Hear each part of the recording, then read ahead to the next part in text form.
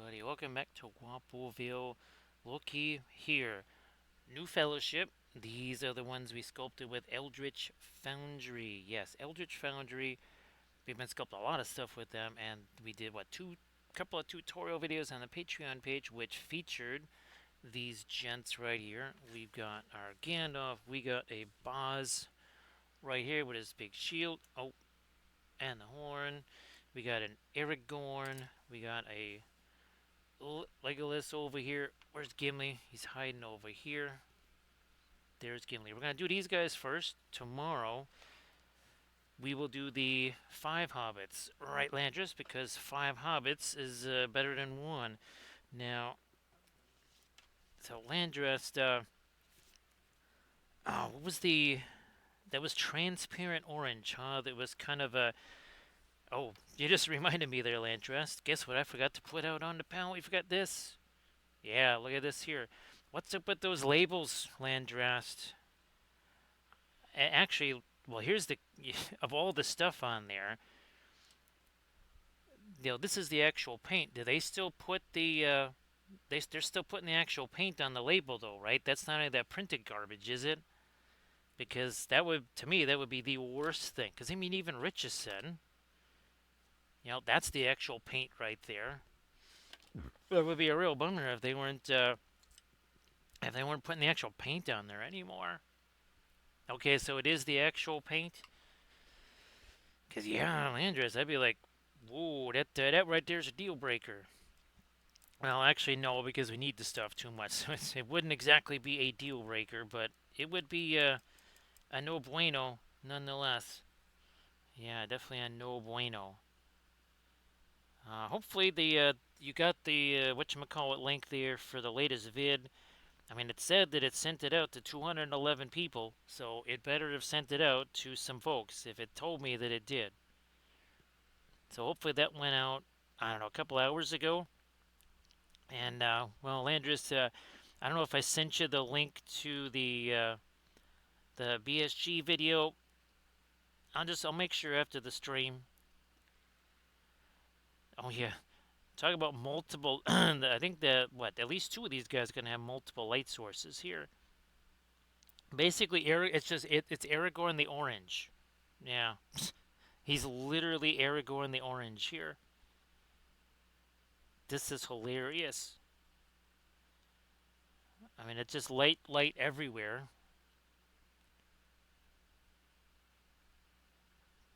Gonna make him, I mean, he's literally just on fire, right, Grey Wolf? How you doing? It is still a happy Friday here. Where's their thing from last night? Oh, there we are. Eowyn's hiding down there. So, there you go, Grey Wolf. I think you saw the start of these. So that was pretty wild doing some new ones there.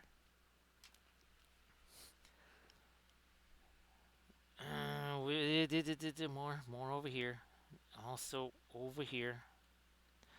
So Grey Wolf, I hope that your Friday was well, at least chill. At least chill, maybe better than chill. Maybe it was sensational. Maybe it was fantastic. Maybe it was some of those things. Again, this is real rocket surgery here, right, Landras? I mean, this is some complex stuff we're doing. Now, of course, again, we were talking about those ink pens, marker pens, whatever the heck you want to call those things. This is not something they're doing, right? Again, it's weird. People are like, wait a minute, you're not going to paint with oils anymore? It's like, well, no, we're just going to use those for freehand things or wherever. Whatever they would do to make something easier, we'll do it for that.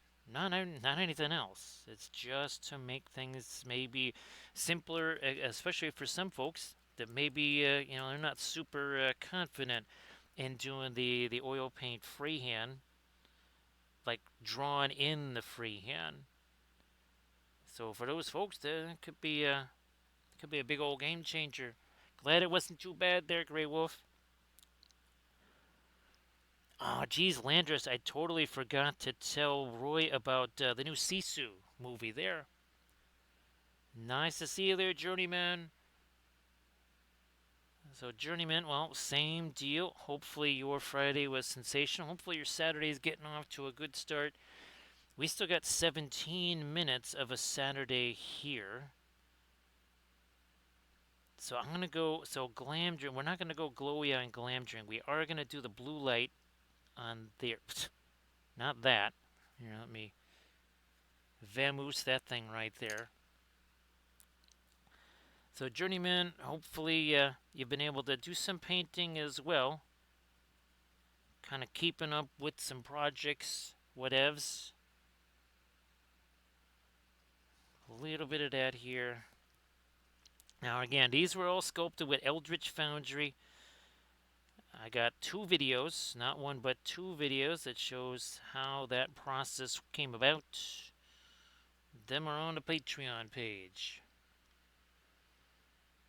Actually, Journeyman, well, that is, well, I'm going to be doing some moving stuff around in the house because Christmas decorations got to start going up. I already moved a bunch of miniature stuff.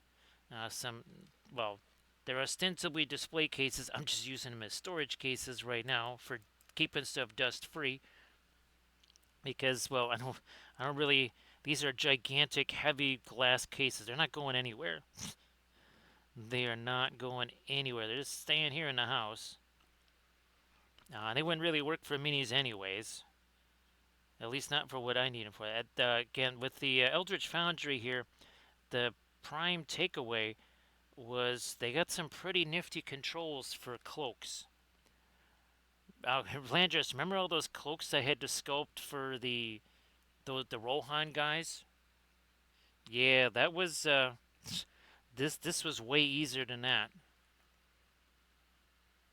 Except I don't think it would quite work the same, not like for mounted characters. Now that'll probably change over the course of time as they get more options for doing stuff with mounted characters. Right now, there's not a ton. But yeah, we got nice motion on all these cloaks. I tried to make sure each cloak was kind of doing a little something different. And of course, we are gearing up for a big college football Saturday. Is it week 12 of 16 or 13? It's either 12 or 13 to 16. The ACC is, that is a conference in crisis right there. Oof, it is not going well for them. You know what? We're going to put some of that here. Now, one of the crazy thing was there was no kind of like genuine dwarf armor. At least not in the super optional category. I mean, there was, but again, not. Oh, okay, that's a bit of support there. Let me see if we can find something to eliminate that. Well, of course, I don't. Nope, I thought that was the tool I was looking for. Well, we'll just have to take a chance and use this here. That is not easy getting rid of that. Although I think we did.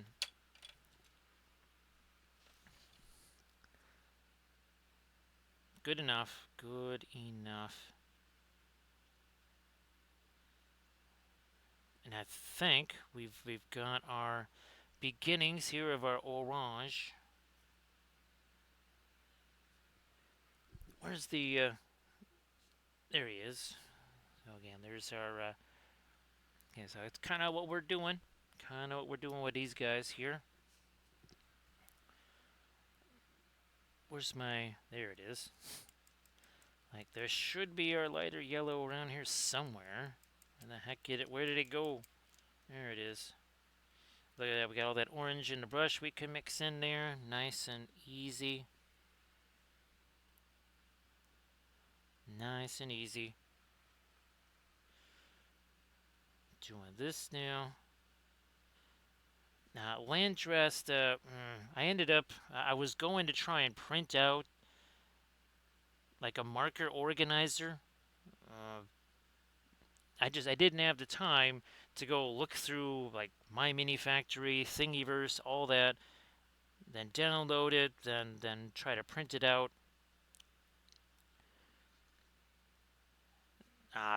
I just got it'll just be easier. Hopefully it works. Because I was just like, okay, if I try to film with this thing, I'm never gonna be able to get to it. It's just gonna be like all over the place. So I'm just gonna, there we go. I'm just shifting this down here. Well, let's see. I don't think we had. Oh, we did have on our chapter studies salamander there. We did have. Look at that. We did have some source lighting on him. That was maybe it was like episode 8 or 9, land dressed, something like that. All right, Leggy. It's been a while since we painted a Legolas figure there. Come on, there we go. Yeah, there's nothing terribly earth-shattering about all this. We're just it's a little bit of dry brush stuff. That's it.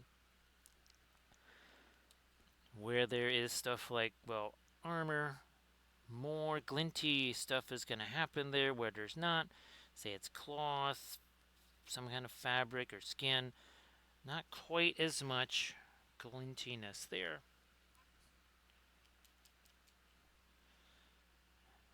And all we're doing is just dragging us right across the surface here. That's all we're doing.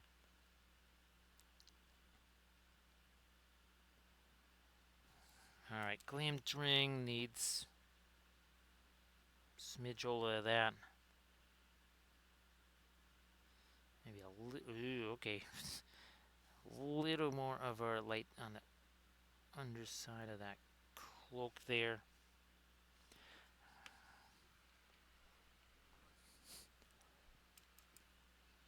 I'm thinking all of this stuff is blocking the source light stuff from reaching the armor on his chest. There might be a little tidbits of it here, little hints of it somewhere, but that'll be a later in the process. Not going to be a now sort of thing. That will be a later sort of thing.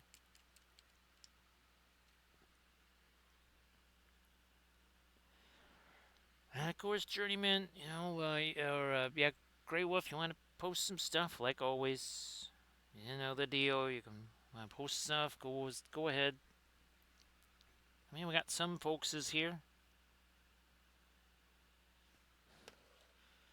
I think Aragorn, yeah, and then we're gonna start doing our non-sourcelet stuff. We'll do that next, and we'll start doing the darker glazy stuff. Then we work back around to the mid-tone stuff, so on, so forth, like we always do.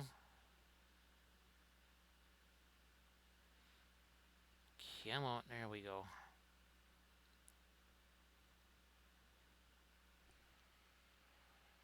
There we go. Everybody, please check out that link that the Journeyman Paint Hour posted. Grey Wolf, it doesn't have to be anything brand spanking new, right? Because what if the folks never saw it before? It'll be brand spanking new to them, won't it? So yeah, if you want to share anything, yeah, that doesn't have to be done today or yesterday or something like that. It'll be all good. Ooh, that might have been a little later than I wanted. It doesn't matter because we're gonna be hitting it with our darker stuff. So, okay, there is that. Now we will. I'm like, there's another glowy. There should be another thing that has blue glow to it. Oh yeah, that's gonna be Frodo. That'll be tomorrow's. Or, well, no, it's still tomorrow. It is still Friday. Wow. Sorry, I didn't quite get a chance to start this earlier. I thought I was going to be able to start about 11:15, 11:20, but lo and behold, more messages came in, because of course they did.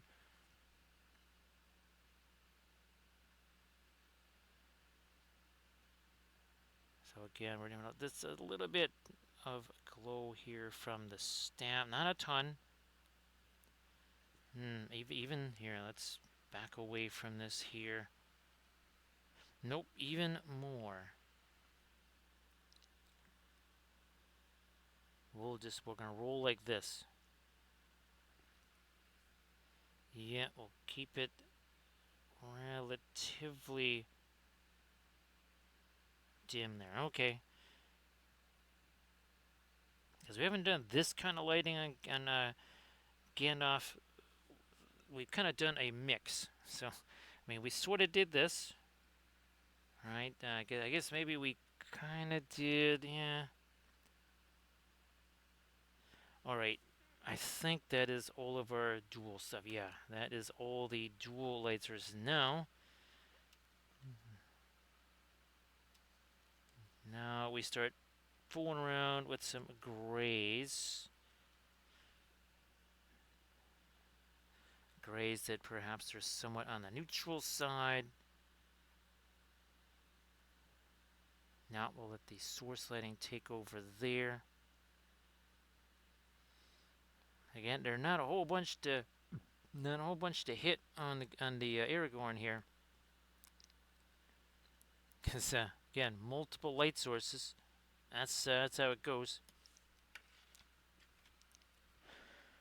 Ah, fine. Radiant green, radiant violet. What does that do? That makes radiant gray. Fabulous radiant gray.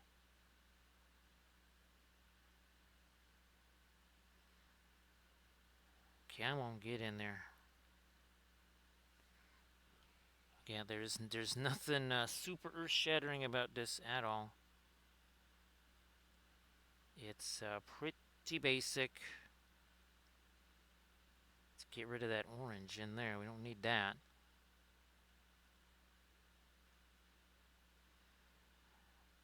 In part 2 of that series I was talking about, the Eldritch Foundry sculpting series, we also did the basing of these to show how I matched the previous Moria basing schemes there.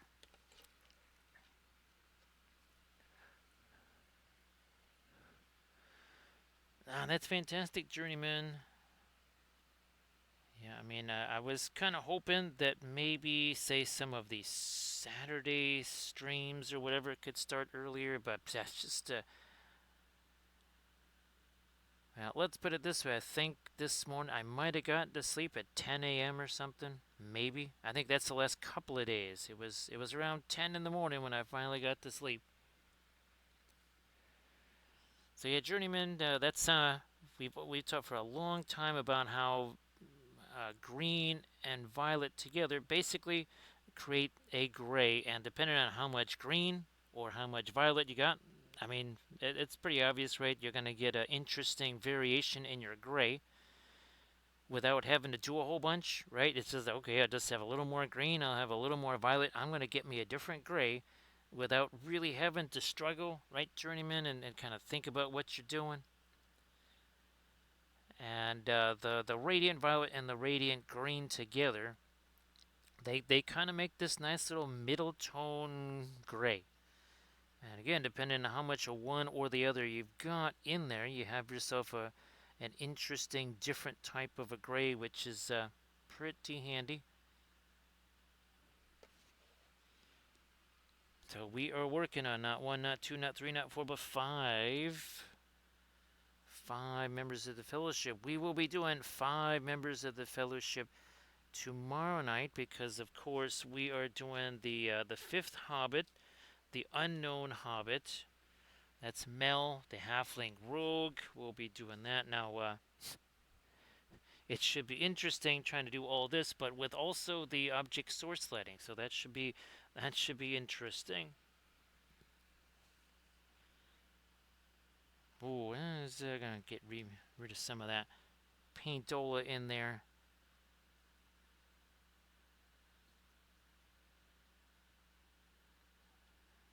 More of this here.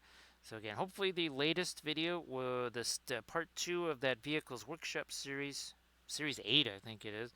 Hopefully that is up on the Patreon page. Again, it should be. It should be. It told me that it sent the link to everybody. So that would be a no bueno if for whatever reason it didn't send the link. So there it is again. That's the radiant green. Well, technically the not radiant green and the not radiant violet, because it's essentially the Paul Rubens version of the radiant colors. They are slightly different. We featured that in a, ironically enough, a tutorial video. Guess what? On the Patreon page.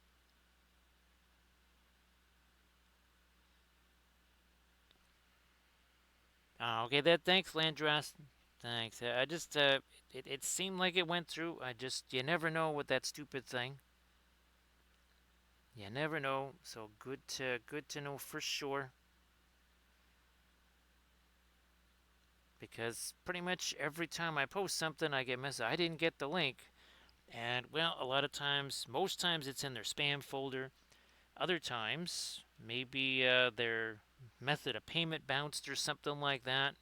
And well, they don't count as at least as far as Patreon goes. They don't count as being a member if the payment is going bouncing around like a beach ball.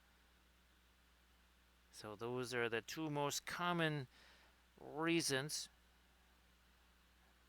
why I'm getting messages from folks saying, "Hey, I never got the link." It's like, well, technically, it wasn't supposed to send it that way.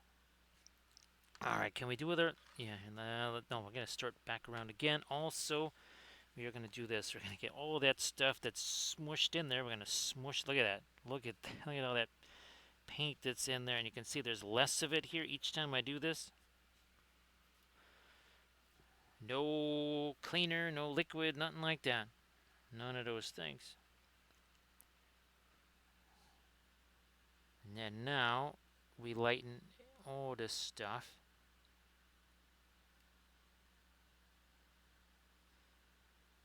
Fairly excited for tomorrow when the new video gets posted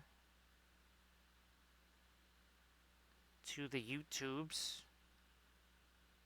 Yes, it's the first like real army showcase video. The Denethor thing was kind of a trial balloon there, just to see what it took to make something like that.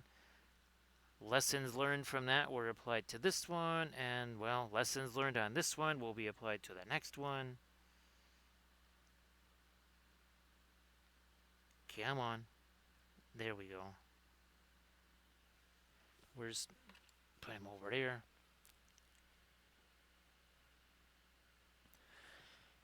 So journeyman, yeah. Be sure to have some. Be sure to have some snacks ready because it might be 2,600 hours now, and I'm truly not fooling around with that. There's it's possible. There's 2,600 hours worth of videos there.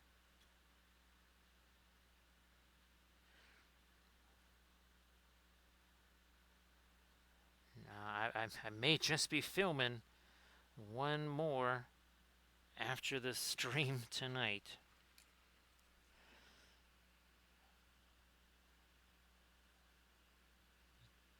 Yeah, let's lighten that up just a smidge right there. Okay, now for Boz.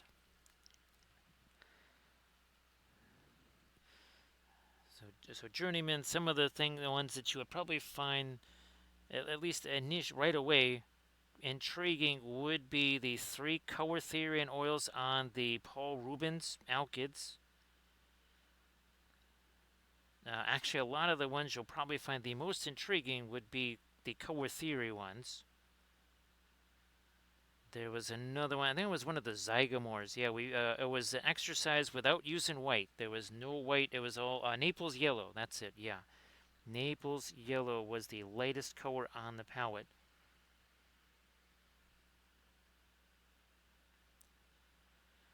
Now the one thing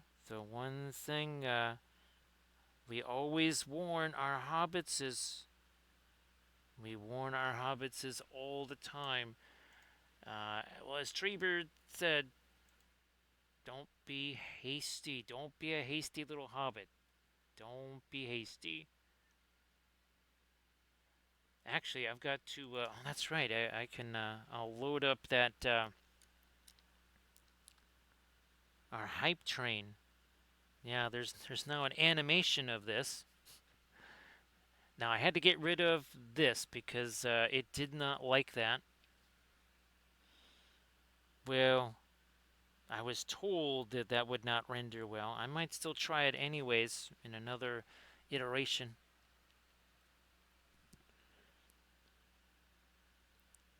So 25 minutes in, we got 5 of these dudes, and we've already really started to establish what is source lit and what is not source lit. Like the Weeping Angel says, I gotta get me an animation of that. Like the Weeping Angel says, don't blink.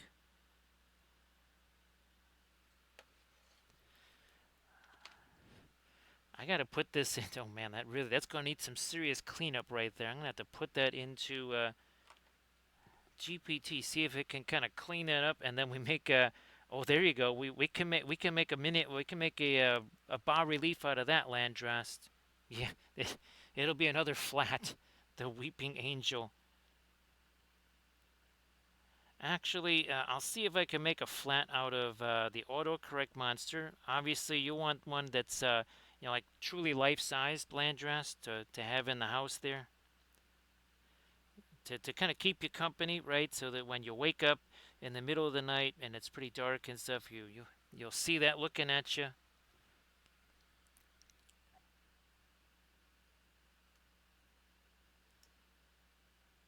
Hmm. Fine, we're gonna throw a little bit of that light there. Whoop, that might have been a little more than we wanted there, but we're doing darker glazy things anyhow, so it does not really matter. Somehow, we gotta get, come on. But yeah, that was a little more than we wanted. So we're gonna get on over here with this, yeah, we'll just blend that away. It's like we got an eraser, because we do. Because we got an eraser. And again, these all printed out pretty nice. You can have well, it sends the integrated version, and it also sends one that does not have the base. Obviously here we didn't print out the integrated ones because I wanted to make my own bases. Now, let's grab this. Let's grab this here. Yeah, okay. It's like we need a little bit of our sky blue on there. It can't all just be that. Oh, also, here, let me preemptively start doing some of this here. Just chucking out some of the thinner onto our not radiant radiance there.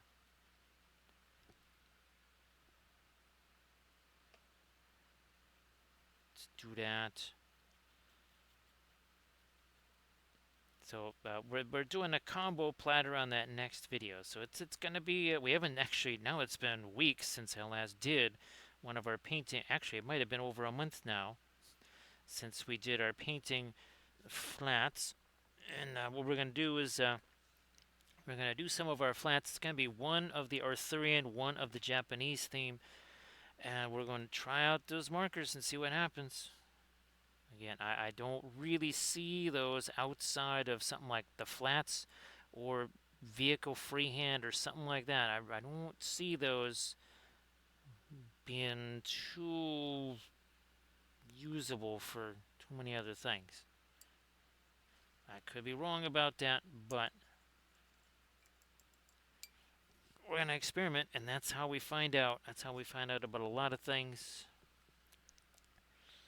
Is we experiment, we try. If it doesn't work, then we know. If we never try, then we'll never know. And that is a no bueno there. We don't want to not try something. Just trying to get at least a slightly lighter flame kind of situation going on here. Yeah, we are breaking that down. And then that's going to go in here. Like so. In there.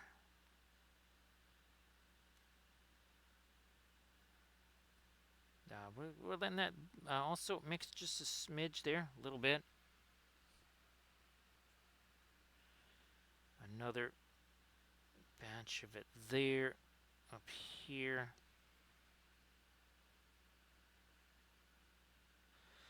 So Landrast, is it another kind of chill sort of Friday, Saturday at Casa Landrast there, or some of the crew over at GK or whatever?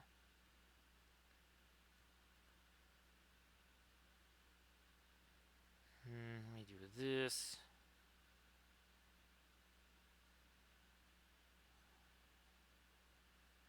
Let's mix that up. And let's get a little bit of this up here. Not as light as what we've got down more towards the base of the flame, though.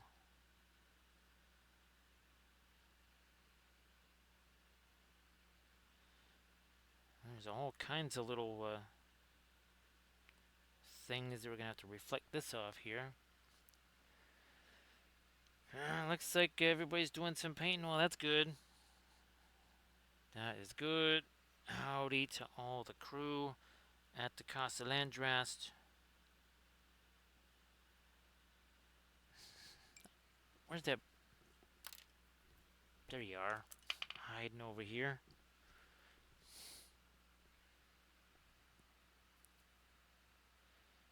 Okay, fine. I'm going to steal me a little bit more of that. Yeah, okay, we don't need quite that big of a blob on the brush there. We'll take some of that off. The hilarious thing was trying to. I think it was for Aragorn and for Game. Oh, and the Hobbits. Yeah, the hairstyles there. Yeah, trying to find the right hairstyles for. That was one of the weirdest experiences. I gotta say, doing the sculpting stuff there in the foundries.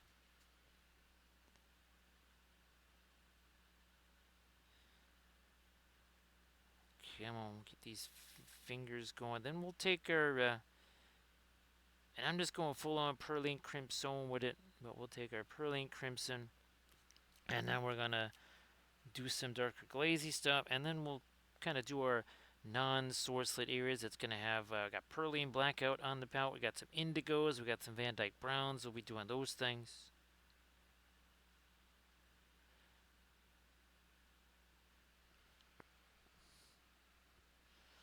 Now this is going to seem like a very bright orange type thing, and this is nowhere near as bright as we can go. We could go a whole bunch lighter than this for sure.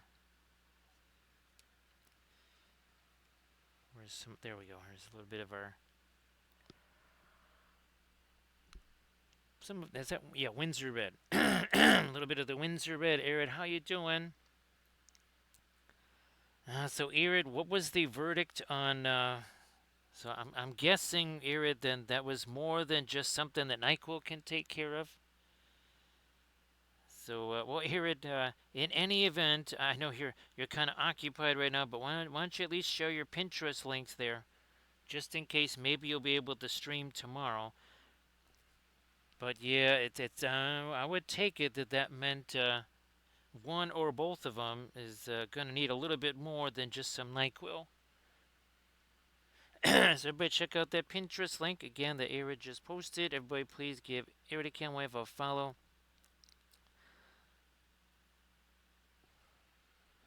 So yeah, sorry that there is, and again, maybe that's not what's going on, but given our conversation last night, I'm thinking the mischief there. There is mischief afoot there.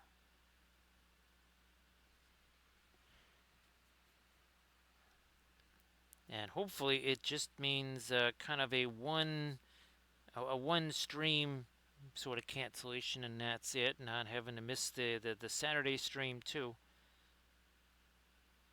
And again, everybody please give Arid Canwave a follow, because Arid does some super spectacular jewelry. Also some Gundam stuff there too. So check out the Pinterest link and you'll see both of those. And then of course please give Arid Canwave a follow.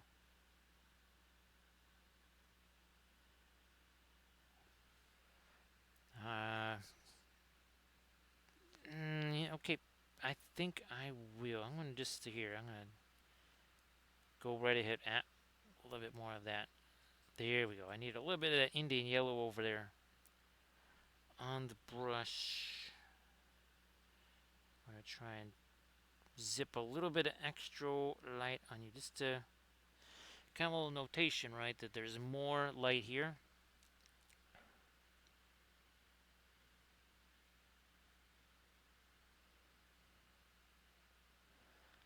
Yep, Arid, that's it's hard enough with full cooperation, right? I mean, even if there was no fussing, that would still be an adventure. But when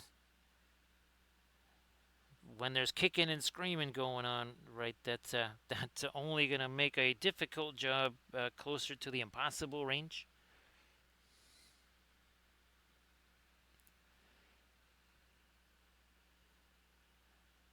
Well, Erid, hopefully the work situation, I mean, that was super inconvenient. Hopefully, at least there, despite the lack of sleep, I hope that at least was satisfactory and not no other issues just because of fatigue or whatever.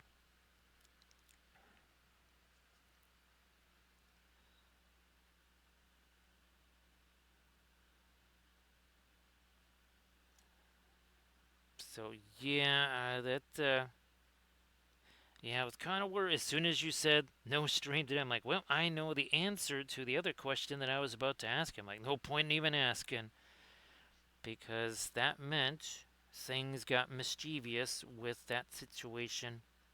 Well, plus you had bonus. Yeah, you had bonus activity too there, Aaron, because that you were super hoping for that.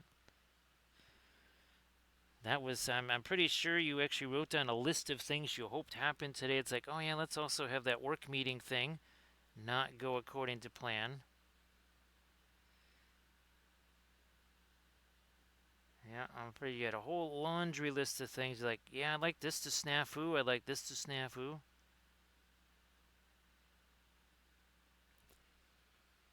I'm glad that that's going good though. At least, well, I don't want to yeah, I don't want to jinx it there, Eric, because if I do, then you'll be coming after me. So I'm not gonna say nothing. I'm not saying anything about that because if it is going good, don't talk about it, right, Eric?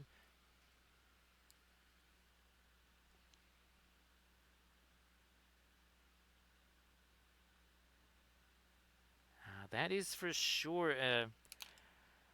It's one thing if you're running around doing stuff, which I mean that is one of the reasons why at conventions. Well, what was it, Adepticon this year? 4 days no sleep. The only reason that could even be remotely possible is because well, never sat down. Okay, I think I might have sat down to eat. Those few times we actually got to eat, and that's it.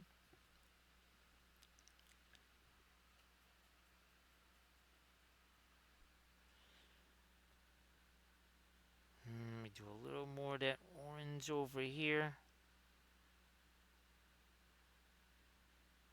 There we go. But reliving miserable stuff, that's what it's all about, right, Landrast? Oh, that ain't pure orange. That's our floral orange.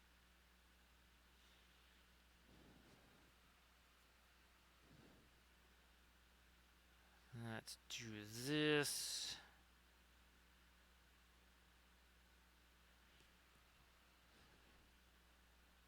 A little bit late here. Now, we only had, there was two bows that I had to choose from. Well, I mean, there was a bunch of bows, but as far as a Legolas type of bow, there weren't a whole bunch of choices. Oh, and yeah, I tried doing the bow on the back of Aragorn, and if he didn't have a cloak, it would have probably worked with some finagling, but with a cloak, no, not gonna work with a cloak. I'll tell you that right now.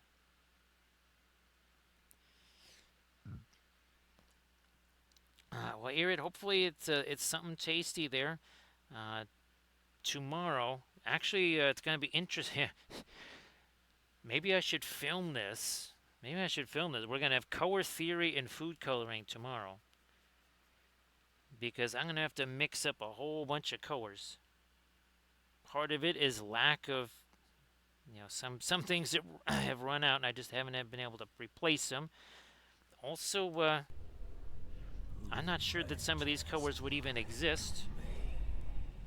But what does exist is someone who is perfect yet with imperfections. That would be Jam's perfect imperfections. So Jams, how you doing? Everybody please give Jam's perfect imperfections a follow.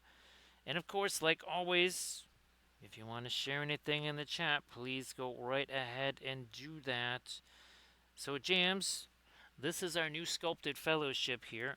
Let me try and, well, there's 5 of them, and I only got 2 hands, so we're going to see how we can do this here. Okay, oh, I think I got it. I think I got it, Jam. There you go. Look at that. We got Gandalf, we got Aragorn, we got Boz, we got the dwarf and the elf. We got all 5 of them there, and they're all in our Moria basing scheme. So, Jams, I hope that you are doing well. Now, here is a preview. Whoops, that's the older one. So this is the original fellowship that we've had. These are the old GW metal figs right here. These are, where's Leggy? There he is. So these are the ones that I sculpted in Eldritch Foundry. And again, we got the same kind of basing scheme going on. Now, we're doing the 5 non-hobbits. Tomorrow night, we are doing the 5 hobbits. You're like, whoa, whoa, whoa, wait a minute. Hold on a second. There's only 4 hobbits. No, there were 5. You just never heard of Mel. You never heard of Mel the Halfling Rogue. So yes, Mel is the 5th hobbit right there. Again, you don't hear about her in the story, but yeah, that's the Kathy figure that we did. And I just thought it'd be interesting to try all of this plaid and argyle, yet still with the same kind of underlighting that we're doing on all of our other Moria stuff here. So thanks for joining us here, Steph. Appreciate that. Last night we did these on stream. So these are the homemade flats right here.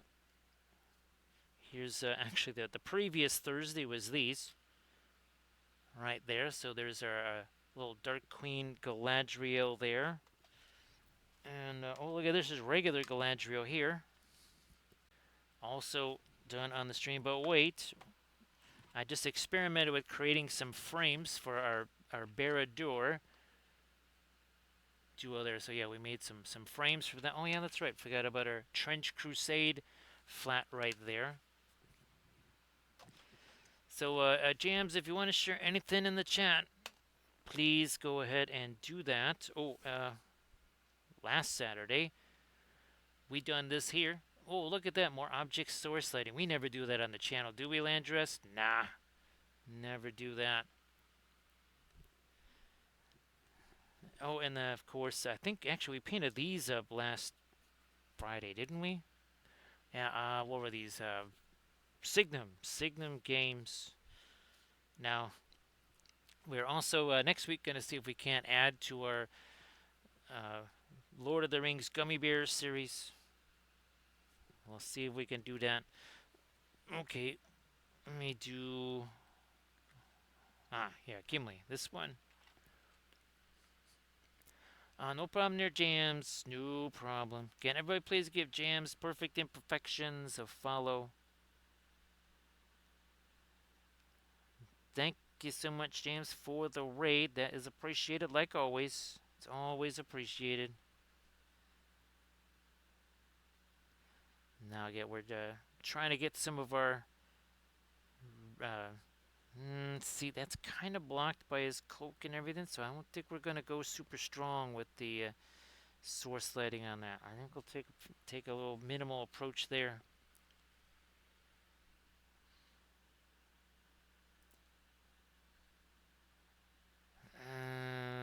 Yeah, let's do this.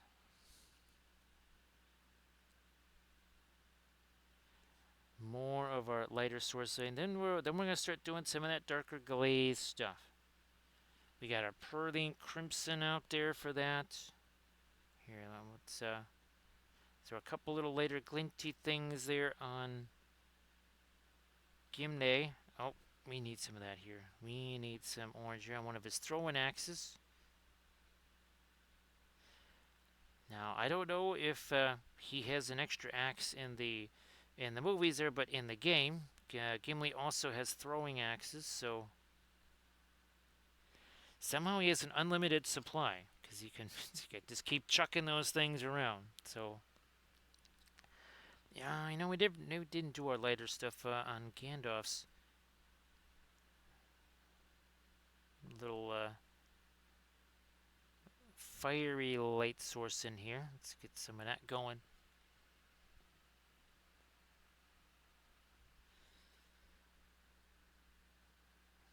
There's some more. So again, these were all sculpted with Eldritch Foundry. What else have we sculpted? We sculpted that Mel figure. We sculpted two Wapelia Spellbrush figures. We did two different Aowen busts. So we've done a whole bunch of sculpting in Eldritch Foundry. There's a whole lot more to do. Oh yeah, there's the football team also. Not a Blood Bowl team, but like an actual football team, where we said, okay, we need this particular stance for this position,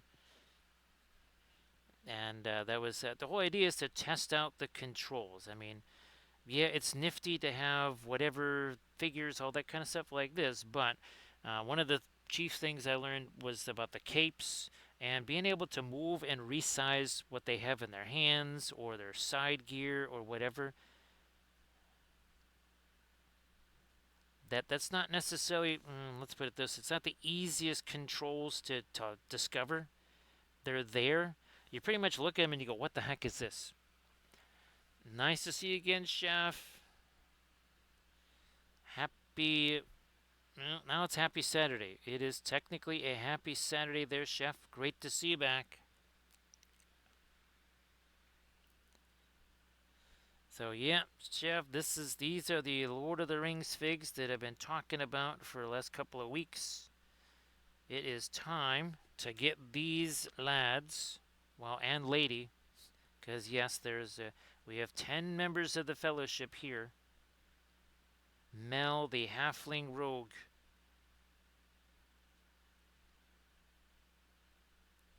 It's just, they said that the books and movies were too long, so they had to cut out characters. For whatever reason, they left in Tom Bombadil, but they took out Mel the Halfling. For whatever reason. Now, of course, that's not to say that our fellowship might not expand, because I'm mighty tempted to add in Rhaegar the Glorious. Because, you need a bard, like a real bard, not some hobbit trying to crank out some folk tunes or something. You need a genuine bard. That would be Rhaegar the Glorious. Yeah, I might have to do a Moria version of Rhaegar the Glorious. He'd certainly be the most fashionable member of all the Fellowship, that's for sure.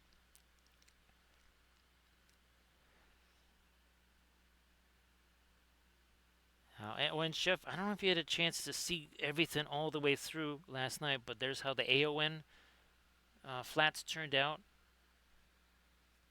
It was kind of neat to actually the Shire one. That's going to look like that, a lot like that one Aowen there.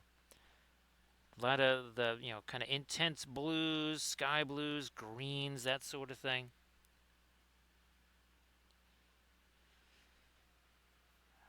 I was thinking. Oh yeah, I was thinking our Minas Tirith and Aragorn perhaps for next Thursday.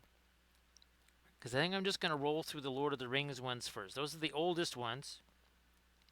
Oh, somewhere I got the Minas Morgul one printed out, but and now of course we also have two. We might, who knows? Maybe we do this. Was the other one here? But we got two different versions of Sauron. That actually might do those next because actually I can do this in a vid. Never mind. But of course this is the bestest of all locations in Middle Earth right there. Yeah, baby, look at that. The lands of ruin. Chef, I think I don't know. I don't think this episode is up on the other YouTube channel. What the heck? I already passed by it here. But this, we did this stream right here. That was 12 of them or something like that. Three. Oh, there's even a couple kids. 2, 4, 6, 8, 10, 11 or 12 of them we did. That was on a stream right there. Of course, I also have an army painting series on the Patreon page, featuring those very same guys, painting them the very same way. Because reasons.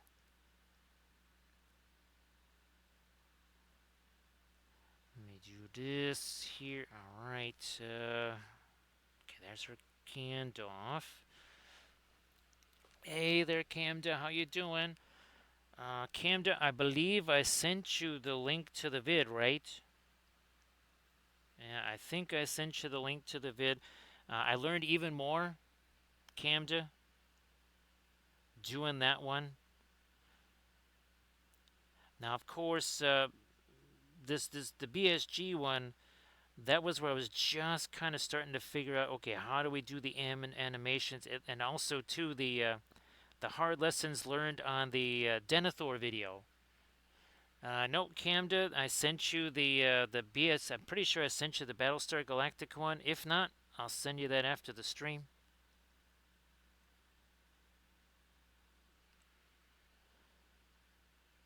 Well, actually, now Armored Wolf, unfortunately, not here. Let me see if I can try and do that. This could be jinky, but I'm gonna try to do it anyways.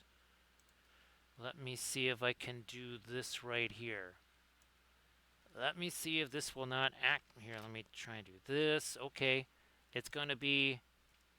All right, there you go. It is in the chat. That was not easy. But there, that is the new video that's gonna be going up tomorrow live. That's a little sneak preview for you there. That is a sneak preview. Yeah, that was a lot. Again, a lot of lessons learned from the first one. That even the Kathy video, there was more lessons learned there. So, Chef, if they send me an Instagram link, just like during the regular part of the day, not on the stream, can't do it on stream. But if you just shoot me a message, Instas, Facebook, whatever's, I do that all the time. Now you can, of course, the chef, you can post that up there, and other folks, in the chat, they can check it out, and they can tell you how they like it and such. So yeah, there is the new, again, that's kind of the new thing that we're going to be doing. Uh, Again, we're just calling them Army Showcase videos because, well, there is no way these things are too extensive. Actually, even in that BSG video, well, obviously we're going to have a new ship painted literally in a couple of days. Come Monday of next week, there's going to be yet another ship that's not in that video. So between all the terrain and all this other expansive stuff, the only way to show it was that way through a video format. Also, too, Instagram and Facebook don't like to show anything that's not moving with words, because I do words, right, right, Camda? I do words. I also do some more orange here on Boz's shield. There we are, a little more orange there.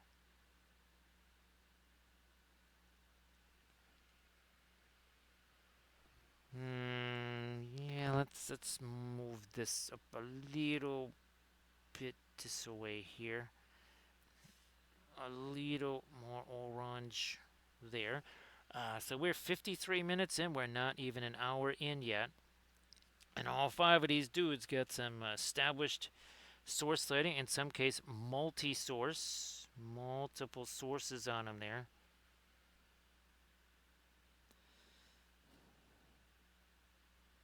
So again, check out the link I just posted there. That is going to be going live, well, basically later today on YouTube, probably in a matter of hours. You're getting yourself a sneak preview there. All of those BSG ships were all painted on stream right here. And I think we're up to 12. Yeah, there was so many of them, Camden. I had to use my 6 foot by 4 foot painting backdrop. Oh, thanks, Camden. Appreciate that. Let's put it that way. It took every bit of experimentation and whatever to be able to parse that one through.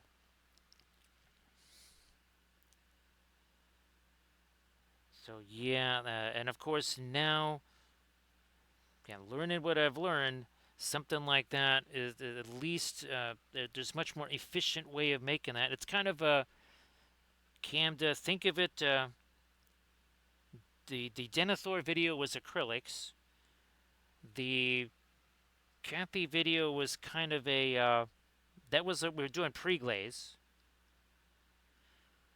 and now we're just about to start doing the darker primer. So as far as the increased efficiency goes, if you're looking for an analogy, we're just on the cusp of kind of exploring that darker primer. Oh no, now we're just about to get into Paul Rubens alkyds. Well, alkyds period. Yeah. We kind of went from to the darker primer now with this vid, and now we're kind of almost into the alkyds phase.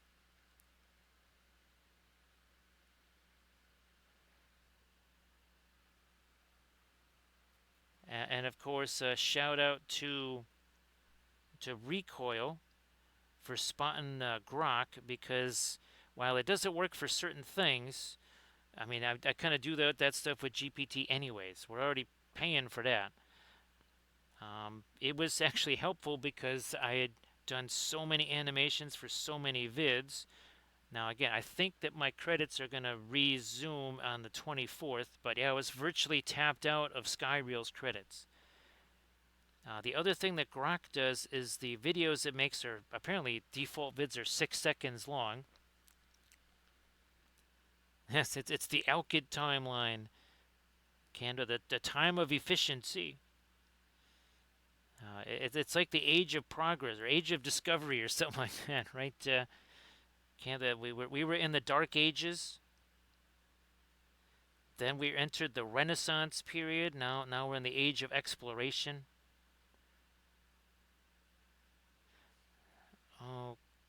Okay. I'm gonna here. Let me spruce a little bit orange out here. Not a bunch. Not much. Just a little teensy bit here. Just a little something something. That's it. And of course, Camda, if you haven't already had a chance to share some stuffs in the chat, why don't you share your oil paint links in the chat there? Instagram, I believe. Everybody give Camda Paints a follow, because guess what? Camda paints with the oils. That's because I do words, right, Camda? That's why that's so eloquently put there. Yep. The sort of wordsmithing you just don't see anywhere else, and that's for good reason. Now, can I make this lighter here? Okay, that might be a little too light there. Okay, let's retreat from that a smidge. Maybe this. Maybe this again. This is kind of where the most glint is going to be on said armor. And again, for whatever reason, as far as your more generic dwarf armor type stuff goes, for Eldritch Foundry, there's no real kind of classic dwarven armor. You've got the bracers and you got the shoulder pads there, but no chest plate armor. Oh, and also too, I tried doing like the mithril shirt for Frodo. Well, if you do the mithril shirt, he's like Larry the Cable Guy. Yeah, imagine Larry. Well, he's Larry the Cable Hobbit wearing a mithril vest. That's all he's got, nothing else.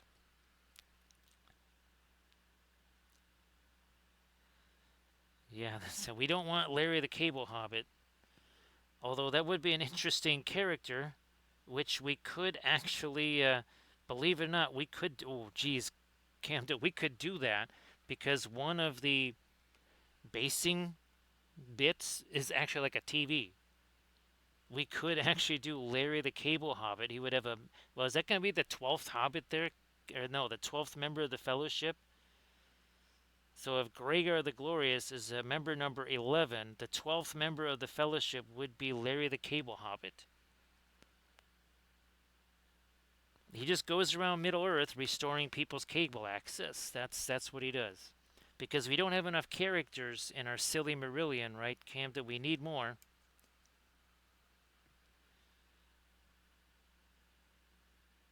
Yeah.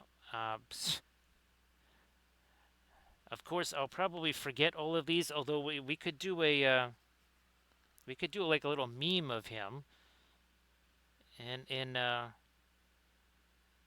we'll do a little GPT meme of Larry the Cable Hobbit.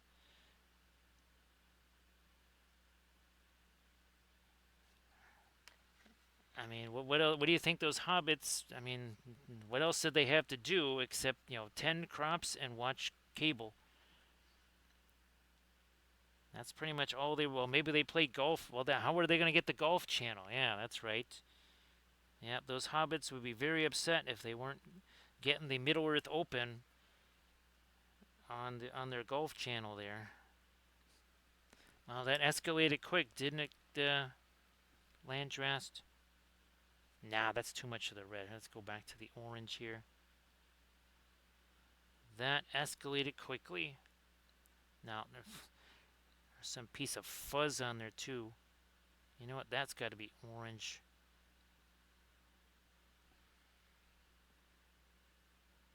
That's got to be orange there. So, yeah, I'm just visualizing Larry the Cable Hobbit in his mithril vest. No sleeves, of course. No sleeves. Now, I'll probably be wearing... Oh, he'll be wearing a camo, too. Nice to see you there, Doji. So, Doji, here is how last night concluded. I know you got to see the early portions. So that worked out. That worked out nicely. I gotta do me a another frame now. Well, Doji, technically we're gonna be doing bakery type stuff. We're gonna be decorating. Well, Thanksgiving cookies. They're not Christmas cookies. Technically, they're Thanksgiving cookies. Okay, there we go. Getting a couple little more lights on Boz's shield right there. Thanks, Doji. Appreciate that. So, Doji, why don't you share some fabulous oil painted stuff?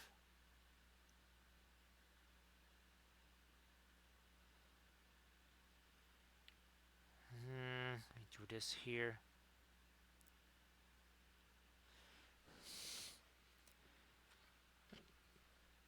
Actually, I know, Landra, I was asking you a while ago because you were having a lot of fun, a lot of success. Let me start doing some of the darker glaze stuff here. With it doing the 2D art there, wasn't sure if you're there might be some time for you to kind of try some 2D art again, because again, you really were doing some nifty stuff there with the 2D art.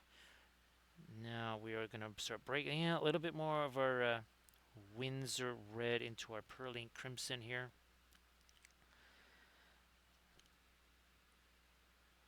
Everybody check out that link there, that Insta link that Doji just shared, because guess what? In addition to Camda, in addition to Inganes, also Doji does the oil paint. So go check that out. Come on, get me a little bit. Oh, there we go. That's a little something that I kind of been adding in lately is the Indian yellow into our super deep kind of orangey red mix here. And again, this is kind of a more of a pin line wash situation that we're going to try and do here. Pin line wash, which means basically just touch the figure. Where it goes is where it goes. No fooling around with it. Just do it and leave it. No messing around. It'll travel wherever it wants to go. Now you can intentionally, like here you could intentionally, fine, we'll grab you. You could go in here and you could do a little bit of mixing like that.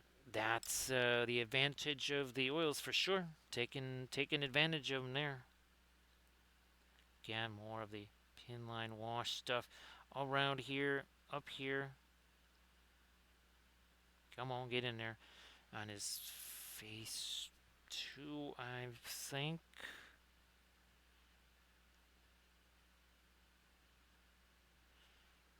I might, sure, we'll just use this thing to, can take some of that away. So again, everybody be like Chef Blueberry and check out that link that Doji just posted. Come on, get in there. Alright, there you go. We'll do that. We'll do that over here.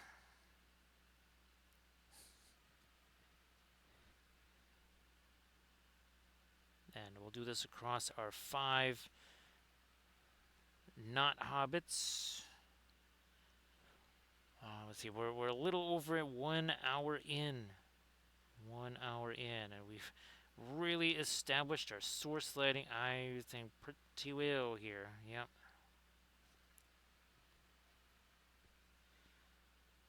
So again, everybody be like the chef there and go check out Doji's fabulous oil painted stuff. Come on, get down in there. Like you do. Yep, that too.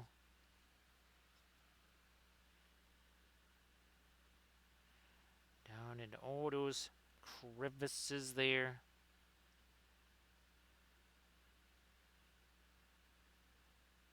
Ah, our skelly friends. I'm like, wait a minute. How do skelly friends not get any of that?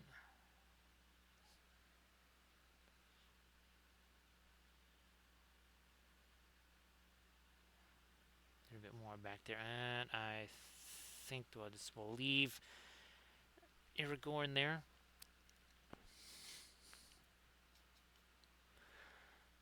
Chef, some of those ways it can be. Well, I'm not looking forward to posting the video to Facebook tomorrow because it is posting those videos. There's a lag time. Let's put it that way. Every time, so far, the 2 that I've tried post, the Denethor and the Cathy one, I've ended up posting twice. Actually, the Denethor one I posted like 4 times because it can take like almost an hour for it to finally just show up in your feed. So yeah, you just kind of post about it. I think I'm probably going to make the initial post at like 7 o'clock in the morning or something here after the stream because it takes that long for it to finally show up. I think there was one time I was waiting till past 8 or something to find out did it actually post or not. Come on, give me some of that red back up in there. Now there, I don't mind if it mixes. That's kind of that was deliberate. That was deliberate, as they say. We don't have to do a whole ton of our darker reds on Gandalf there. Alright, we gotta mix up a new batch. We got our Crimson, we got our Windsor red, and now some of the Indian yellow again. That is we got like a hyper opaque, we got a hyper translucent, and then we got like a tweener. We got one in between the 2 of them there. You know what, I'm just gonna drop me some thinner directly into that. Start breaking this down faster. Yes, Chef, that should work. We'll ask folks if they can actually see it, because I know the mic was posting Discord links, and people were saying they needed like permission or something to see it, probably because he was the administrator or whatever. I don't know how Discord works. Don't ask me about Discords. Don't know nothing about that. So Camda, one of the things I was telling Landrest, I was almost tempted to look for like some kind of a STL file, some kind of not a carrying thing, but at least a storage thing for the markers, so that while I'm doing them in a video, since I have almost no room to put anything, there's like one little tiny space, essentially where the palette is, where I could put something like that, maybe. Yeah, otherwise, it's just, There'll just be markers laying all over the floor, and I won't be able to get to them. So I ended up just getting, I think it holds 120, which is more than what I got. I only have 100 of them. Well, I think I have 104. Not really projecting on getting any more, so I think we'll be good. The only thing I can visualize is maybe getting some, ones that are either work really well or get used really fast. Okay, maybe we get some more of those or something. I don't know, but I don't really visualize uh, like this. You can't do stuff like that with those markers there. That's why we're kind of just using them for obvious things like the flats, freehand, and even then, it might just be for transferring the freehand, not really for painting it necessarily. That's kind of what the point of oils is. I will darken you down some more there. That's a little too far. Do we get old? Yeah, we have all the thinner out of that. Boom, there, let's do that. So you can see, look at this. We have the light, we got the dark, and then we got our middle tone, but a cooler middle tone. Ooh, here let's do a quick gratuitous film noir. Oh, well, look at that. Look at that. There's no difference in those until we see the color. All right, this is Leggy. This is Legolas. Super quick with the glazy stuff there. Nothing fancy. Yeah, look at that. That is what you call capillary action right there. That other stuff that says it has capillary action, well, it says it does.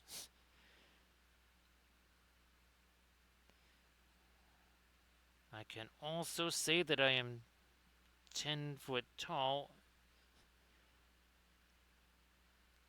and that I play professional baseball, basketball, football, hockey, soccer, lacrosse, and tennis all at the same time. None of that would be true.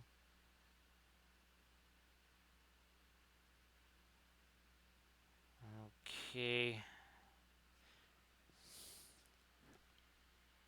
Everybody check out that Instagram link that Chef just posted, and everybody please give Chef some little feedbacks there on the miniature or miniatures, as the case might be.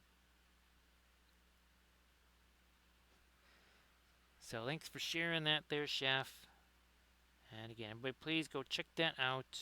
It's an Instagram link.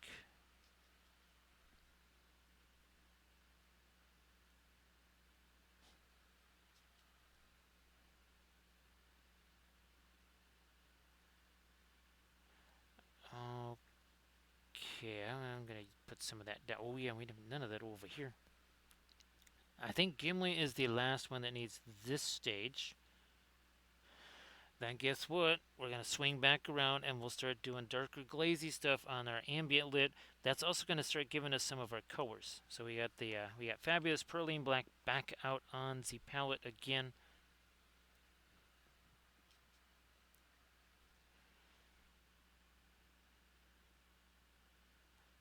I think, yeah, we're going to do this here. It's the same deal like what we did on Boz's shield there. So we're going to take some of this away. And looky here. See, you do that with the acrylics or watercolors for that matter. And believe me, haven't done watercolors for many years. You try doing that with the watercolors or whatever, you got yourself a watermark. So acrylics, watercolors, nasty watermark. Oils, well, no water, no watermark. What do you know? If you don't have any water in there, you're not going to get yourself a watermark. Which is, again, that's kind of handy. Gotta say. So see you later there, Doji. Thanks for hanging out as long as you could. Happy Saturday, and glad you had a fabulous bakery run. We're not running anywhere for our bakery run tomorrow. It's going to be all homegrown bakery run tomorrow. I'll try to shoot you some pic. Actually, Doji, I think you were able to.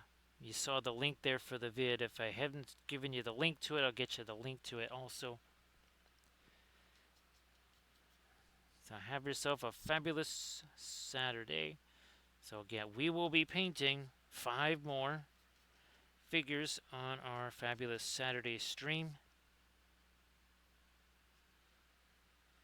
with the same kind of lighting from below. We just call it our Moria Fellowship color scheme.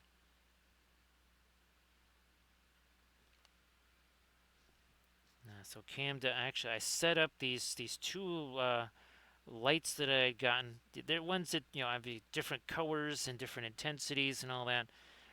The neat thing is that it's a pair of them, and this was the first chance I had to try them for photography. So for trying to get all of the ships together, that I needed those lights for that to try and get a little bit of a bluish light on them. Here, let me get some more of this Indian yellow mixed in. Boom, there you go.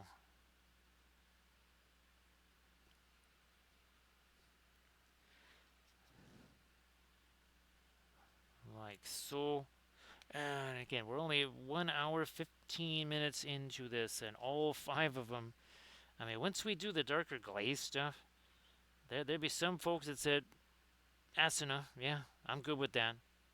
I can totally work with just those. Don't need to fool around anymore. And if that's so you're looking to do, that's a real quick way to get there.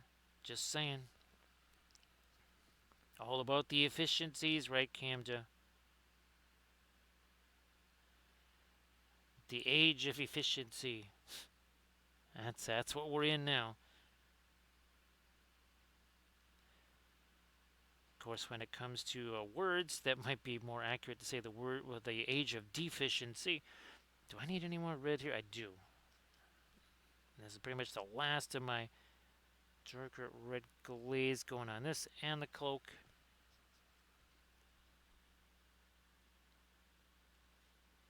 Come on, get on over there. Also that.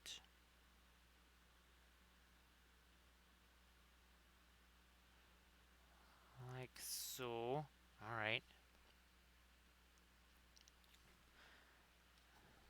Last smidge of it right there. Okay. Now, let's just try the Perline black stuff. We know we got to do that on the cloaks.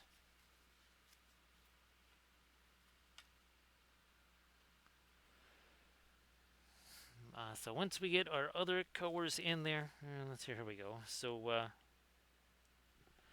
again, it's the Moria Fellowship, right? So we're going to get a little bit of red on Boz's shield, but they're mostly just shades of bluish gray, and that's what shows again. Here we have, of course, Gandalf is a little different because he's got maybe a glowy staff or something like that.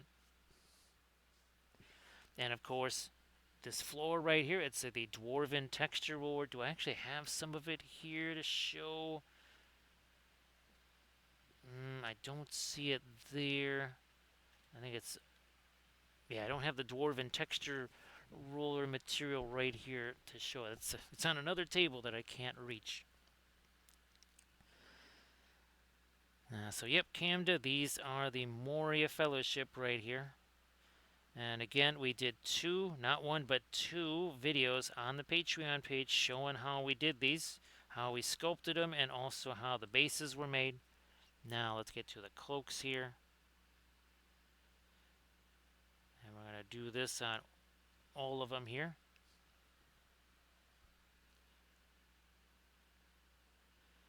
Because of course, object source lighting wise, if you do not have any color opposites, your object source lighting is going to look more like object source shading. We talk about that all the time.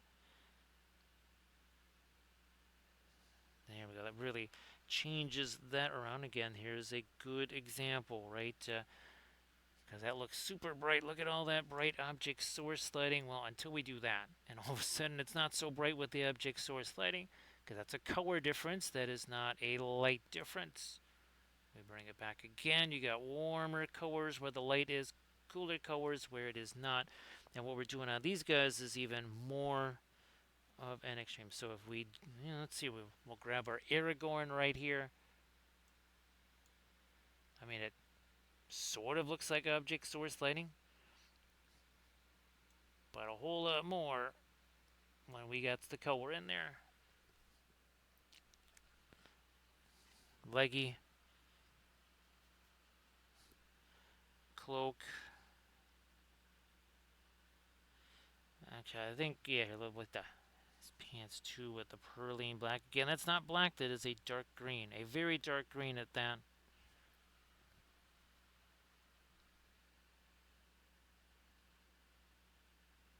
There we go. And pearline black, that was what we were using last night, especially in some of the darker areas, like on the cloak there, and in that backdrop. That's that same pearline black. We'll see you in a bit there, Erin. See you in a little bit. Again, hopefully things just kind of improve and you'll be able to do your stream tomorrow. Don't want to fall behind on any of the beating or whatever because, well, the holidays are a-coming. And I still have to try Camda to see if I can make circular versions of some of our bas reliefs. Now, who knows what kind of weird things will get cut off or whatever.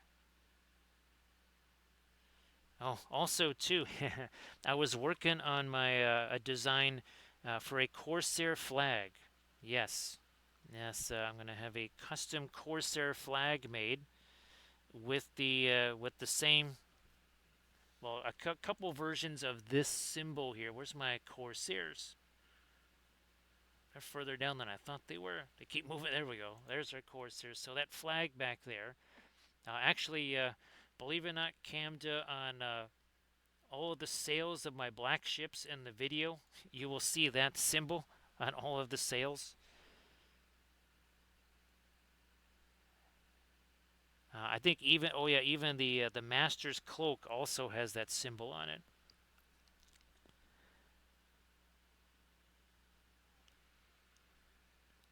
Let me do some more this here. Yep. Now here I'm letting it actually mix with some of our lighter dry brush stuff there. It's kind of an intentional thing. That might be a little too much of the pearline black there. So again, here we're letting here we don't mind if it mixes. That's kind of an intentional thing. Actually, here we're just going to go more with the Payne's gray on that.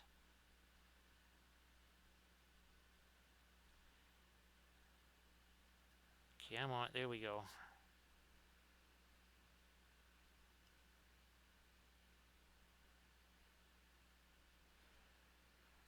Now we will grab our Payne's gray, some of the Mars black.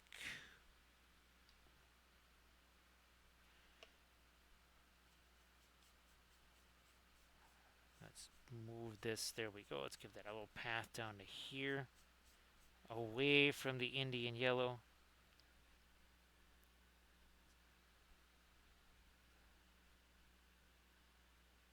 So straight away there you can see we're getting ourselves a little bit of shadow here cast by this light, which again has a little bit of bluishness to it.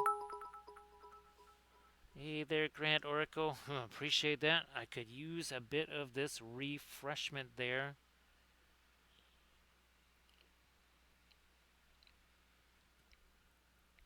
Grant Oracle.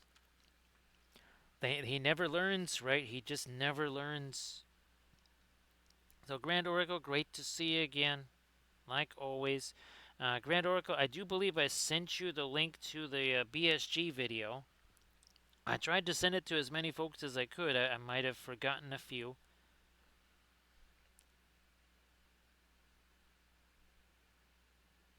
But that was, again, that was quite the experience making that. Oh my goodness.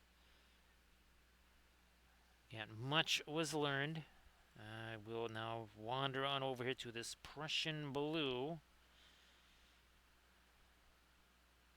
This will go around our light here, or the light on his staff.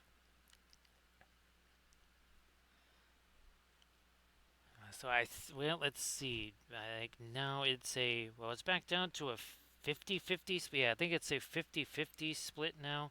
It was 60-40, but there was that was hard to maintain that. So now it is, I think, back to 50-50, unless that's the bits or something like that. I think it is still 50-50,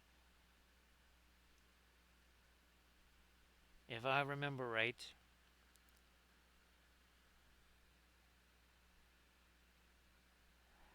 Yeah, he just has to keep relearning. That says it's kind of like Battlestar Galactica, right? Grant Oracle. He learns that lesson. This has all happened before. It will all happen again. Yeah, it's the Galactica version of the silly Marillion, right? Grant Oracle.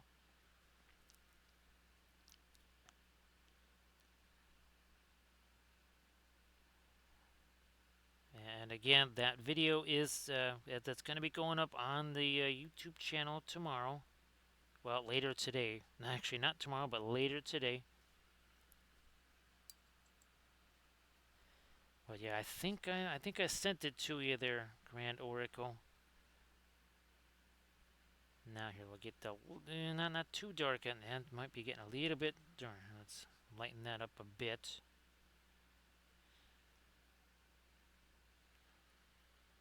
Ah, that's good, Grand Oracle. Yes, just learning so much making those, even just how to film things for the vids. That's not quite the way I thought it was going to need to be done. Now, I think for this stuff, well, we're just going to do this the old-fashioned way here. We're going to just take some of this. Where's my Van Dyke Brown here? And here we go, Cam. Look at this. This is going to be the most fascinating, intriguing part of the stream, where we take this and we mix it. That is all we're going to be doing right here. Then we're going to take this, and this is for our bases. Maybe a few parts of some of like the darkest parts of the clothes that are also kind of a warmer gray.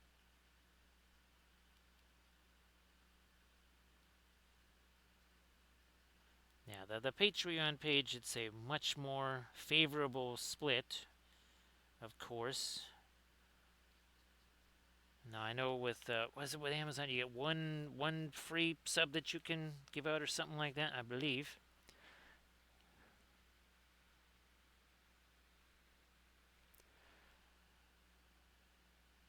So Grant Oracle, that doesn't count all of the. Well, obviously we had Kathy's birthday video. I've done. I think we've done 3 little sort of cancer fight songs for people so far. I've done like 5 birthday songs. Again, done some kind of like songs of encouragement for folks that are maybe facing some things that aren't the easiest. I never did get that on his bass. Let's do that here. And then, of course, well, we wouldn't have any of our fabulous flats now, would we? Because I would have had no idea how to make them. I mean, even if I instantly had 1,000 designs that just needed to be made, it's like, how in the world would I have known about all the different ways we've actually made the files for people, that we can actually print out? Actually, this is a veteran one. We have a bunch of veteran ones. Look at this. We've even got some that have. Oh yeah, look at that. There's check it out. There's some support rods that are just kind of buried underneath layers of paint and such in there. That's pretty funny.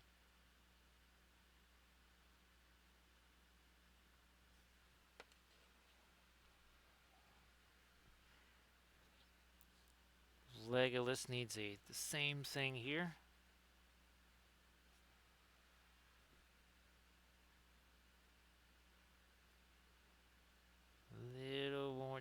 onto the base port. Not too much there. Let's get rid of some of that. Now there's a couple, like his boots here, and it's going to hit his boots. Not the hair, but maybe this portion right here. So Grand Oracle, I did post the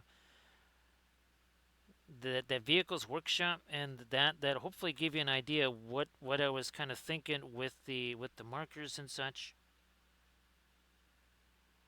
Hopefully you'll get a chance to maybe catch that this weekend. I know it's got to be a busy time because I was getting messages from my brother up in Alaska with these links to. I think it's either another volleyball tournament or more volleyball games. I'm not sure if it's a tournament or just some individual games. Nice to see you there, Velfair. I think I sent you that. Yeah, I'm pretty sure you got the link there. So great to see you there, Velfair. Of course, happy Saturday to you. Let's get this off to the side. There's my blue over there. There is my blue. That's gonna go on the axe here, on the helmet.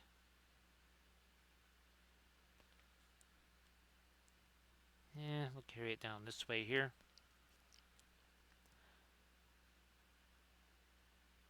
On the shoulders, the bracers, more on the helmet there.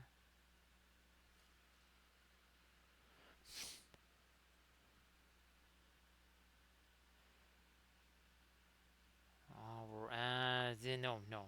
Let's use this. Let's use this instead here. More neutral. More neutral, more better. And you can see our cloak there, right? It's not quite so shiny anymore. I think it was one of the initial cloaks that we did, right? I think so. Could be wrong about that.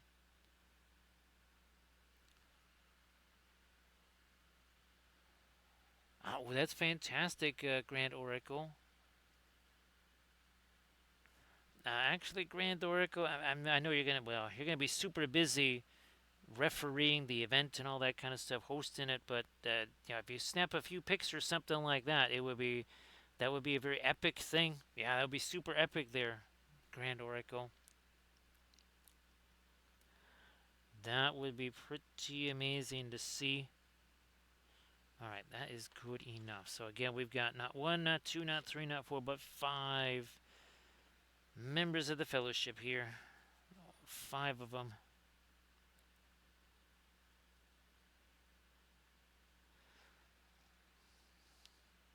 Might need to get some more darker red on the underside of Boromir's cloak there. So first the armor.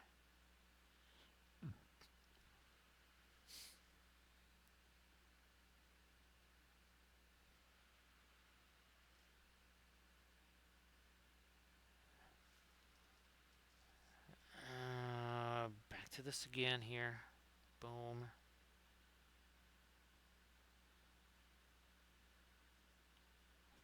Where's my blue? There's my blue, well, Prussian blue there anyways.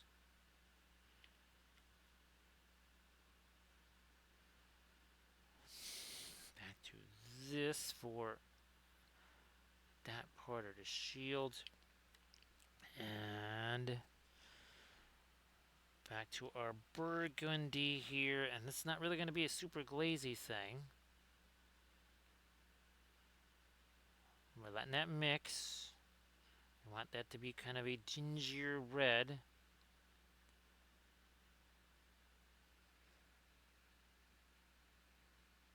Almost there. Alright, now we'll get this stuff off the brush, and now we're going to do a little bit more of that. See, we're going to do a little tap, tap, tap here. A little Morse code. And there we have the shield there. So Valfira, is the Vandy game, is that an afternoon game or is that an 11 a.m. start? Because again, that's not a game that's necessarily super high on the radar, but it is still consequential nonetheless. Again, there's a lot of weird games tomorrow, Valfira, that again on the surface it's like, well, that is not exactly Bama, Georgia, or something like that, not exactly Ohio State, Michigan, but they will have big time playoff implications.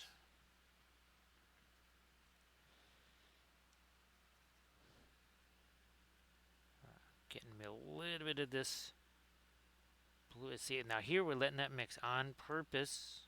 See, that's what that lighter, drier stuff is for, so that we can mix with it. That is something you can't do, like right there. That mixing I did just right there on the shield boss, you can't do that with acrylics. Can't do it. Okay, so it is the afternoon start. That is good. I haven't even had a chance to see what the early slate is. What kind of that the Samford Texas A&M Velford. Now that is the marquee matchup of the morning, right? Yeah.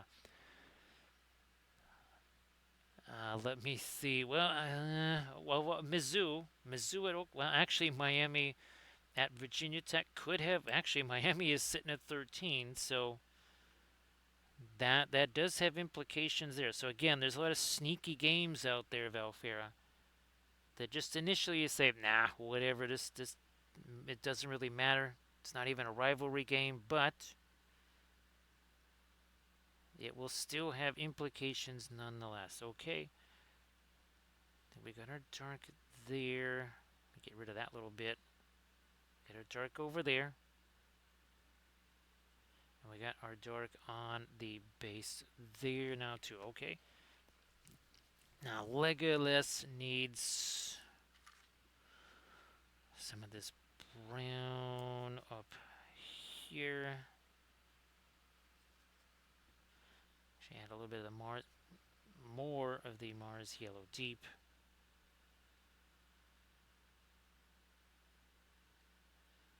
Come on, get on there. We'll get some of his skin tone eventually as well.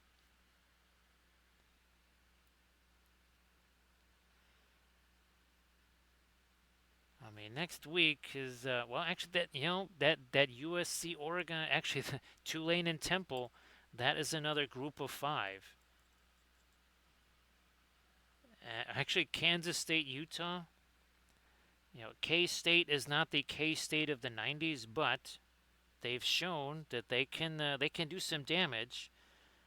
And if Utah wants to get into that playoff, they can't flub that game. Nice to see you there, Nganes. Everybody, please give Nganes a follow. Nganes, why don't you post that stuff? Post some of that oil painted stuff if you don't mind in the chat. That would be great. Again, everybody, please give Nganes a follow.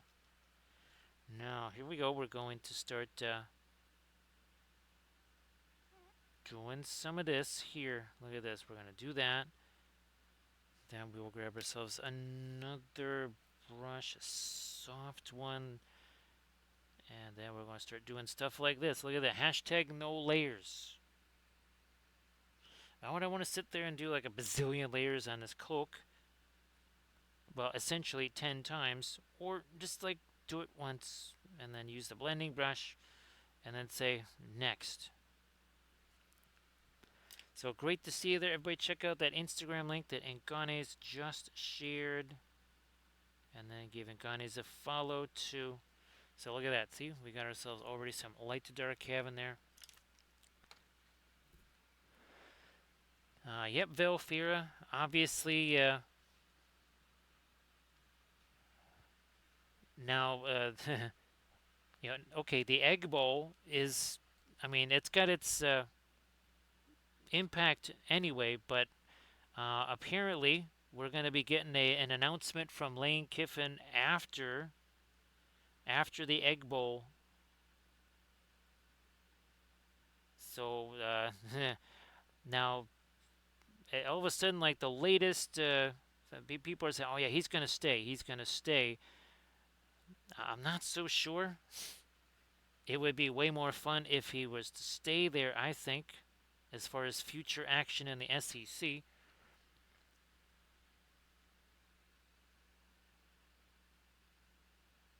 There's going to be some epic stuff for sure. We got some epic stuff now in the chat. We got Surface Tension in the chat. How you doing there, Surface Tension? Surface Tension, I think I sent you the link to the vid, right? Pretty sure that I did. That's kind of what we're doing with the showcase vids there, Surface Tension. That is the idea anyways. They get a little bit more of my, yeah, liner green on top of that.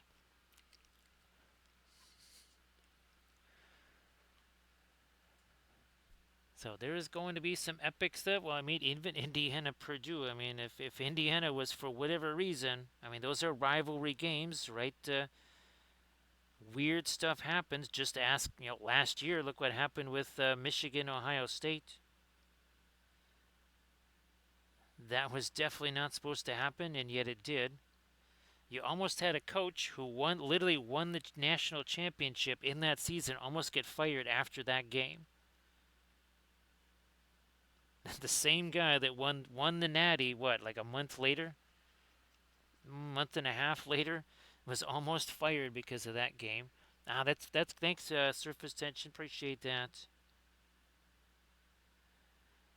But that is the goal moving forward. Surface Tension is to have many more videos like that. In fact, that is most definitely not the last BSG one. There will be more. Because, well, we're going to be adding at least one more ship next week. And if I can get some of the smaller stuff printed out, like some Vipers and some Raptors and some other stuff like that, who knows? We might be piling up ships even faster. But again, look at this. This is why we did the glaze stuff there, because we are mixing with that glaze. But if there's nothing to mix with, then we don't put it there. And also, again, the alkyds kind of help because that glaze, that's set enough so that we can go back into it and worked it very easily here. So Surface Tension, I don't know if you had a chance to share your stuff in the chat. Please share your fabulous oil painted miniatures, because just like just like Doji, just like Ingane's, Surface Tension also does the oil painting on the minis. Actually, Surface Tension, I'm already starved. Yeah, I'm all ready for our 4 in the morning supper time there, Surface Tension.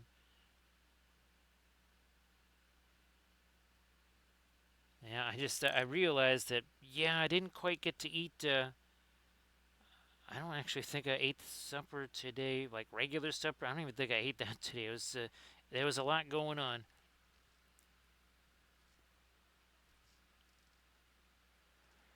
So that's usually second weekend of December, right, Velfira? Army-Navy game? Unless they're doing it extraordinarily early. That would be very early to be doing that.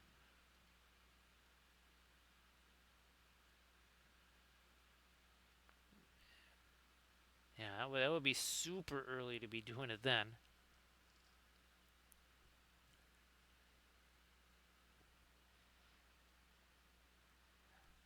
Because, yeah, that's usually December something for Army-Navy. And I'm pretty sure it's the second Saturday. I could be wrong.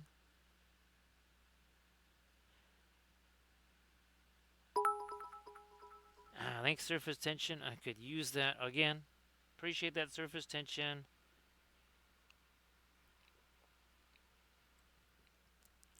Everybody check out that link that Surface Tension just posted.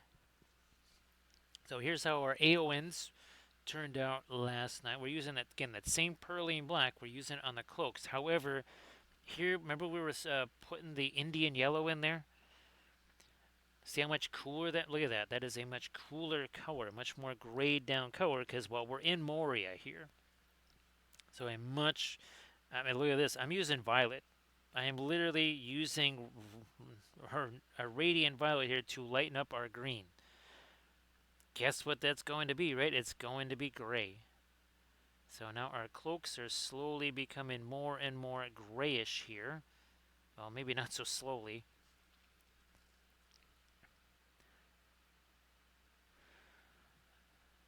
I think that's gonna be a pretty wild matchup.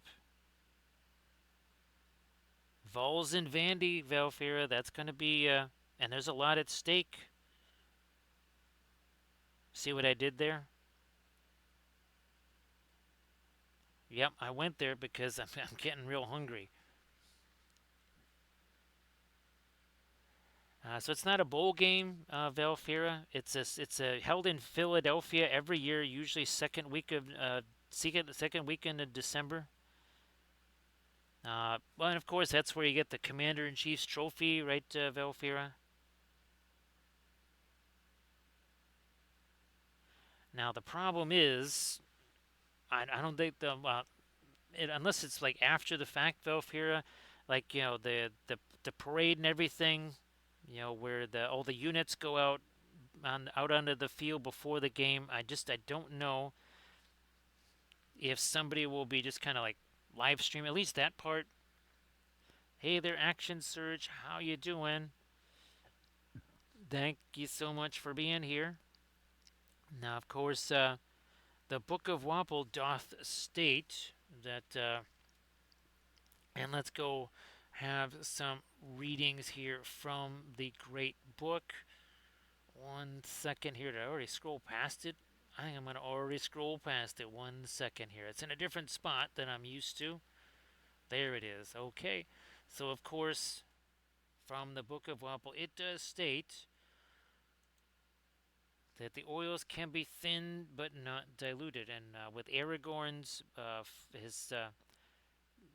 his torch and Gandalf's, well, his staff, we were actually taking very light colors and we were doing glazes. And of course, with the oils, it's opaque. Now, of course, people, especially in the whole miniatures thing, people tend to overthink not just some things, but everything's. Maybe less thinking, more doing. Just like on the gridiron, right, Valfera? And of course, perfection is the enemy of completion. In fact, it's like the anti-completion, because generally, when you're doing the whole perfection kind of thing, you end up screwing up more things than you solve, and then you're basically fixing your perfection. So yeah, you don't want to have to repair your perfection. Don't be doing that kind of stuff. And of course, why are we doing like the dry brush stuff? Why are we doing the glazing and all that? Because less is more. I mean, that's the same thing with acrylics too, but with oils, paramount, essential that more is way too much. And of course, we were talking about this last night, right? Caress the brush, don't crush the brush. Yeah, crushing the brush. And we were talking about that fairly extensively last night. All right, if you're gonna do something like this, if I have a death grip like this, well, first of all, again, brush is not really reaching the miniature, is it? Can't do a nice little light thing here where I'm just kind of gently blending stuff. If I got a death grip on the brush, I'm gonna snap them off the base probably. That's what's gonna happen. That only counts as one brushstroke, right, Valfera? Oh, and looky here. Look who we got. Just as we say that, Valfera. Look who is in hand.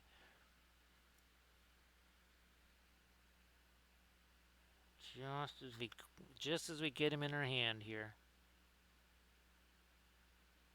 Going to lighten up that part of the cloak. Now again, I know we've mentioned it a bunch of times, but the big takeaway from our last couple of sessions in Eldritch Foundry was uh, resizing objects, moving them around, like this axe. I had to This thing had to be pushed around, moved around to be in the right place, and then the cloak also had to be moved several times. And I didn't even know those existed.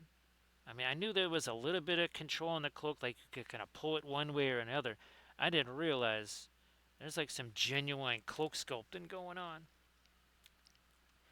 Now look at it, even more of our violet here is going on to this basically super dark grayish green. Look at that. Okay, we just plopped it on there. It's the old plop and push, right surface tension. Now, of course, that is way preferable to push and plop, of course, unless you've had way too many chocolate covered raisins. Do we use the same? Yeah, we'll use the same one here. Again, doing some tap, tap, tap right there, like you do. More of our light here. Come on. There you go. So look at that. Again, our cloaks, we're not even 2 hours in. And I mean, we got tons of object source lighting. We're going to have a whole bunch of shading colors on our cloaks here.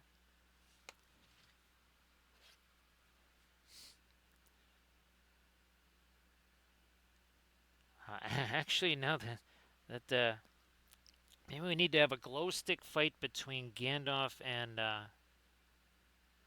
Saruman. Their surface tension.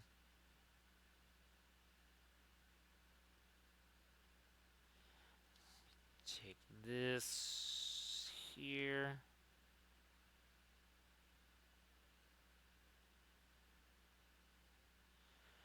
You can see how that's starting to turn less and less shiny there. That means that the glaze stuff that we did there, that's starting to set nicely.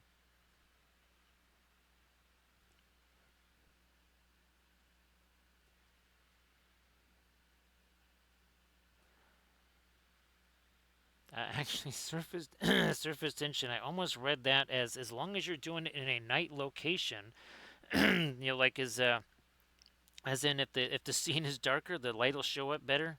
That's how I read that. Not sure why. I just happened to peek over and went, oh, a night location. Yeah, that'll make that stuff show up better. Of course, it'll always show up in Welshlandia, right? Surface tension. Actually, surface tension, I was trying to explain to a bunch of folks about the ancient Welshlandians, because I think Radiant Gray probably came up in conversation. Oh no, Ancient Aliens. That's it. I think somehow Ancient Aliens. Somebody was mentioning those, and of course, you can't talk about the Ancient Aliens without having the Ancient Welshlandians.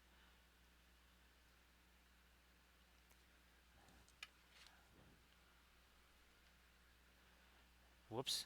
Again, that's another thing in the Book of Wapol, right, Velfira? The end with the hairy stuff works better than the end with the wood.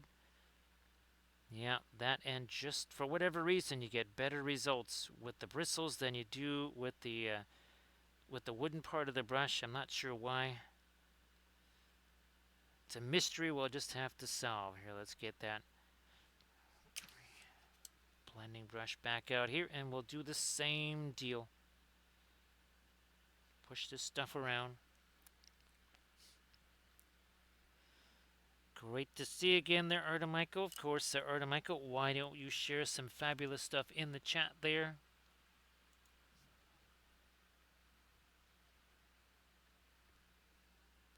Hopefully, maybe you've been able to get around to doing some work again in the recovery process there. Let me lighten this up more. Nope, nope. There we go.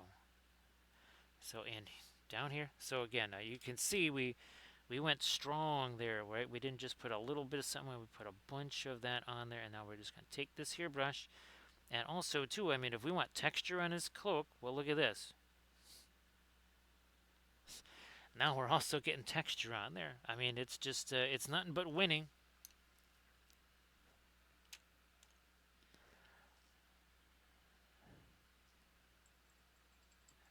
Oh, that's right. Oh yeah, the bristle-free brushes, right, Velfira? I think wasn't that what we called them?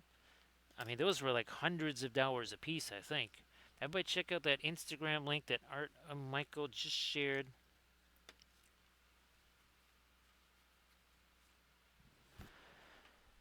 Oh, that's fabulous, Art Michael.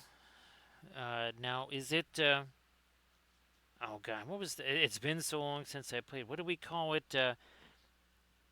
Open format or what? Like so with us, open challenge versus schedule. That's it. Versus set schedule. I think for us, because there were so few of us, we actually had multiple teams. Like each person could have up to 3 teams, and you had one legacy team, as we called it. You had one kind of a rookie team, like you were just trying out, and then another kind of a mid-range team. And essentially, the only way we did is we would kind of we would try to get 6 people in one place at the same time, and then try to again do a little bit of a challenge there.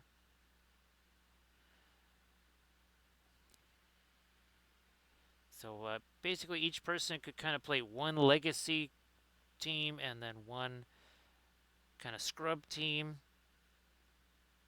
Actually, Velfira, there were certain occasions where it was a little bit like,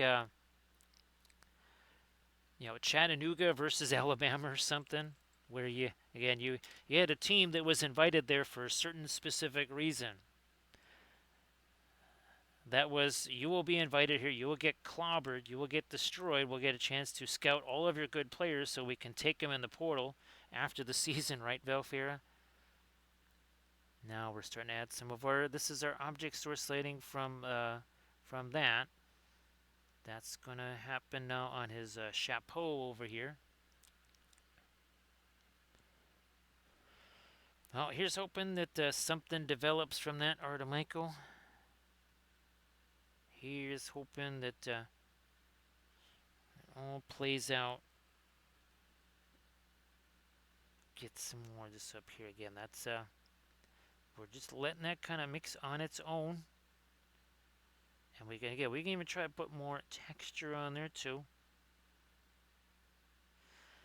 So Grand Oracle, the next showcase vid I'm doing, actually the next 2 or 3, probably the next 3 of them are going to be well, actually the next 4 are going to be individuals. We're going to be doing Gandalf first, probably Galadriel, then Eowyn and or Sauron. Yeah, we'll do the armies kind of afterwards, because well, those need a whole bunch of terrain, which is not ready to go, except for Army of the Dead. That's the first army where terrain is essentially ready to go. I just got to spray some more on the scattered terrain that I made. So Army of the Dead, that'll be the next army. And we've got, again, Gandalf, Galadriel, Eowyn, and Gandalf, or sorry, the Sauron planned for individual vids. Kind of like Denethor. And get a little bit of light on his hand there. So again, we got the blue stuff going on, bluish light, and then we've got our fiery light over here. So 1 game every 2 weeks. All right, yep, that's kind of how the folks at the bunker, that was the league that Kathy and I joined, and that was what started the whole miniature painting thing. If we had never gone to scout out that store for folks that were having us paint Blood Bowl teams for them, we'd never, well, I wouldn't be doing this. Yep, you would be listening to somebody else right now, that's for sure.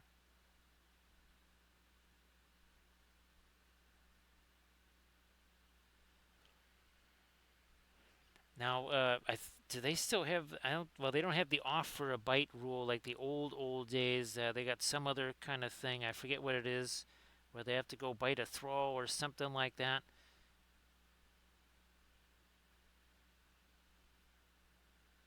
There's been many changes to it since I last played. That's for sure.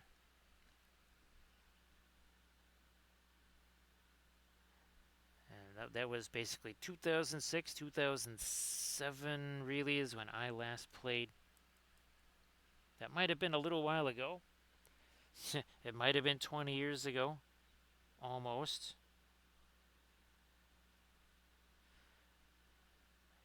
Yeah, I do words, not math, right, right, Velfira? Let me try to lighten this up a little there. Okay. And again, these were all sculpted with Eldritch Foundry here. And this is one of my tutorial videos. Well, two of my tutorial videos. I've done what? 6 of them now? Yeah. Let's put it this way. I've done as many tutorials as there used to exist, like minutes of tutorials period for Eldritch Foundry stuff. That's hilarious.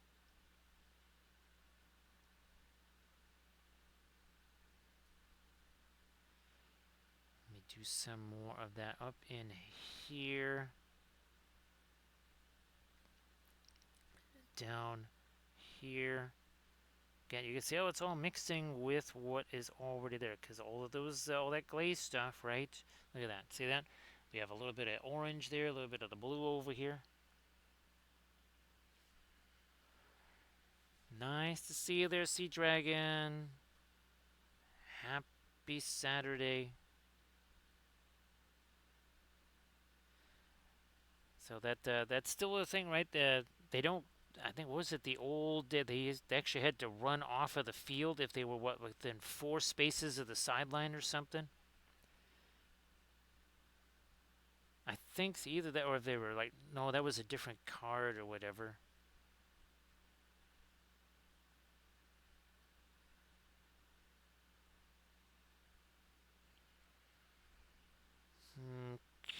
Okay, let's do that now. Actually, Velfira, wouldn't you say that Buffalo, were they? Oh, Buffalo Texans games. Wouldn't that almost kind of qualify as a Blood Bowl game? Well, at least if you're Buffalo, since 90% of your team probably won't be able to play next week. That was a stretcher kind of a game right there, wasn't it, Velfira?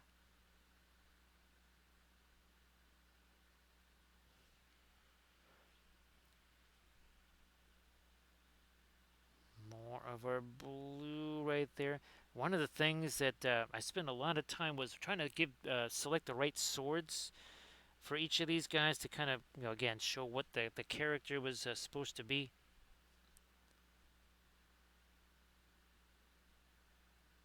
And again, 2 hours ago, there was no paint on any of these guys. There was a whole lot of nada. There was a whole lot of zilch.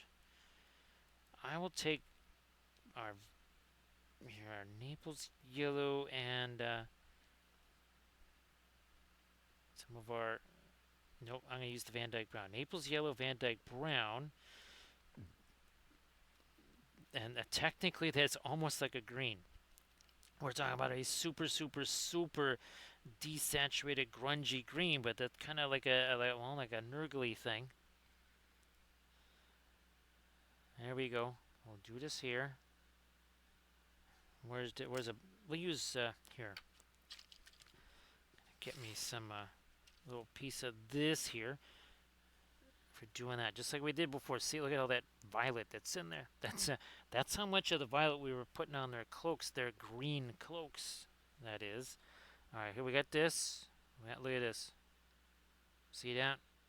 Just spreading that stuff around. No fuss, no muss. We don't want no fussing. We don't want no mussing. We just want to get this stuff on there, get it done, move on.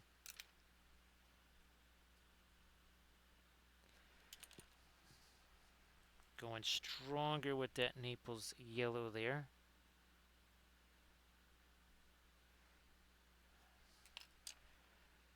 We got this here to do this here. Look at that.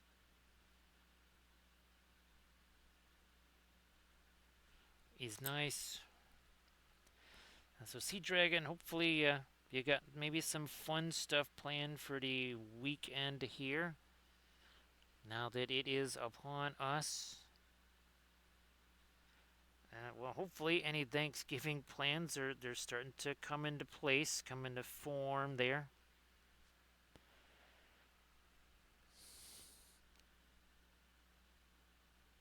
Now, of course, Thanksgiving is also potentially a flat Thursday.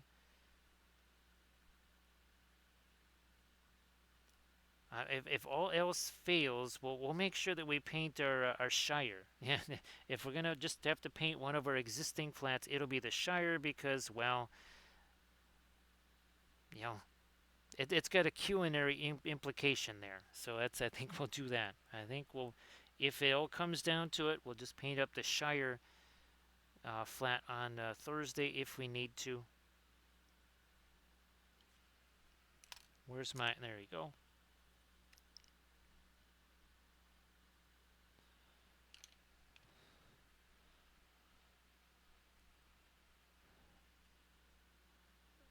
A little, yeah, a little more of a light there. Now, not over here, right? Because we have our source lighting dominating that, but over here, right? Again, that's the ambient light, and we'll take some of this here. I think we actually it was either Aragorn or Boromir that we had to give. It was like whatever kind of fabulous hairdo it was. It was like some kind of flowing locks. I mean, that's literally what that style was called. Something like flowing locks.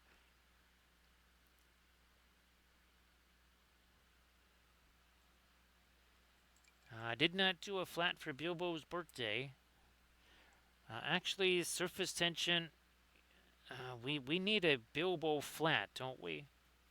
Which could just be Bilbo getting stepped on by one of the trolls, I guess. But we need a Bilbo flat. Oh, good grief! Who else don't we have a flat for? Well, this is the cat version of Gollum, but we got to do a. We got to do. Well, there's a whole bunch. Again, we're only just getting started on our Lord of the Rings flats. I have a Minas Morgul / Witch King flat that I think I actually printed that out. Yeah, I printed that one out. But yep, there's still a ton of characters we got to do yet.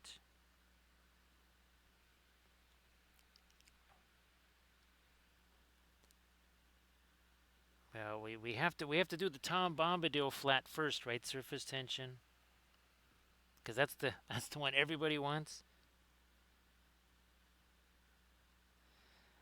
Let me do some of this here.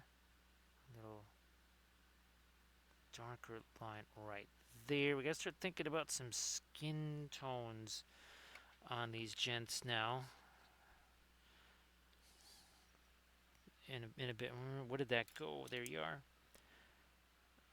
So we're going to take this here. We're going to take this here. And hopefully that's going to be almost like a... There you go. That's that fabulous Pearling Crimson. Because we needed something to be like kind of a burgundy red, but it also has to be way cooler of a color than what's happening down here. Look at this. And see how that's all just mixing? Why is that happening? Because remember, we've got our glaze there. That is still wet. That's why it's mixing.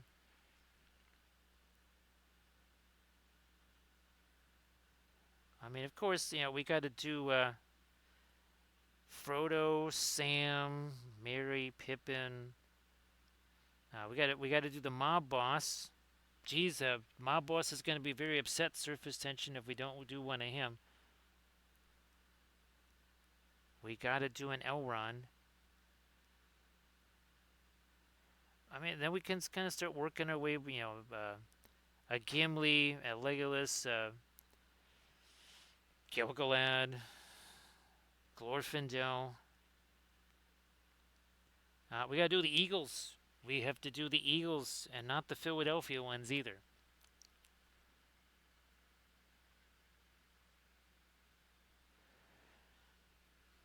Valfera, remember, I am on record. And you heard me say multiple times that they could potentially play better than last year and actually have a worse record but they've won all of these crazy games. Right now, Valfira, they are, I think they are still 8 points in the negative as far as point differential. Yet they are 7-3. And I don't know. Obviously, that's not going to end up this way. But right now, if the season ended today, Valfira, we have at least three worst to first division finishes. Because I'm pretty sure the Patriots were in last place. I know the Bears were in last place. And I'm fairly certain that, let's see, what's your other division leader right there? And now, actually, if Carolina wins, they will be in first place in the NFC South or East, whatever. Yeah, in the NFC South.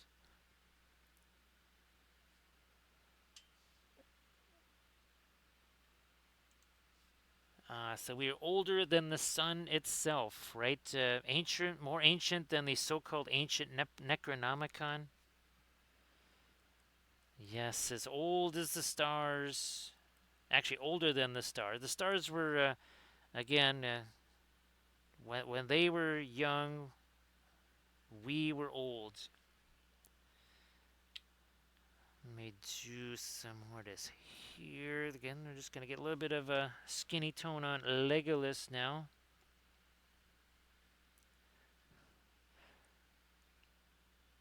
Yeah, for sure. Surface tension. For a second surface tension. Actually, I think one of the reasons it did this is because I had done. I think I might have done the Gandalf one, and it was trying to put Shadowfax down there.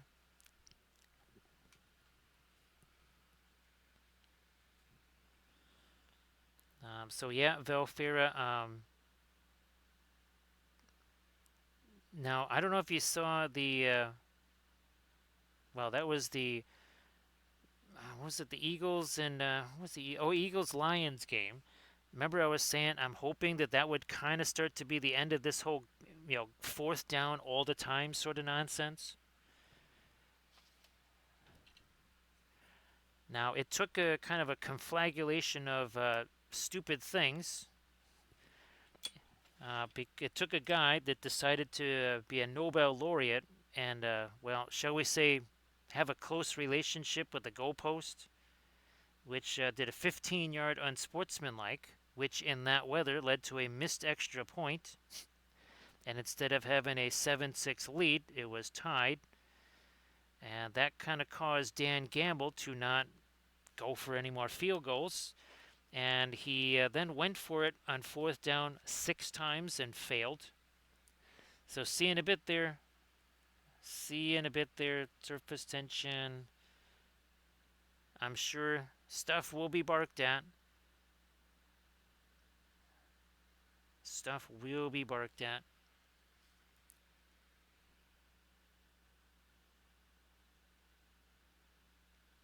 Let's do some more stuff like this on the fletching, because those are not orc arrows.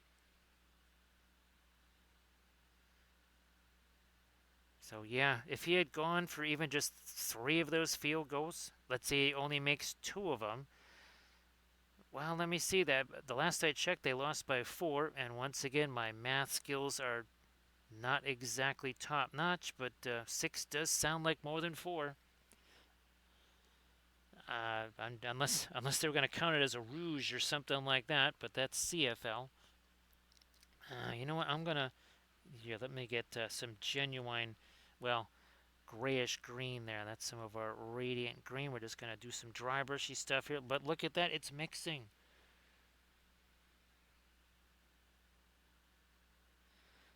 So the anti-death orb is in full effect there. Surface tension. Again, the Welsh Landic Space Agency is in charge of the anti-death orb shield.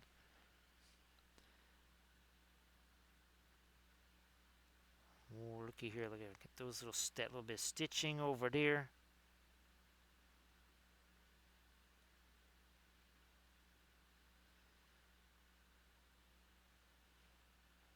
Also over here, blend some more of that. That's I think that there's been a, was this again, week 11 or something like that. People were not expecting the Patriots to be a 1 seed in the AFC. And right now the Bears are the 3 seed in the NFC. Then again, that's probably not going to play out that way. They may not even be a 12 seed. They might miss the playoffs by a mile. But it's been very interesting, right, Valfair? Now here, look at this. We're doing the same thing. See that? Look at all that dark stuff on the end of the brush. It is picking up some of the paint that is there, which is expected. We're expecting that.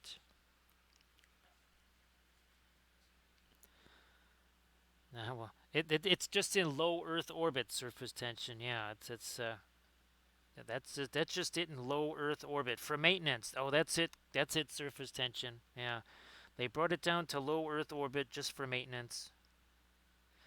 Now again, look at, see all that darker stuff on the brush? We have to go back over here. We have to refresh that brush.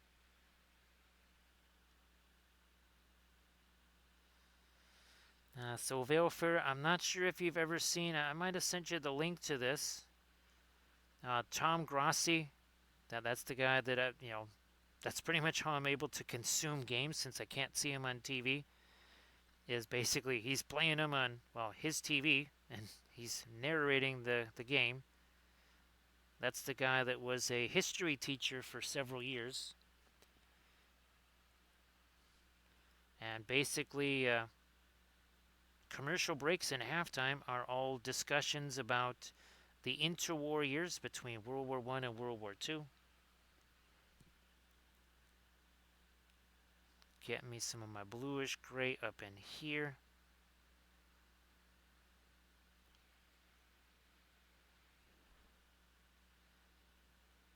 And needless to say, they might have won a few games in unusual fashion, right, Valfera? Not that, being down 19-0 going into the fourth quarter and then scoring 33 points in that fourth quarter to win by 1 on a missed extra point with all other kinds of bizarre stuff.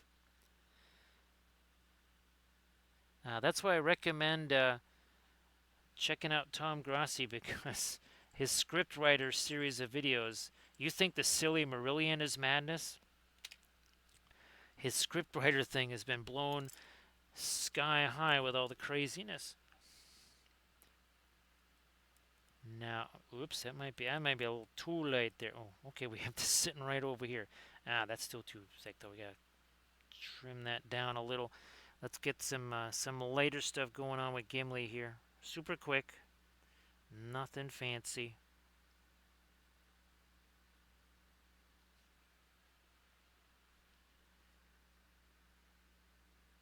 There we go.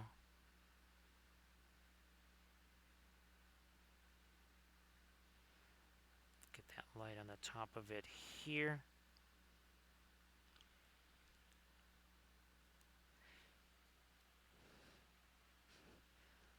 We got some rivets on the top of a helmet over here.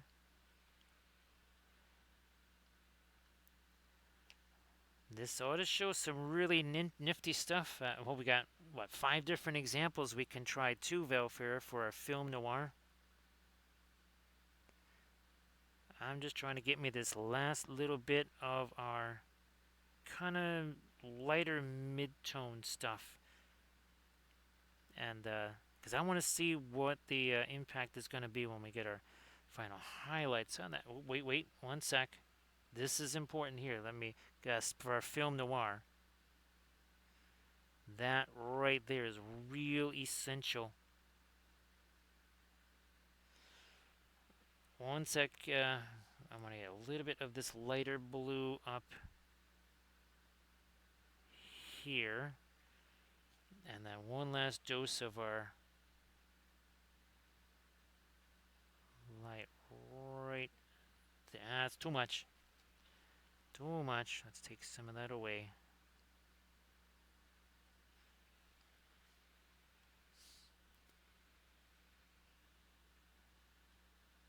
Okay, so film noir. Now, take a little look-see here as we kill the color in film noir.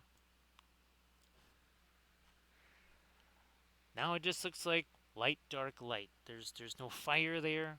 There's no ambient blue light there. Same thing with the axe, right? And we'll do this on a couple of. We'll do this on Boz also. So again, you can see those two right there. It just kind of looks like they're very shiny, like they're reflecting a whole bunch of light. Here, let me get him like this here. All right, I think let me rotate him a little. All right, that is the best I can do. Now we reverse our film noir. Now you can see that's why that looks like source lighting now. Because your eye goes, all right, there's orangey stuff there. That's got to be fire. That blue stuff, that must be sky. Cooler red over here again. That's a big thing. That's how you get your contrast and your object source lighting. So yep, Chef, that was our old Imperial Fist. Was that last stream or the stream before, Chef? But there's a bunch of different past armies. Obviously, I'm going to start updating that with some newer armies. They might even be some, maybe even in video form, so that we can see more of them instead of just the still images.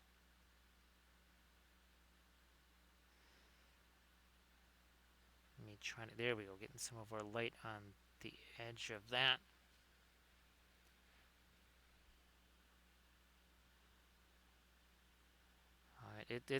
And we know what's coming to every single time, right, Velfair? We know what's coming. There's more reflected light right there. We know what's coming, but it's always really nifty to see it play out like that every time. Because we say it all the time, right? Even though we're expecting it, just seeing it is really, it's believing. So see, we changed that around, right? So we have the cooler stuff on top.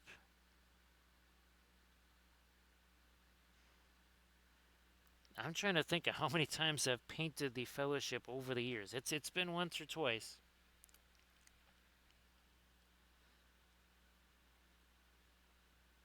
Well, speaking of Blood Bowl, yeah, that's a little Blood Bowl action there, right, Velfira?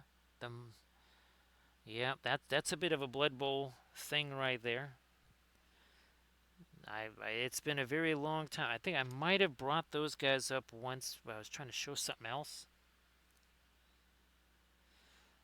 So of course, what was Gandalf really? He was thinking, okay, he's worried about the Balrog, right? Yeah, that's what you think he. That's what they say in the movies. They say that's what he was worried about. But we know better, right, Valfira? We know much better. So yeah, as far as Gandalf goes, Balrog, Schmalrog, yeah, whatever Balrog. Even though he did rip off his arms, this is truly what he was terrified by, and this is what terrifies all of Middle Earth. That would be the mimes of Moria. Jetez-moi, that says toss me. Yes, they are mimes, and yes, they play Blood Bowl. They also have, look at that fine parasol. That other sign says we love the mimes. You can see the bombardier, you can see the pogo stick guy, and of course they were very fashionable. Look at that, top hats, berets, chef's hats. For whatever reason, the chef guy, he's got that very hot baguette in his bare hand instead of him in the oven mitt. They're not necessarily the smartest critters in Middle Earth, just the most fashionable. And of course, look at Charles de Gaulle. Now, he was kind of he was slightly smarter than the others. Look at that. He's got 2 stars on his hat and a very dapper mustache. Francois and Pierre, they thought they were the actual stars of the team. And as you can see, they were master sommelier. So that rough stuff like blocking, tackling, yeah, they weren't really into that at all. But again, a fine Chablis or a Pinot Noir, something like that, they were all over that. That was definitely their thing for sure. 2006, remember I was talking about Blood Bowl? That's when I last played. This was the team that I had to play because the guy that was supposed to play the Goblin team that season, he tapped out at the very last minute. So I had to create this team like on the fly. I mean, it just like boom. And there were no printed miniatures. There were no plastic miniatures. There was just metal figures that I had to chop apart and then do as much resculpting as I could with good old-fashioned green stuff. So yeah, that is the Mimes of Moria. And I played them, what, 2 seasons? They made the playoffs in both seasons. They actually averaged almost 3 touchdowns a game because we didn't just throw the Goblin on offense, we threw the Goblin on defense. Because guess what? A lot of folks, they don't really bother giving block to their thrower, which means you chuck your Goblin at him. He's most likely all by his lonesome there with that thrower. Your Goblin has block, which means it's 2 dice his call.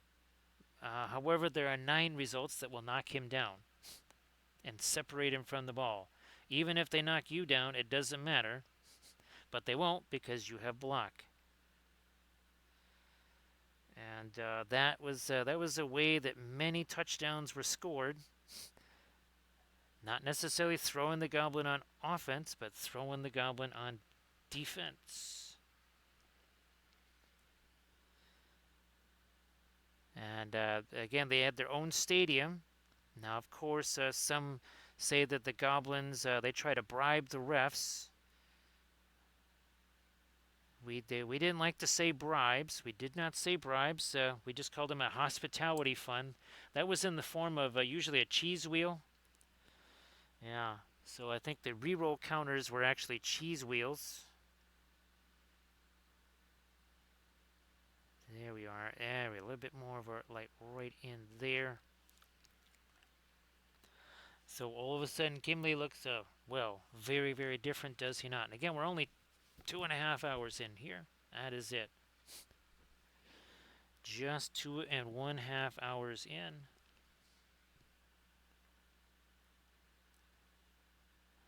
Let me see some of the other Blood Bowl teams that I had. Well, actually, my other favorite team was my Lizard Man Blood Bowl team.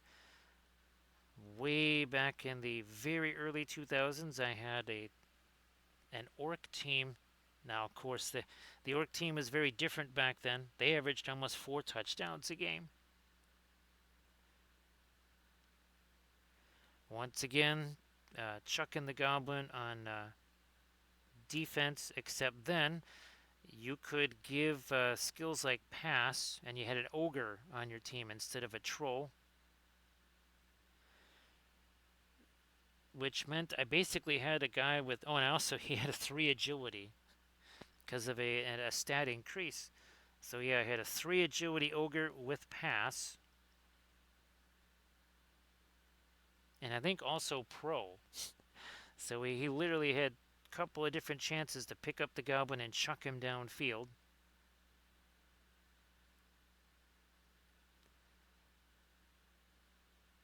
And of course, once you have sufficiently trained your opponents to believe that's what you're going to do every time, well, now it's time to suddenly change that and not do it anymore.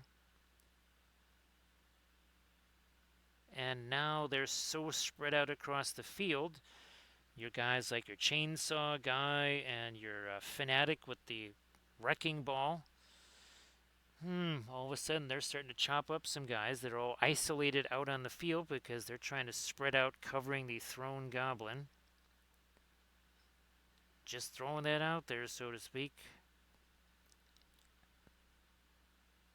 It caused just a wee bit of anxiety amongst opponents, for sure.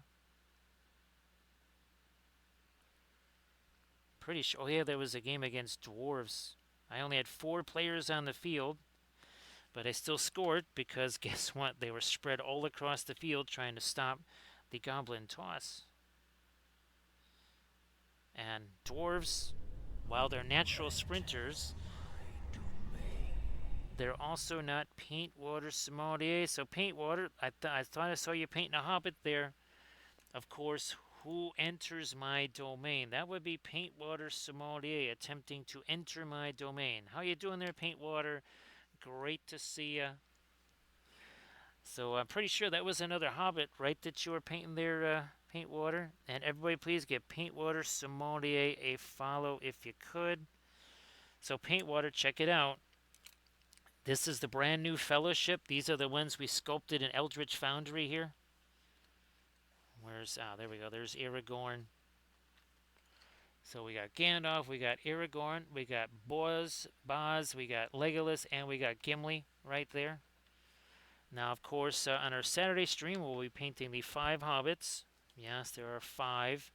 We got Sam, Frodo, Merry, Pippin, and of course, we have Mel, the halfling rogue. Yeah, that's gonna be fun painting up this character with the same Moria object source lighting, of course. Last 7 of the batch. So, Paintwater, why don't you share some of your fabulous stuff in the chat there? Last night on stream, we did these 2 AON flats right here. These are super fun. Did those, again, with the same oil paints we are using right now. Thanks, Paintwater. Appreciate that. And again, everybody please give Paintwater Sommelier a follow if you could. So yeah, now we got Boromir here. I think we're just about to do, we're doing some non-object source light stuff here on Boromir. I think you saw a bunch of the flats, right? Some of our other themes besides Lord of the Rings. You know what? I'm going to get me a little bit more of my light down there. And where's the blending brush? Blending brush. There we go. So yeah, of course, Paintwater, why don't you share some of the fabulous hobbitses and other such things there in the chat?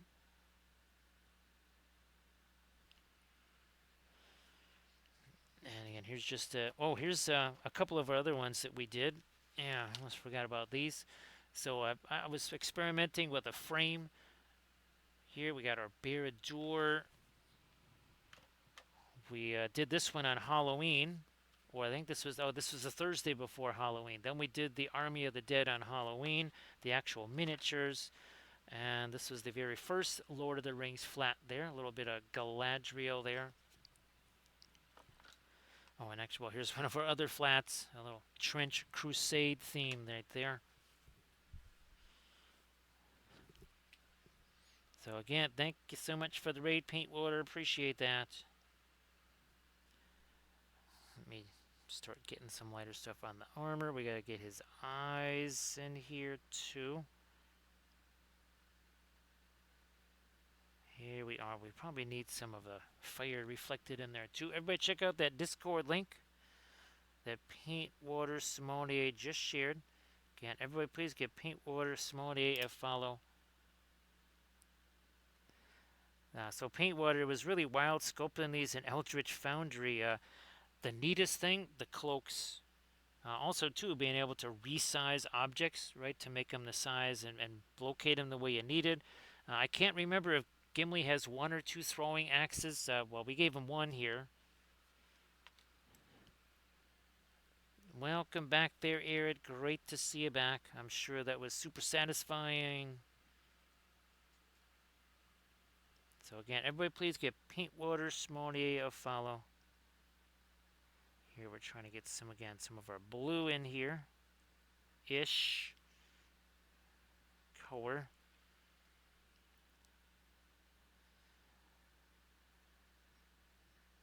So again, yeah, Paintwater, why don't you fill folks in on so that Escalation League, you were saying that is still, I think that ended, right? That Escalation League. And now you're into a new one. Sorry, my brain is just kind of melting down there. At first I remembered exactly, and then I'm like, wait a minute. I think that might still be going on in a different form.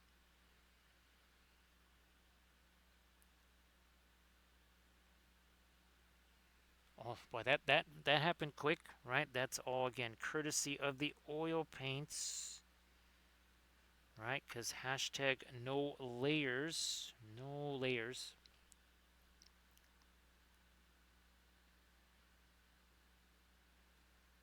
Some more of that here. Some more of that up here. And now I got to get some a little bit lighter stuff for his hair. Not too light.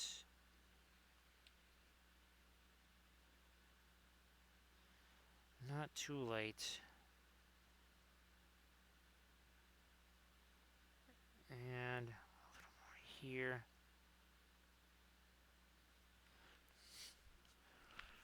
And of course, I think it was last Saturday. This is what we were painting. This is from Loot Studio right here. Oh no, it was 2 Saturdays ago, I think. Last we were painting the. That's right, the crazy fantasy Napoleonics there. Oh yeah, that's the Blitz for. That's right. Sorry, Paintwood. I couldn't remember. I just could not remember.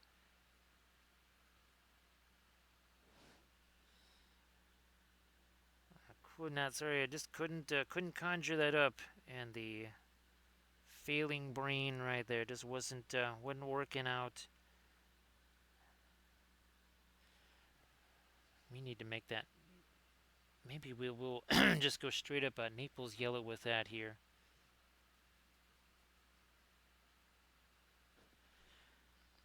So paint water. I think I might have sent you some of the other flats, the Arthurian ones, the Japanese theme. I also now have a whole bunch of Battlestar Galactica theme flats. And by a whole bunch, I mean like 22 of them or something, maybe a couple dozen now. So 5,000 up to or 500 up to 1,000. That's right. Yeah, sorry I couldn't remember the details on that. I think actually somebody. Oh, that's right, because somebody else was doing one, and their format was kind of getting mixed up with yours. That's it.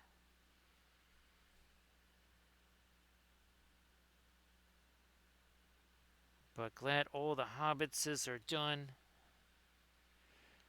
That's good, Paintwater. That's what I'm going to be doing for all of the Lord of the Rings armies. Oh, Paintwater, I'll send you. Ooh, wait till you see these. So, you know how I printed out that entire City of the Dead from, from Printing Goes Ever On? Well, I basically used his render of it. And those scenes that you saw, the animated scenes, well, guess what? I've got that is my backdrop. So that's scenery. Aside from having the physical scenery to put the miniatures on, I also have animations with that city.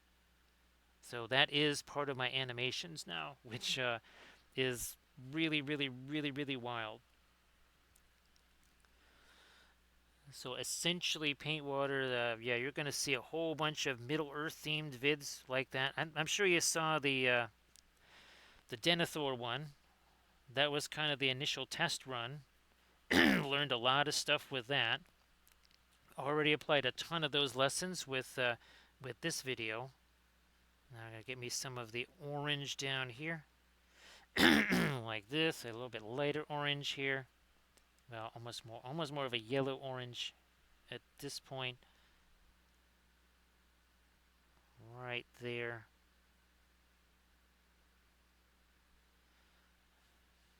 And a little more of our yellow orange right there. Some of it over here.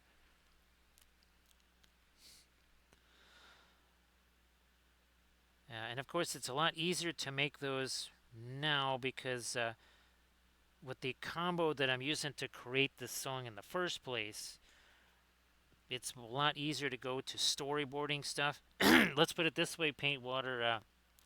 It now knows from my Corsairs of Umbar vid that I want this. This is on the sails right here. Let me see if I can scroll down to my Corsairs. They're around here somewhere. There they are. So yes, that banner right there, that banner is on the ships. That marking is on the sails, and actually the cloak of what Delamar or whatever or Delgamar, that is on his cloak. So everybody check out the Insta link there that Chef just shared. And everybody again, please give Chef some feedback on the miniature there, if you don't mind. So it's gonna be real wild. Yeah, I just learned so much just even in the last week about how to do those things. Mm, there we go. And actually, paint water, we're going to be based on a video that I was just doing. We're going to experiment with these things. I've got like 100 of them here. So we're going to be not using these for miniatures, but for painting some more of the flats. Right, so we'll be using them on our flats just to see what they can do there, and again, also using them on freehand on vehicles. Now, thanks, Chef. Actually, I've got a ton more of those to paint because, of course, was it Diwali? I think it was Diwali and Kurzlik just did Corsairs of Umbar. So yes, you will be seeing a bunch more of those. There will be more Corsairs. Let me lighten that up just a smidge more there. We're going to do a little bit of blending over here just to soften some of these edges. It's just a craft brush, a soft craft brush. We do this and all of those. We're basically just getting rid of some of the extra brush strokes there, and that makes it appear much softer. Somewhere around, you know what, I might just use this to dry brush a little bit of the lighter stuff back onto the floor there.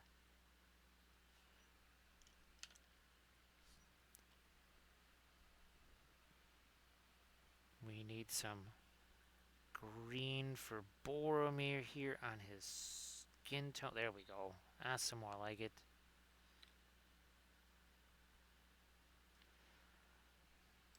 That is a more like it. Okay, then we gotta get even lighter here on his hair, I think. Let me see if we can do this.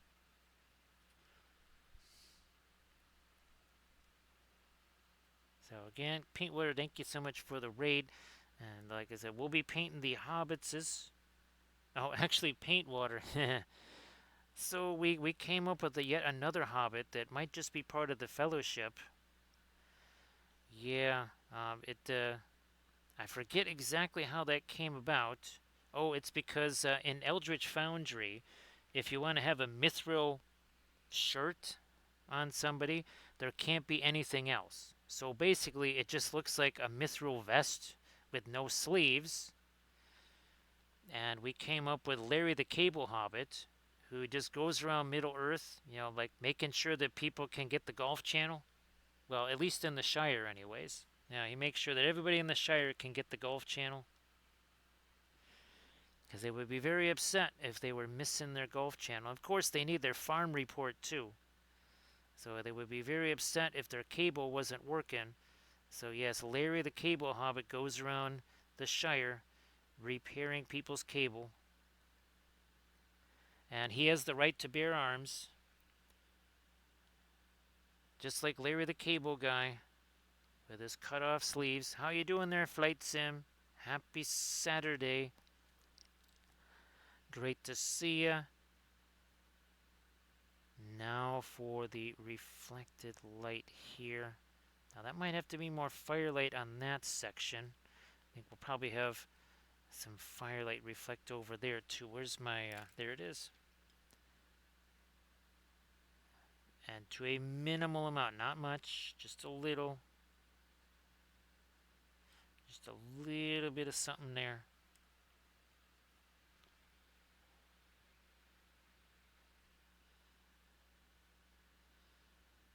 That can kind of be how it goes.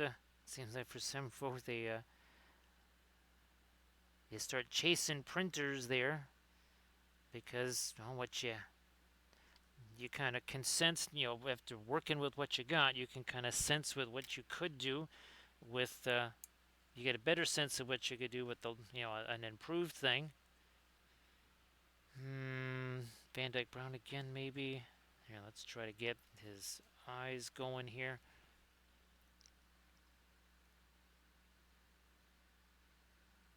Well, first eyelids, now eyes.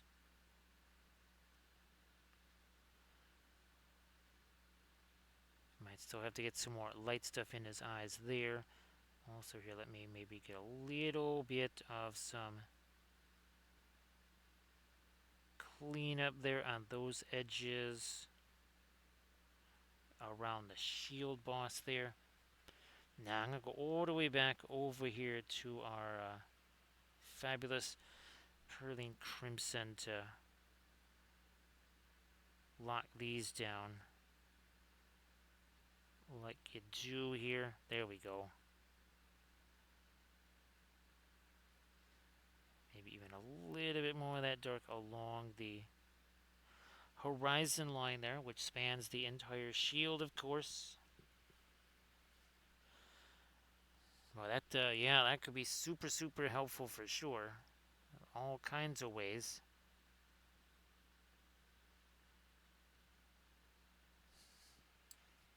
Now, I think maybe just a hint of that orange down there and a little hint of it there. We'll grab you. And we'll take some of that away. There we go. We're going to minimize that. There we go. So that's, we needed to reflect the light there, but it also had to have a little, again, a hint of some of the orange to it.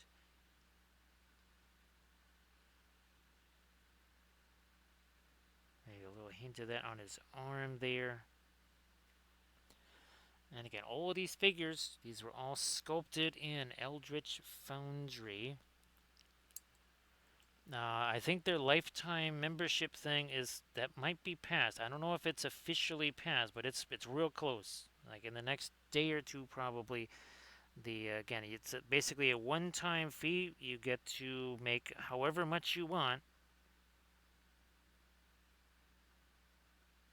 However much you want. There's no limits after that. It's the one-time fee for life.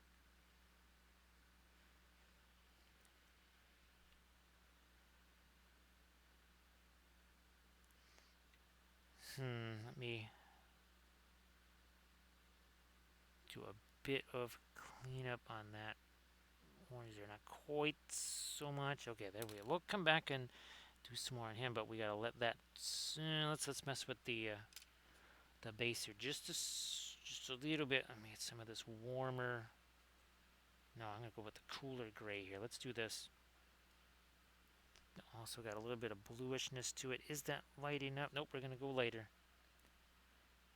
We will go lighter here. Some of our over, under, not work here.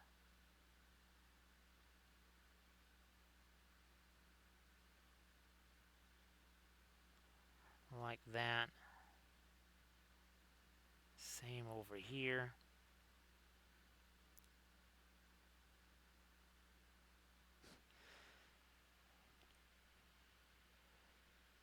So end of November. Yeah, we got 8 days. 8 days. And again, that is everything. Now that includes all the stuff.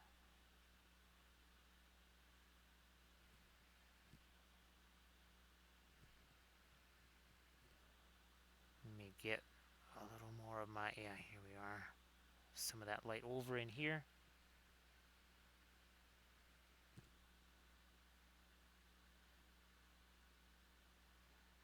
Also over there, and maybe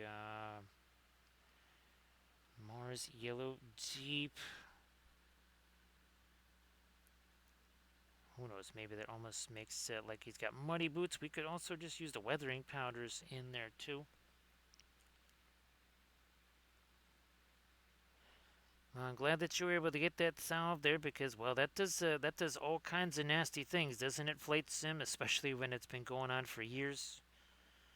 And those things are not the easiest to spot because they kind of come in from weird places, right? And it can travel along beams, along studs, or whatever, and you can think it's coming from one place, and it can be coming from a whole different place entirely.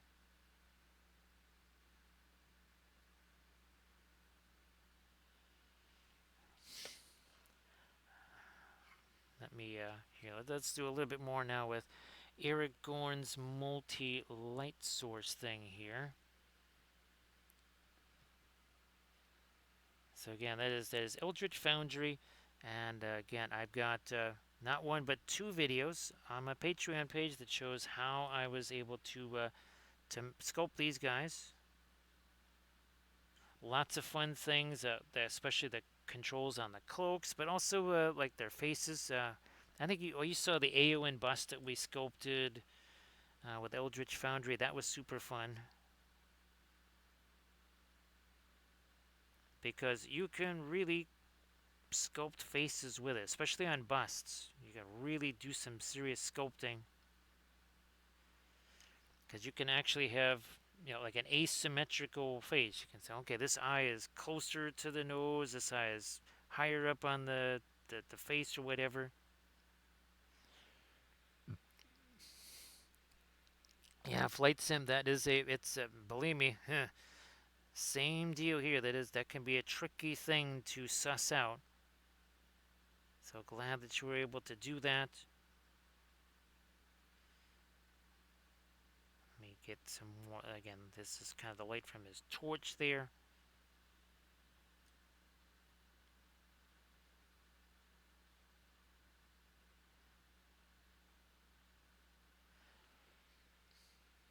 So,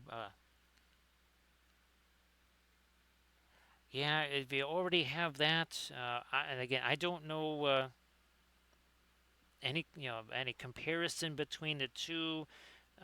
Usually, how it works out, right, Grand Oracle, is one maybe has one kind of feature that the other one doesn't have, and vice versa. So it's probably a little bit of, well, you can do this with this one, but you can't do that with the other, and back and forth. It usually kind of ends up that way, right, Grand Oracle? Trying to go a smidge lighter with the orange here on the base. Okay, well, now we're starting to approach hour 3, which also means if we need to, we can kind of break out the fast matte white for certain bright highlights. And while that would be convenient on Gandalf for his staff and such, we could use it on that for sure. Yeah, right now just working with this kind of yellowy orange here.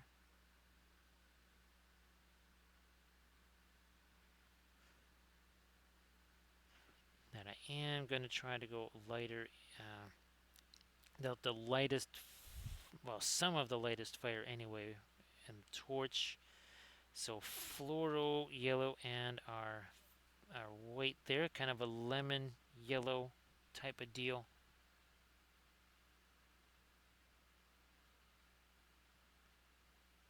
Yeah, there we go. Like again, I've made some accidental discoveries there with Grok. There's certain things that it does better than Skyreels, but huge surprise. Then there's other stuff. It's like, well, Skyreels wins this duel hands down. So you kind of need both. Now the advantage is that you can kind of get a little bit of damage done with Grok for free, whereas Skyreels you can't do anything for free. You just gotta suck it up and get the actual thing. You can't just kind of do much of anything for free on that.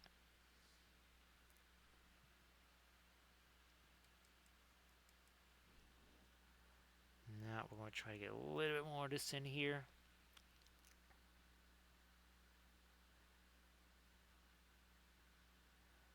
Let's do that here.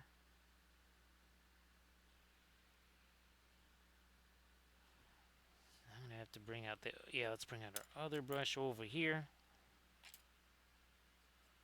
Because we need some lighter orangey yellow on some parts of this.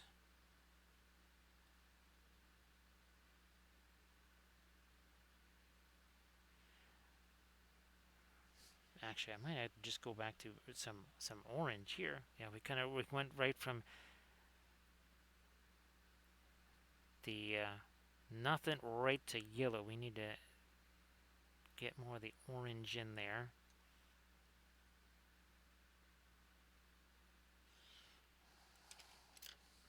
Gonna take this to mash that up a little bit.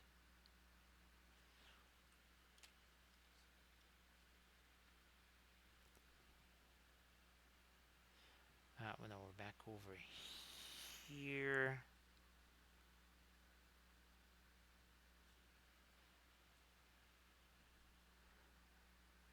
And there we go.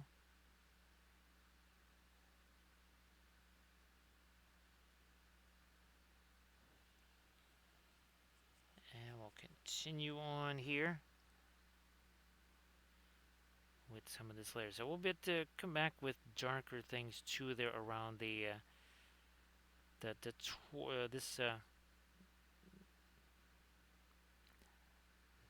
torch there. Okay, we need a little bit of the orangey stuff over there. Not too much though.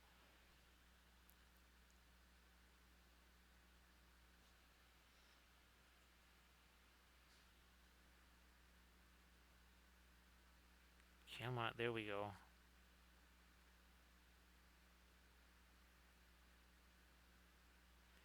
A little more up there.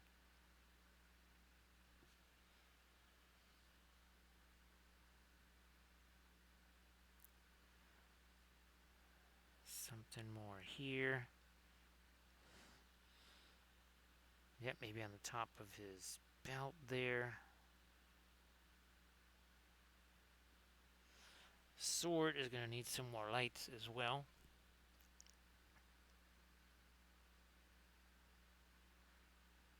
More lights on his sword. Again, I tried to give everybody a distinctly different sword. There were options. It just seemed like some of them were really, really gigantic. The one thing I could not figure out is how to have Gimli have the two-handed axe. That I couldn't figure out without just using a generic pose of somebody that had a two-handed axe. So yep, Chef, we sculpted him in Eldritch Foundry and then printed those out. So we made the STL files in Eldritch Foundry and then printed them out. Now, Cam did this. These multi-light source ones are always kind of wild. Now we do have. Where's our original Frodo here? Is that him? There he is. So there's the old metal Frodo, right? Well, where's our new Frodo? I think that is. Yep. So this Frodo right here, he's gonna have that dual light. So he's gonna have the blue light from Sting glowing on his face, and then there's gonna be all the fiery glow from below. And again, that'll be our Saturday stream. Saturday, later today, basically, after a fabulous day of college football, of course. Gonna be a huge game, huge day.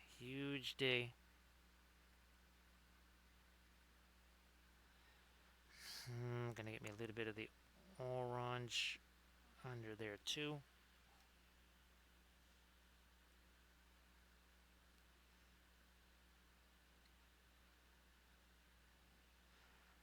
So print these out just like all of the flats. Still haven't had a chance to load in Meshy there, Camda, although I have still kind of been keeping up with making the height maps and the orthographics. Where is Might have to get some more of my Windsor yellow out here. Well, uh, I think in a second here I'll go refresh the medicine, and I might also then get our fast matte white out here because we'll need that.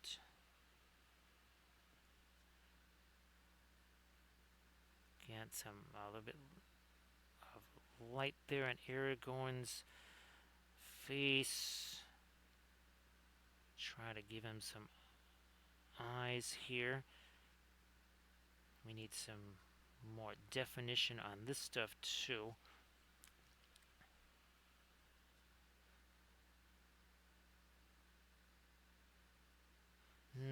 Too much there. We're just gonna use that to get rid of said thing there. And now let's just take this burgundy here, and we're just gonna try to tighten up that edge as best as we can.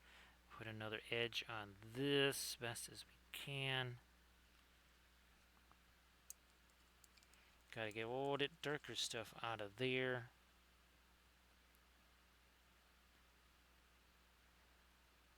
No, that is not a good play. Oh, here we go. Down by the Indian yellow, we'll do that.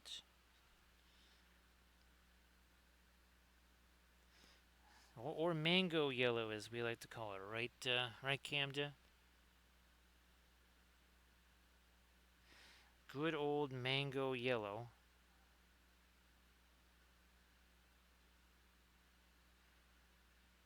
Trying to catch some of the brightest light there on that, and now we'll do the same. Better thin this down a little. Well, not that much more.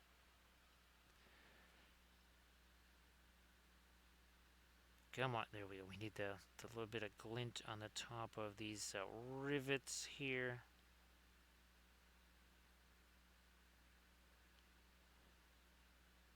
Maybe even on his finger there.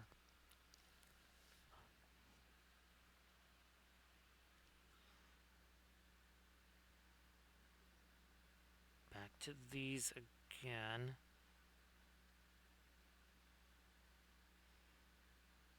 So that's what that is, okay?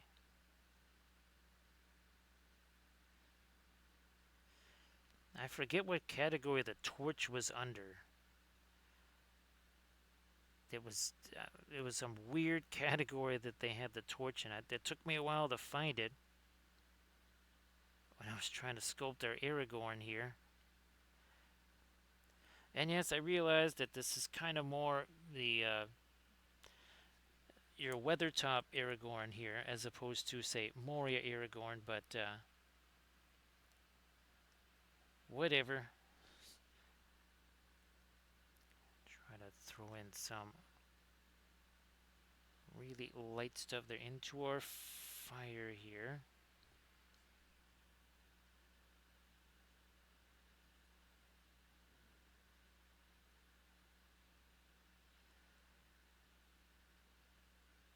So the vast majority of stuff is 3D printed here, but like our Conquest stuff, the what is that? The Infinity stuff.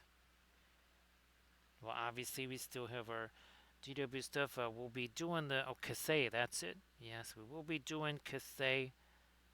I have not had a chance to put those together, but that is another one of the. Oh, and of course, Shatterpoint. That's right. We'll be getting back to our Shatterpoint stuff.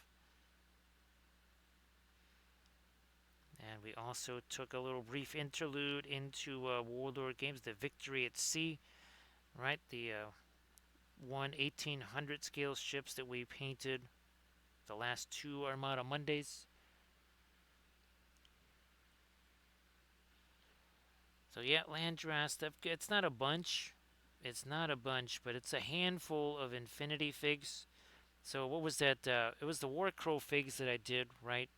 Not sure, but I also have some Infinity stuff. I figured we'd do, obviously, one video on it, and then do some of the other ones on stream, just cause. That wasn't supposed to go there. I'll get rid of some of that extra stuff.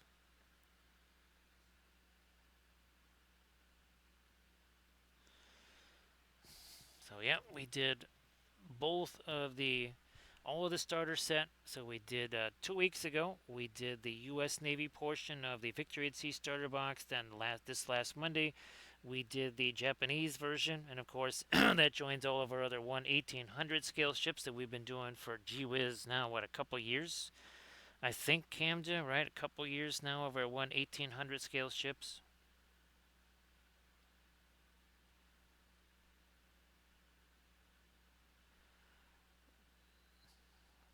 Now, this coming Armada Monday, we'll be getting back to the Battlestar Galactica ships because Battlestar Galactica,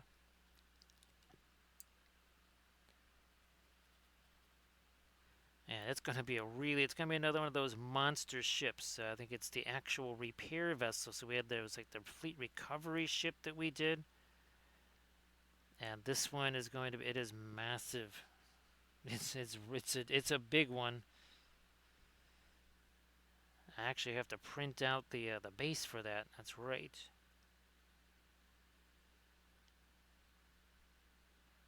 So we're trying to get Gin over here. A little bit of skin tone for him on his face, on his hand there.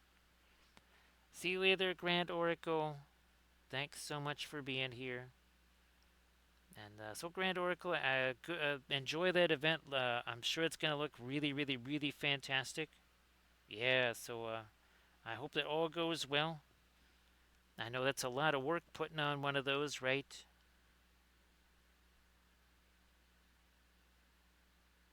So, again, best of luck with everything.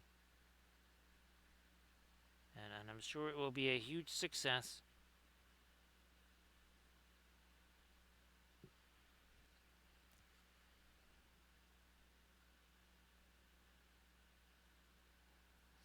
Let me do some more of this here.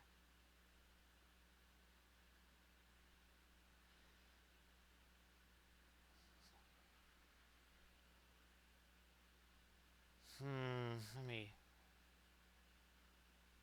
grab that. So Landris, is everybody still there? Getting stuff done on the hobby side of things?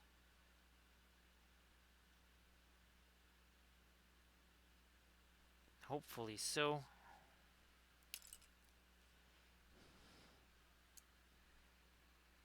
We gotta, you know what? Let's do this. Let us grab this here Payne's gray stuff.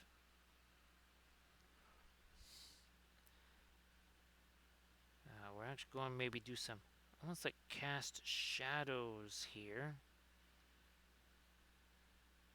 from this deal over here. Like so. Here we're going to get a little bit of shadow stuff going on here.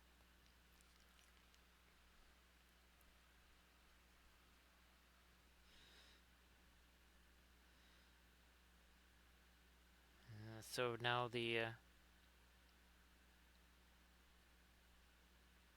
so now there's nobody there that comes there that's ever allergic to cats, are they? Because generally cats, they are well aware of who is allergic to cats, and they will gravitate towards that person. They'll do all kinds of purring and rubbing up against them because that cat secretly wants to see the person's lips turn into Cheetos or something like that. Because that's how cats operate, right, Landrast?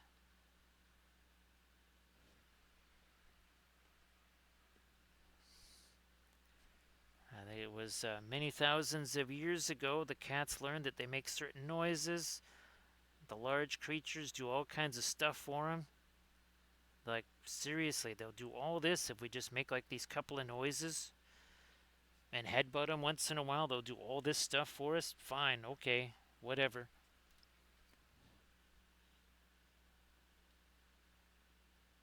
So, yep, they make those couple of noises. They do the headbutt thing. And they get all kinds of stuff that they want. That is how the cats operate.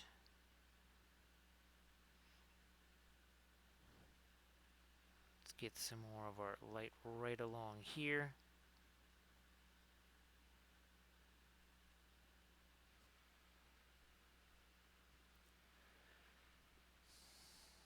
So Warlord has a few different games. They have Cruel Seas, they have Victory at Sea, and then I believe Black Sails is the Age of Sail.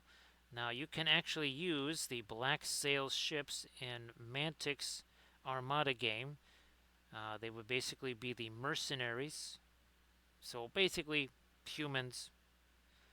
But yeah, you can actually use the Black Seas ships in the Mantic's game.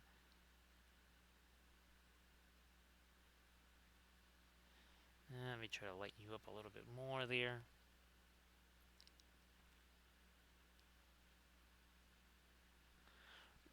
Back to the panes. Great to establish a little more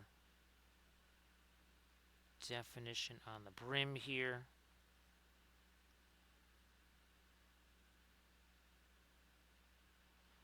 Maybe on the beard. Now let's do some more of this. Back to, again, this is just this dark kind of a grayish violet. That's all that is.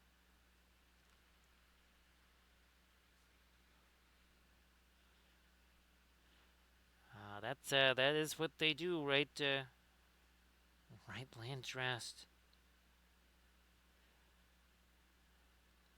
If you're going down the stairs and placing your foot in that certain thing means that you might fall down the stairs, that's where the cat's gonna end up, forcing you to either not step on them or fall down the stairs.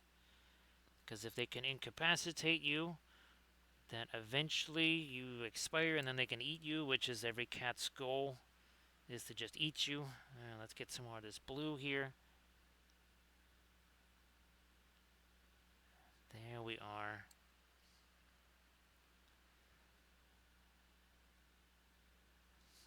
A little bit more of the, go ahead again. We gave him a much different story. I think it was almost kind of a more of a plain sword in a way. I forget what the one, I think actually Aragorn ended up with like the Viking sword or something.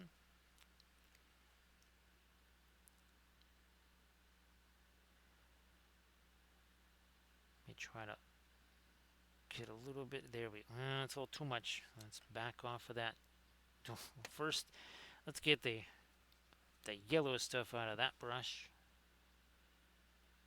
Now we're getting somewhere here.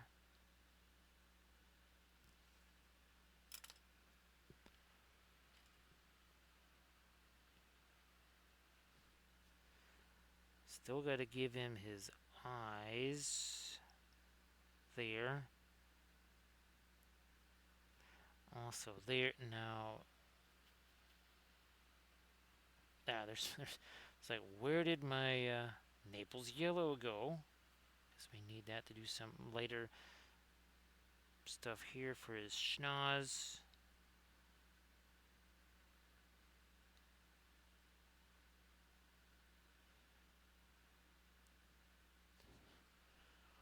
Now let me see what we can do for some eyes on him here.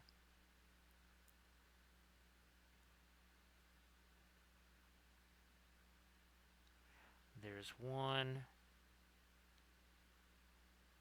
There's the other.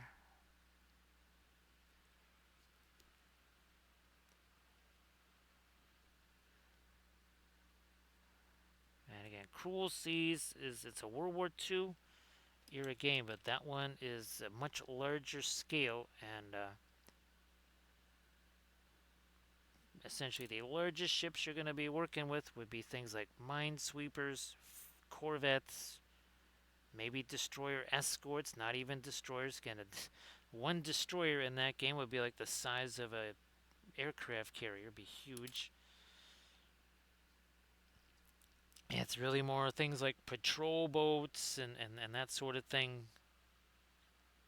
Fighting with coastal vessels. It's not meant to be a blue water type of game. Not necessarily.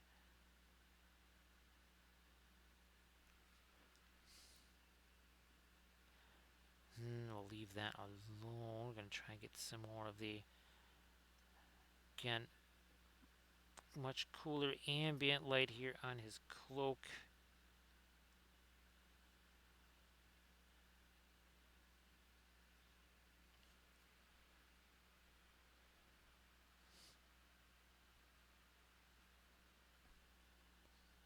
Can't really do too much more down on that base with this lighter stuff.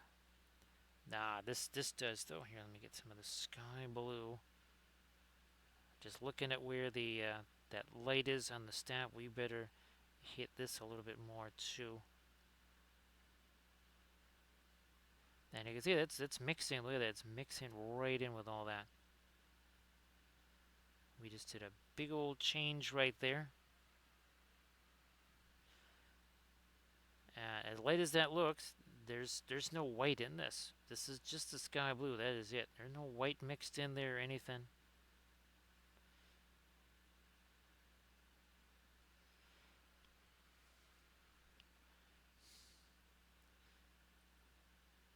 So again, just give me a few seconds here. We're gonna go refresh that medicine, and we'll get that some of our lightest colors out on the palette. That would be the fast matte white. We'll do some really. Got to go down here onto these portions of our bases, right, and do some lighter stuff there too. Kind of the brightest of our off-camera light sourcing. So don't nobody go anywhere. We shall be right back.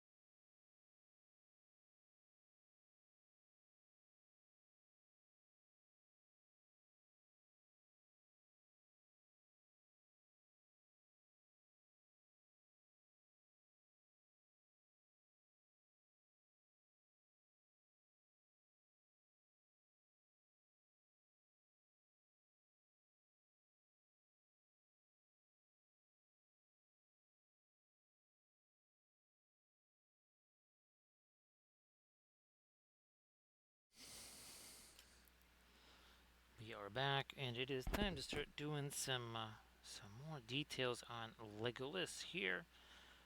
So what we can do first, let's start messing around with some stuff on the face here. We'll take our own bar here, a little bit of burnt umber. We'll mix that with some of the Indian yellow here.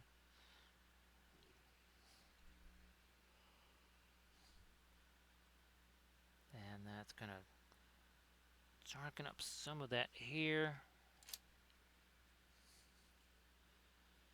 Same over on this side.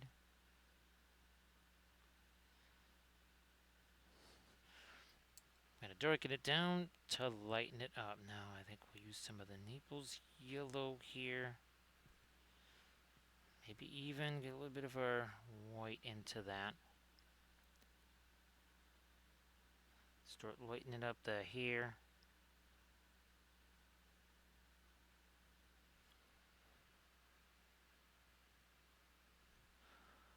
Other side.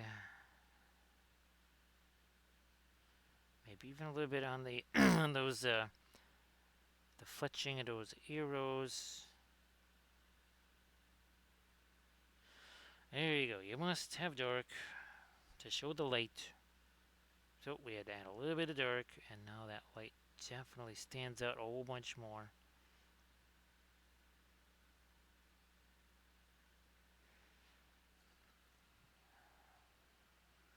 Let me get a little bit of the center here on our radiant green. I'm going to do this. It's our fabulous. There we go. A little bit of the Mars yellow deep. Combine that with the radiant green.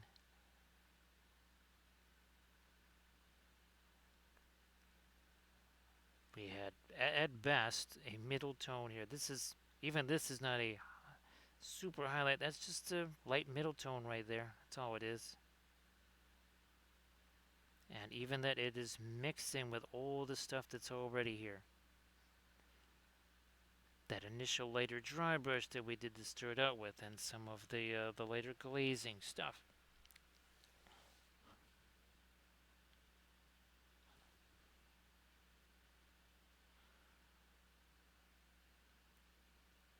And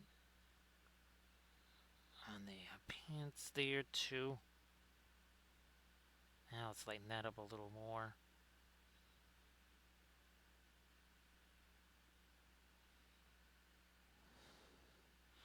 Now that changed him around real quick.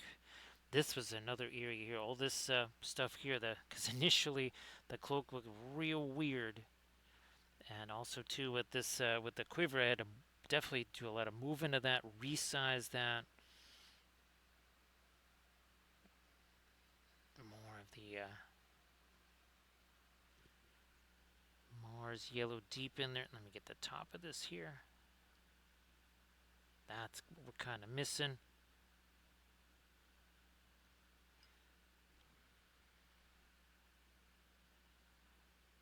Continue to maybe lighten it up, get it more, again, a little bit more towards the green. Kind of almost a, not quite a warm green, but yeah, warm-ish. Let me see with a couple of different things. We got the lacing over here. And then on his sword, let me just try to take that. Well, it's more like a dagger. For a hobbit, that's a sword. For him, more of a dagger. And I did try in the in Eldritch Foundry to mess around with the heights on these guys to make Legolas and Aragorn taller for obvious reasons. Now, something weird happened on the Gimli. He was way higher than he was supposed to be. I think it's because I might have used, like, just gone from like Legolas right to making, yeah, it was, that's it. I went from making Legolas to making him, and I maybe somehow it remembered the height of Legolas, and that's why Gimli is somewhat tall for a dwarf. I thought I had checked all that kind of stuff, but somehow I guess it still snuck through. So we got this. I've got my Terra Rosa over here to do some hopefully some of the lightest skin tones here on Legolas. It's gonna be difficult to reach because, well, we've got this, we got his bow in the way.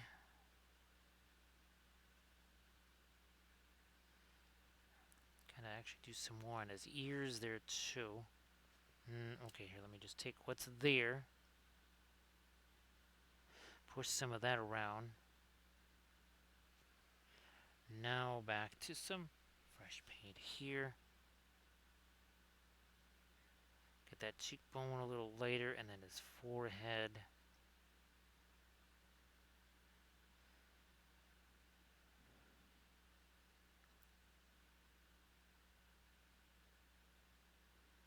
And there.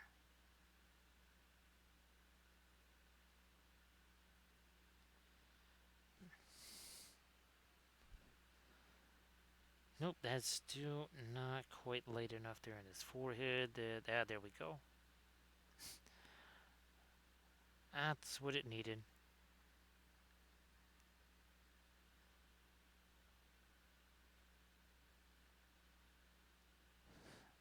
And let's try this some more over here.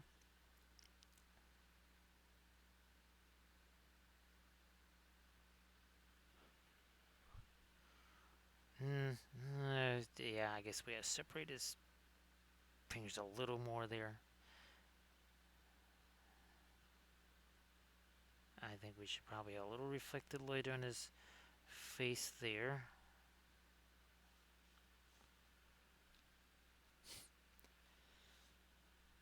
Now, the other thing you gotta kind of look out with the Eldritch Foundry, especially when you have longer hair, is you gotta watch out.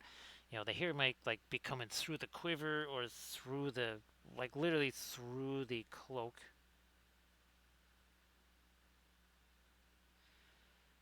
So you gotta kind of keep your eye on that, and you have to sometimes do a little, what would you say, like a final inspection tour around the figure after you sculpt it, and just kind of look around for those sort of things, because that can happen to you. There's been a couple of times where I printed out, I was all happy, I printed out, and I went, yeah, well, that's not how that's supposed to be. And of course, if you're getting the version of it where they're printing it for you, you really want to get that right, because you only got one shot to get that right. Because they're not going to know that that's not what you wanted. They're just going to print it out and just go, well, okay, maybe they wanted the hair to be going through the cloak or something weird like that. It'll happen with shoulder pads too. You have to, again, make sure that those are in the right spot. And that was why I did something like this. So that we had clearly defined characters. We're trying to make it look as close to them as possible, which in some ways sets up that kind of situation more. Because guess where your focus is? You're trying to match what your vision of Legolas or Aragorn or Boz is supposed to look like, and you're not necessarily looking out quite so much at, well, okay, is there some like weird thing where his shoulder pad is sticking through the cloak in a really bizarre way? So yeah, definitely do multiple double checks on those figures to save yourself a little bit of pain and suffering there.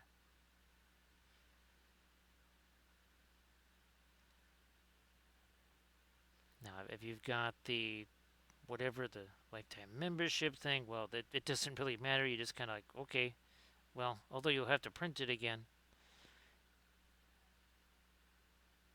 that might not be such a big deal. But if you're using the kind of lower echelon version of it or something like that, that could end up like there goes a whole day's worth of credits on that. Somehow got to get him his other eye here. It is extra difficult because we got this in the way. Where there's a bow, it's in the way. Here, let's do this.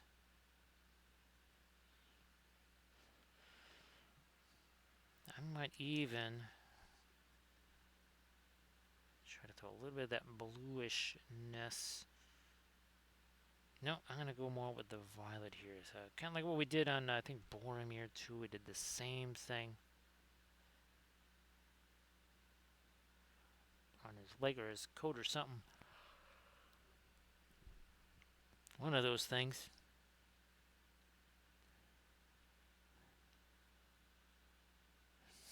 Now, we haven't messed with Gimli in a while. We'll go back to Gimli. Because, well, he needs some eyes. He needs some other details on his helmet there. Let me get some Prussian blue as well. For up here. Also on his axe. Up here.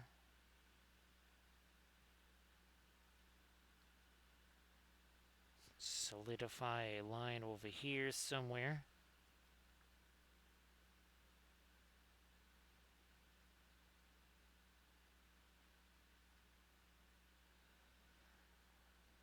Yeah, we need that dark hair. Then we'll have to come back with our orange. Oh, we need some more skin tone on our Gimli here as well. Hey there, Enganes. Have a great one. Happy Saturday. And of course, Enganes, why don't you share one more time before I head out? Share that link again. Enganes also paints with the oil paint, so be sure to give Enganes a follow. So see you later there, Enganes. Well, most likely see you on your Sunday. Yeah, most likely. So thanks again. Appreciate you being here as always. There we go. Everybody check out that Instagram link that Enganes just posted against some super fabulous miniatures. And Enganes again, that was a fantastic Wally the Walrus. It really looked fantastic. did a great job on that.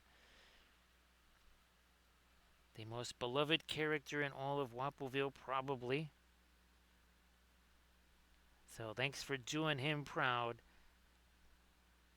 with a fantastic rendition there.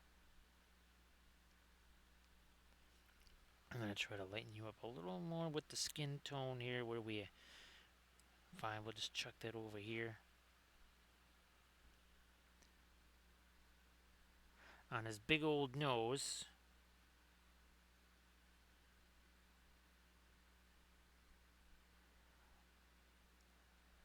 There we go, okay. And maybe a little something, on the hair here, or his beard, sorry. But yeah, there's a few things here we haven't really had much chance to mess around with until now.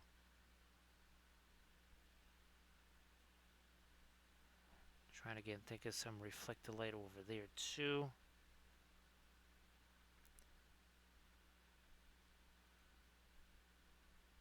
Yeah, something like that.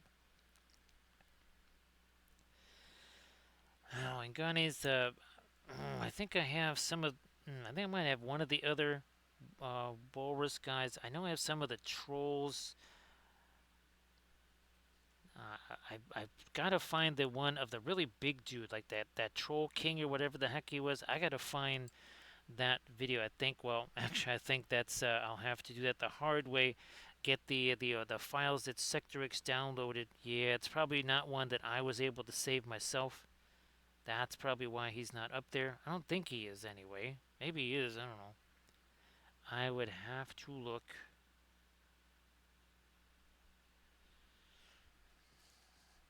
Let me get all this out here. Let me go back to some orange here. No, send that down. Some orange here on the helmet, right in there.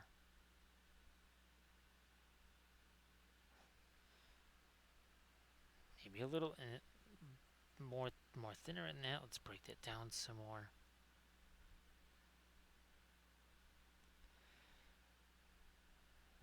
Then some of that on his beard there.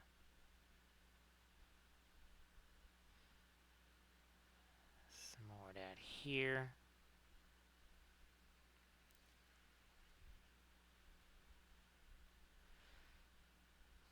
Do the rest like that.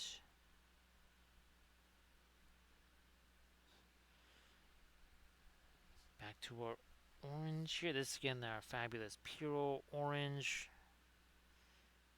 The opaque, or the semi-translucent that paints like an opaque. It's really wild. Let me get some of that on the axe. How are you doing there, Thranual? Happy Saturday. So Thranual, I don't know if you saw the link for the latest video, but we got experiments to do.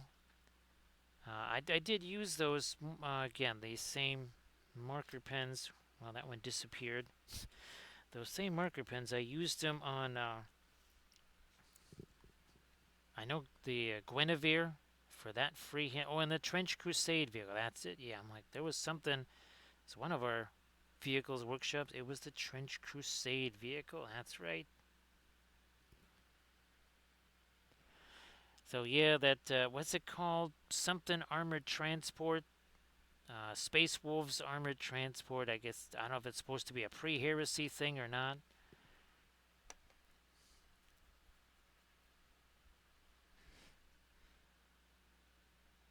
Not sure.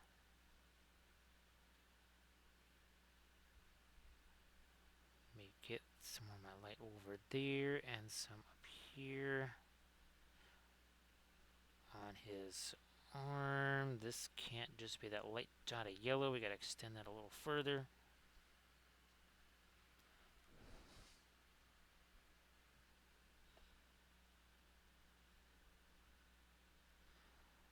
And I'm sure that school and everything else has still been super, super busy. Probably haven't had a chance to do too much painting at all.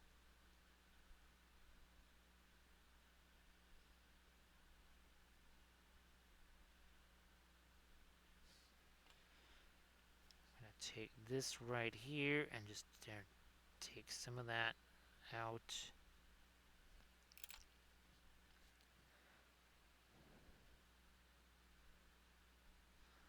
Let's hit some of our orange over here. Maybe a little bit on the bottom of that too.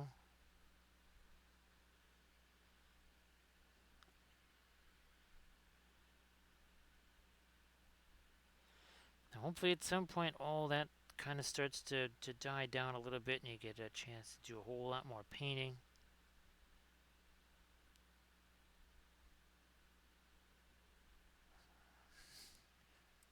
I don't know how much lighter of an orange we want than this. Let me just roll with what I got right here and start messing around a little bit on some of the bases here too. We haven't done anything on these in a while because I wanted, once again, the paint to have a chance to set. Also wanted to see what was going on elsewhere on our figures too.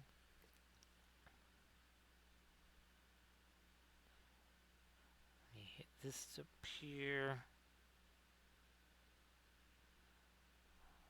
Like so.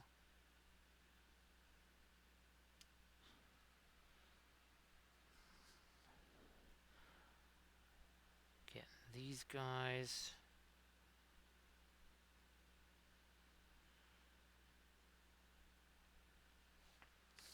I think Legos, we already did a lot of his lighter orange. We're going to maybe see what Boz needs over here on parts of the base and probably on him too. Yeah, see, there is definitely some reflected light that needs to happen on some of these elements here.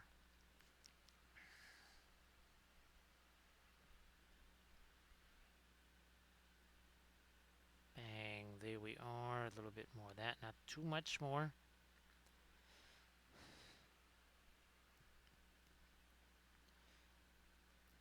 Couple little lighter elements here on the cloth and on his boots there. And not a ton.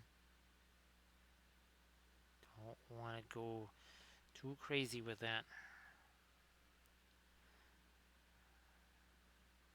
One last little bit of light on the bottom of that shield boss and maybe a little bit of light here on the bottom of his shield itself.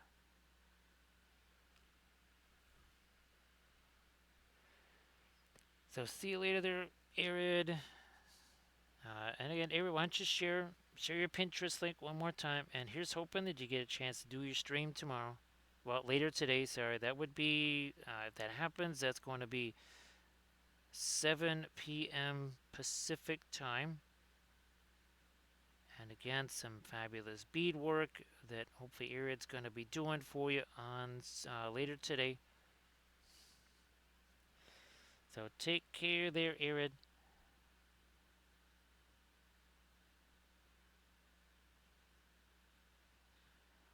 Let me see if we can't work in a little bit of the orange on his sleeve, maybe a bit more on his fingers there. Maybe even a little hint more on the armor. A little hint more, not a lot, a hint more. Alright. Well, looky there. We got ourselves a blending brush, and it's all gone all better. That wasn't so hard now, was it? And of course, Canada, if you want to post your stuff in the chat there, I know it's been a long time, like pretty much since the start of the stream there. If you want to share some stuff in the chat, please go ahead.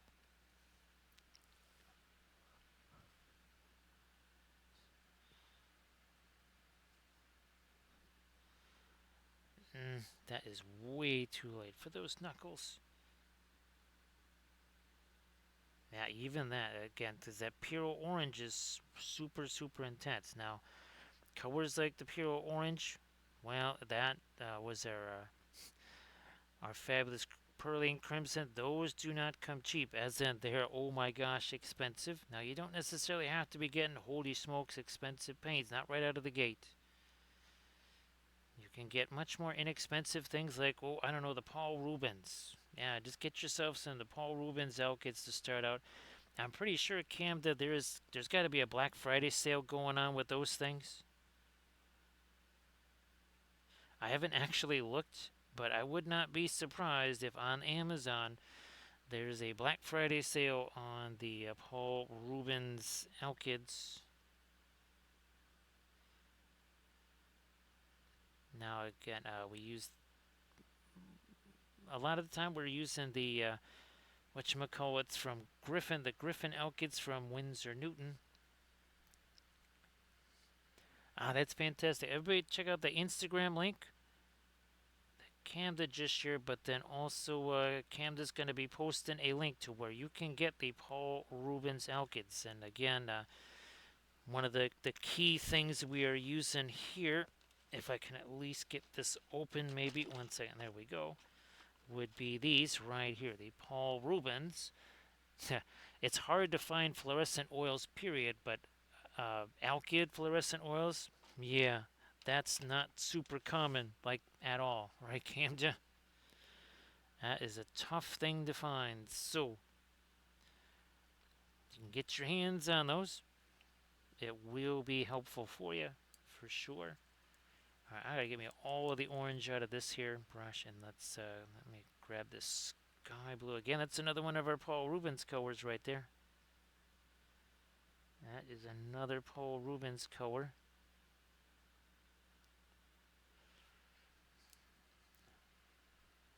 So everybody check out those links there. We probably got the the regular ones, and we got the a lot of folks, they want to buy paint sets or whatever, and well, guess what? The Paul Rubens stuff, it's in a set. There are 3 sets, or there's like one really giant one, and then I think the opera stuff is always a separate thing, right, Camda? I'm pretty sure.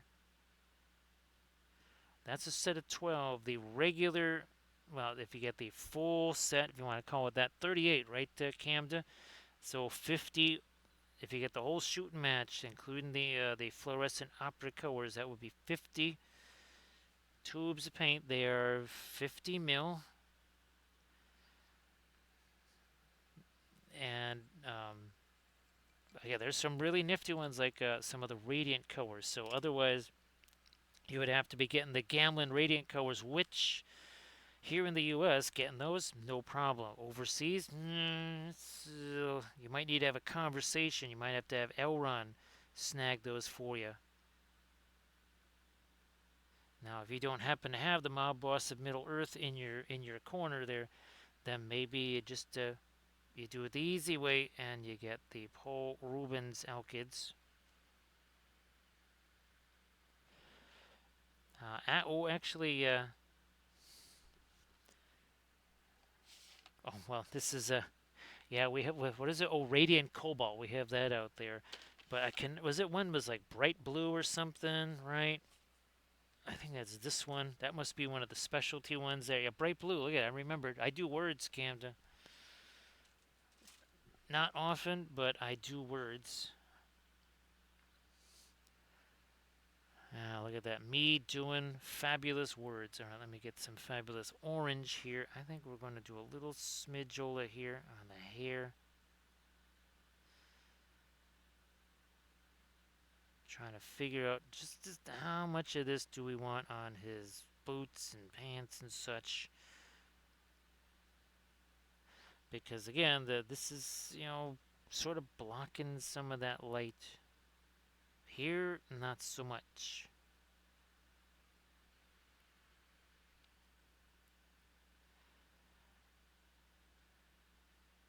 Cam does so. The Battlestar Galactica board game that I talk about so much, and how my favorite character was Tom Zarek. Well, one of the abilities that the president has is, well, you can do this quorum call or something like that, and essentially it's like you're trying to give us inspirational speech. Oh no, that's a it's a special thing. It's a special. You try to give an inspirational speech. And basically, you're trying to increase the morale, right? Because, well, the morale's a little bit low since everybody's mostly, like, not alive anymore. That tends to have a somewhat detrimental effect to overall morale for some reason.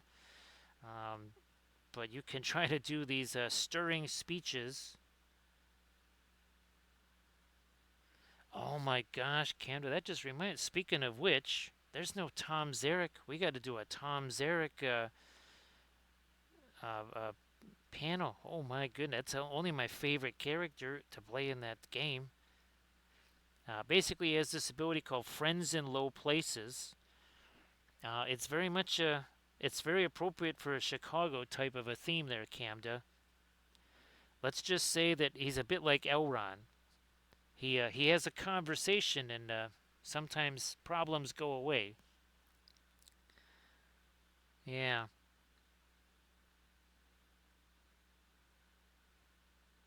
Let's do some of this here.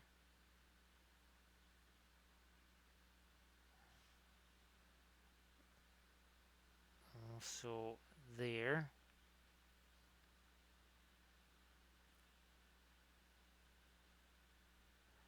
We'll darken up this too a little. Yeah, there we are.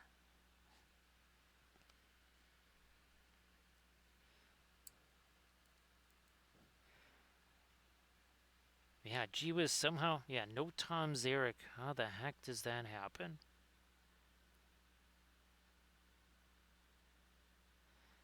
Well, uh, now that ironically, the video is over with, now I can get back to making the panels again.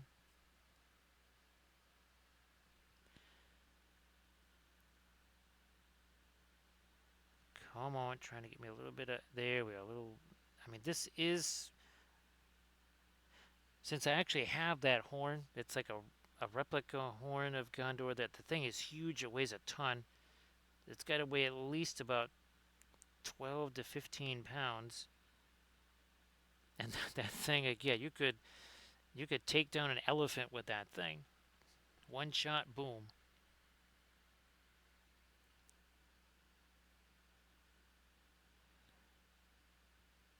Well, the one nice thing there, Thranio, is that the garbage in Middle Earth is definitely going to be collected very efficiently. Now, of course, wearing cement shoes around open bodies of water, that is not advisable in Middle Earth. I wouldn't really do that. Accidents happen. Yes, that would be very careless of somebody to wear cement shoes around open bodies of water. That is not a good fashion choice.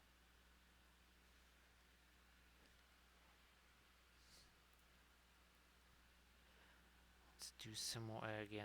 Catch some of the later highlights here on some of these rocks.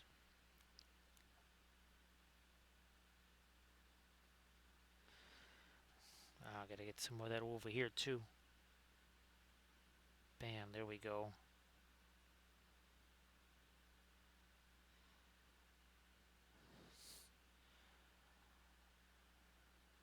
I'm gonna try to hit a little of this on the sword handle, and maybe we try to lighten this up a little more. So we take this. Where's the there's our Indian yellow down there. We just really need to break that down. So yeah, I'm going to do a double check. Actually, right now, I know, well, at least as of yesterday or the day before, our black matte PLA on Amazon is back down to $42 for the 4 spools again.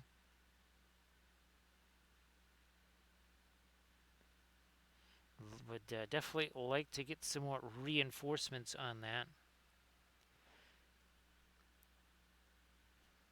Now, gee whiz, I'm trying to think the last time I actually I haven't printed anything in days. It's been way too busy to do any printing.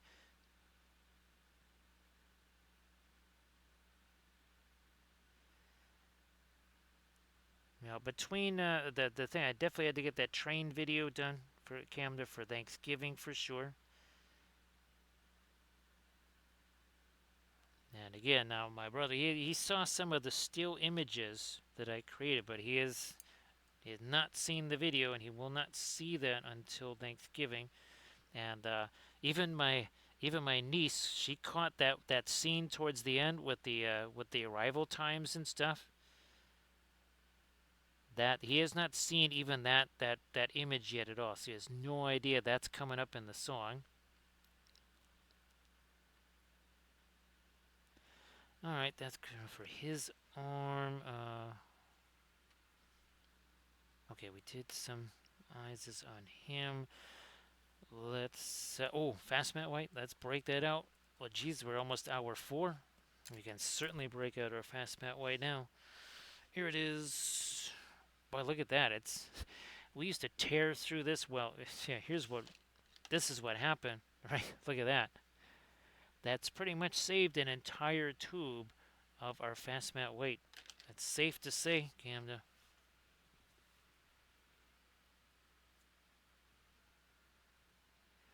Where are we at here?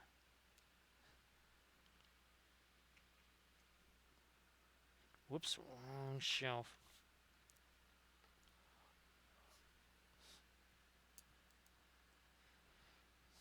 So let's start breaking this stuff down, and we're going to be using it in a couple of places. First, for sure, is going to be in here. To really try and boost that light as much as possible.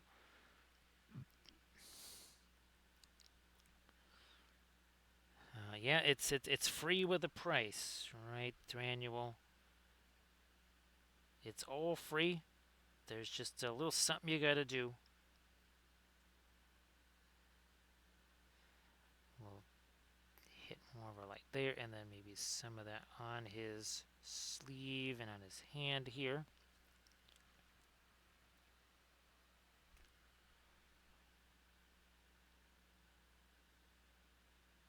Yeah, maybe almost think about a little bit of texturizing there. We'll take, yeah, let me make sure we got all the paint out of this sucker here. That's better. Now we'll do a little bit of tap, tap, tap over that. There we go. I spy with my little eye over here. We're going to take our fabulous burgundy. That's another weird little, that goes all the way back to our initial dry brush over there. Wow.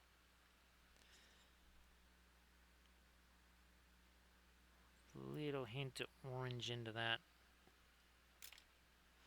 Alright, now we are back to, again, our fast matte white here, and again, a few places.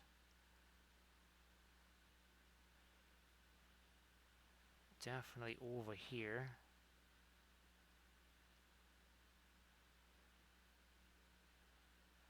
Yeah, there's some more light on his uh, cloak. No, not really a cape either. Not really a jerkin. Well, whatever. His tunic, I guess.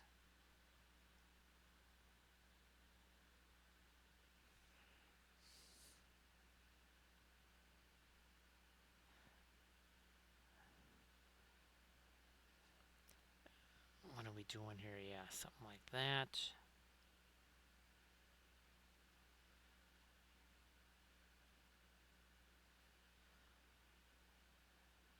There.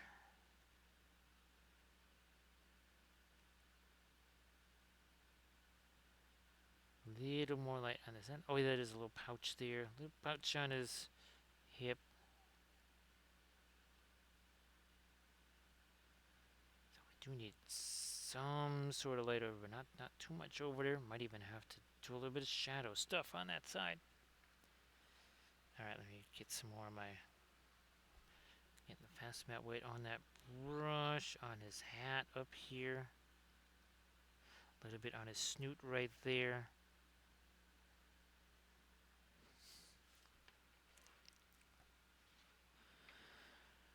What is happening with the Aragorn? We got a whole bunch of stuff we need to do on him.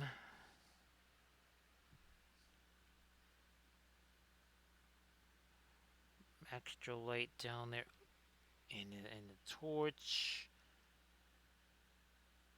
And then the oppo way here. We're going to take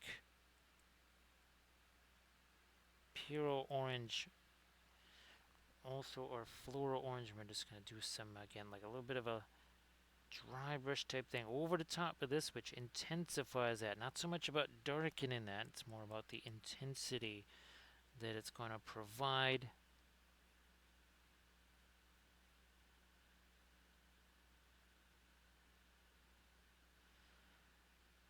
So yeah, I think we need to do a little like a Tom Zarek thing, like a prisoner type of deal. We need to do an Admiral Kane. Geez, we have no Admiral Kane. Uh, well, okay, the Pegasus Bridge, we can do that. No, and not the not the World War II Pegasus Bridge. No, we'll do the bridge of the Battlestar Pegasus. But we also have to do an airlock. It wouldn't be Admiral Kane without an airlock, right, Camda?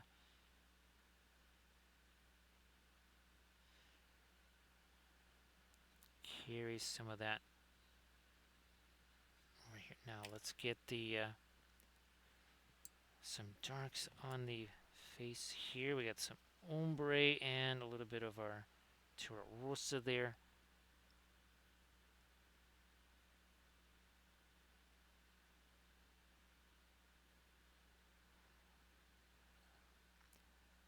Let's do some more stuff here with the regular skin tone. We'll use like this violet whatever to make sure that it's not like a firelight type of skin tone there.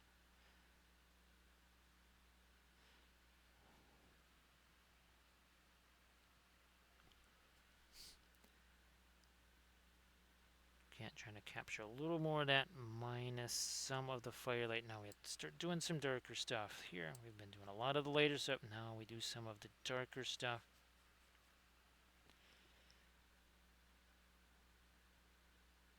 Been waiting for a little while to get back to Aragorn here. I was trying to let some of this stuff have a chance to set here.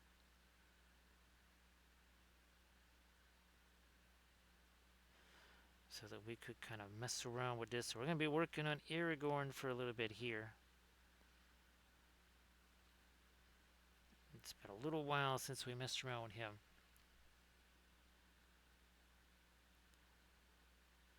Trying to get that channel right down the center again.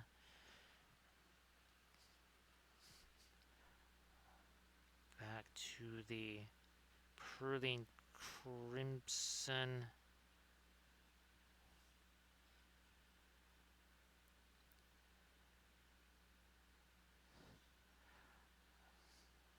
Nope, I think the best way to attack it is this way. We got to do a whole bunch of stuff on the little skelly friends down there.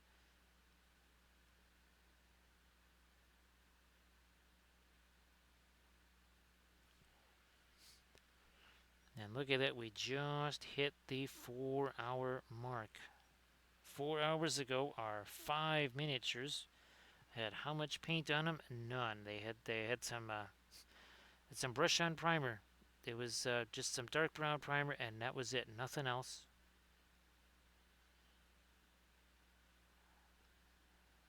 And in a little over 4 hours, well, we got this now. It's the age of efficiency, right, Camda?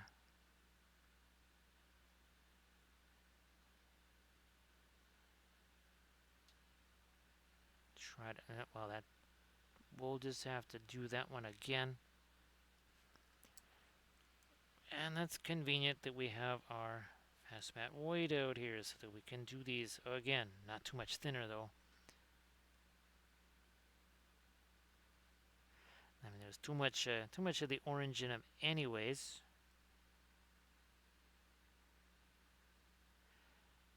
Now we'll give this another try. Once again, some of the Van Dyke brown here.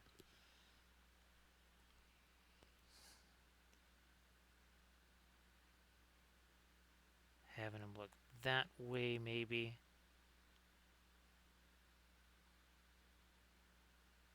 There we are. That is much better. Then we gotta give them some lips there too. Let's go back to our lighter stuff. Maybe the orange here or something.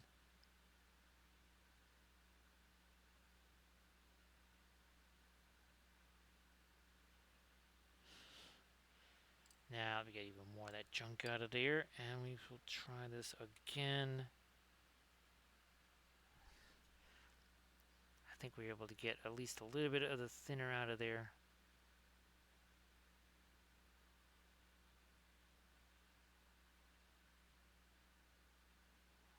We need more. There we go. It's like we gotta get more light on that chin as well.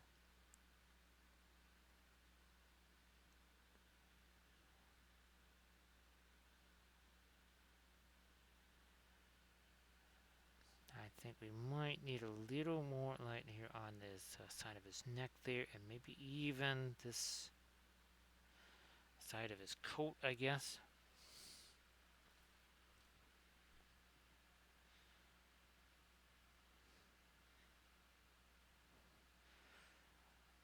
And it's going to be the same method, whatever, with the hobbits. We'll start out with the lighter dry brush stuff, especially on our source light, and get that established right away. Why do you want to do that? Well, of course, now well, like with Aragorn, so much of it was right. Basically, this was the only thing that wasn't going to be orange on his whole body right there. It was going to be that one section where the torchlight or the ambient lighting from below was not going to have an impact on it. Otherwise, everywhere else is going to have an impact on it.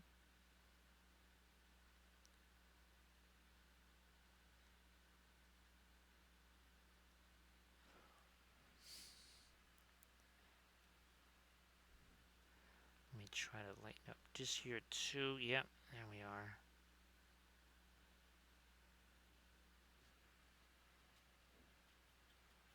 There we are.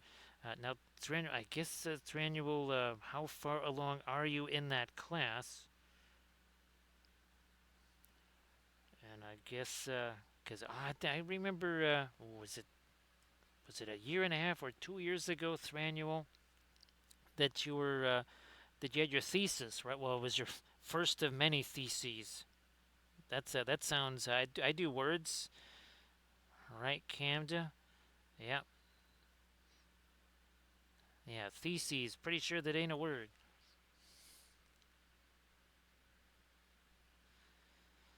So that was. Let's see. It was Van Dyke Brown and Naples Yellow. I don't think there was any.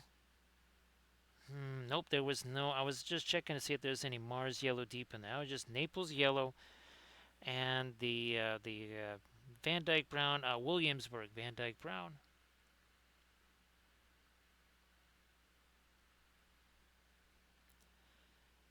Well, and the nice thing is, Camda, of course, once it all dries, right? Once it is dry, you say, that source lighting is a little too light. Well, guess what you can do? You can just do that kind of, and I think it's more of a blue light source, right? Well, you could take something like the phthalo blue or whatever, Prussian blue, and kind of do that little, and maybe mix it with some of the opera floral blue, right?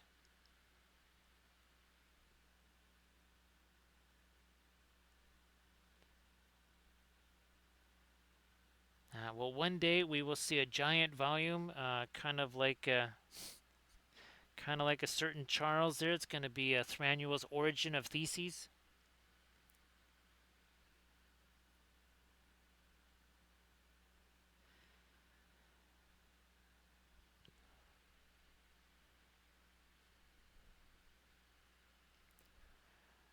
Yeah, Camden, it's I guess one of the things when you do listen to a whole lot of sports and play sports and all that, especially more reactionary type sports. So again, if you're playing defense, well, pretty much on any sport, right, you are reacting. But if you overthink that other player is going to be either 50 yards past you, or have you on the ground, or something bad's gonna happen if you're just sitting there pondering everything for way too long.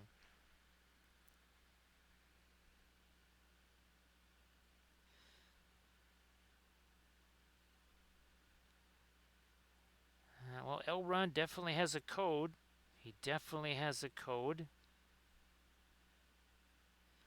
You just don't want to break the code. That's all. It's a very efficient system of justice. Who says that justice can't be transactional, right, Thranuel? Nothing says that justice can't be transactional. Ooh, you know what? I'm going to try. We don't often get to do this. I am going to mess around here, see if I can't do like a cast shadow here on his, from his nose there. Yeah, that's because of the fire here. Yeah, there would be a cast shadow there. That's kind of fun.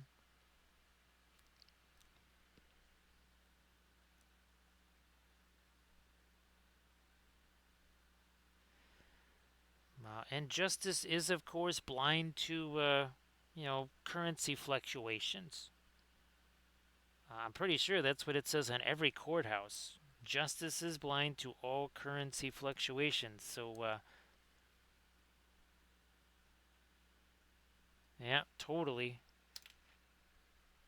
Let me see if I can get a little bit more of this lighter orange on his chin here.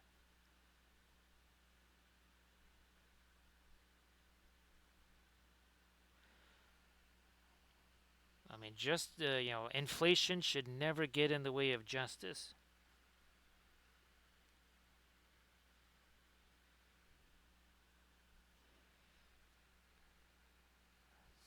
I might try to do some darker stuff here on the.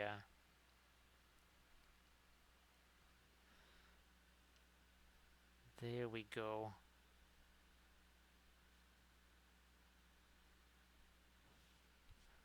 Now, where are you hiding?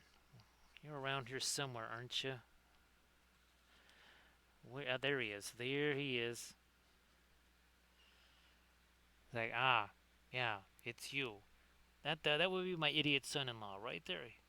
He's not very good at solving problems. So what's up there, Don Carmine? How many times have I told you Ixnay on the darn Carmine A?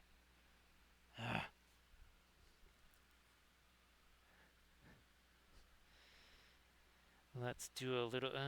Okay. Ooh, look at this. Look at this. We're gonna grab some of that.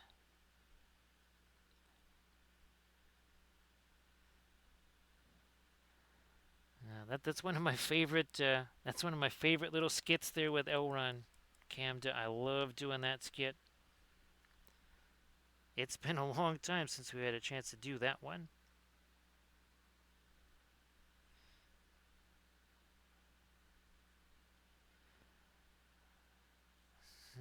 Let's do this here. A little bit more of that orange.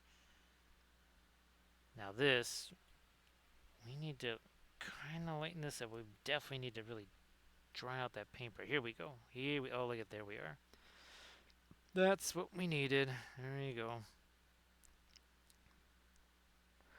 I was like, well, why is there a weird line there? That is not armor. That is just, well, probably leather.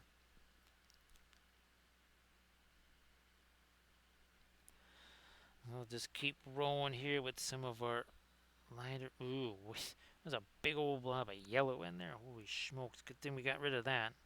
Saw that just in time.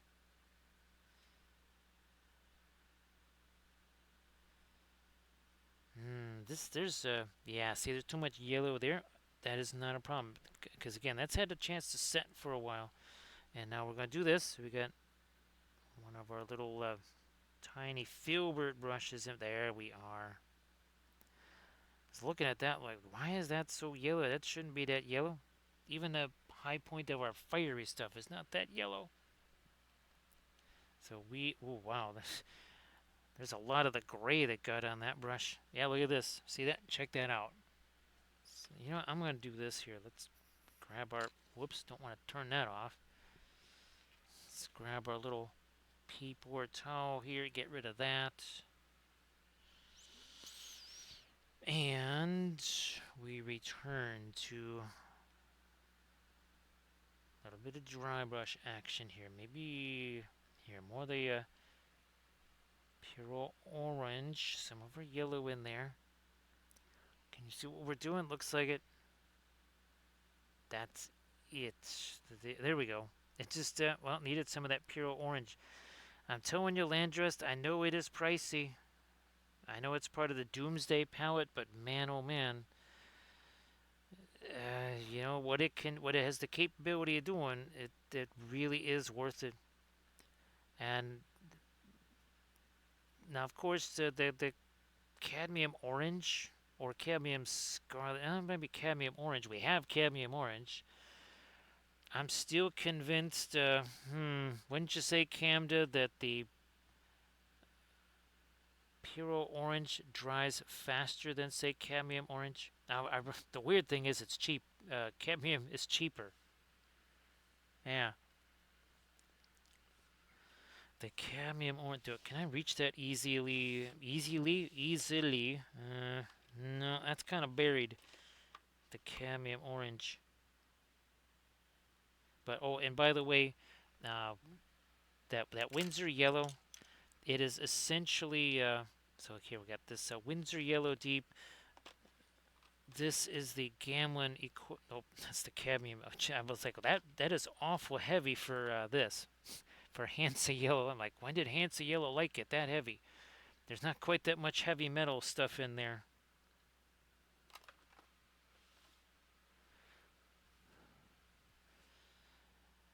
We'll maybe draw a little bit more of our orangey stuff right there.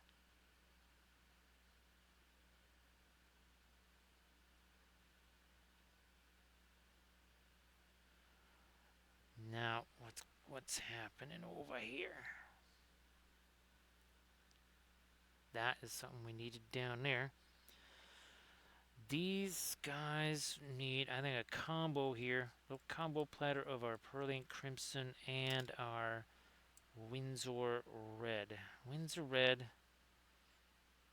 Pearling Crimson. Gather those together.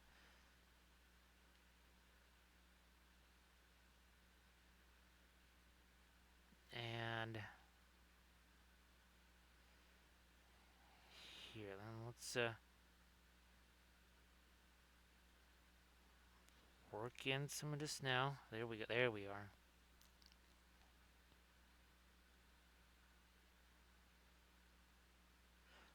Okay, yeah, looking. We need to darken that here down too. I think that's another thing that we're going to try and hit there after we do this. These fingers could use a little separation. I'm going to go with a little bit of that on this too here. darken that down some.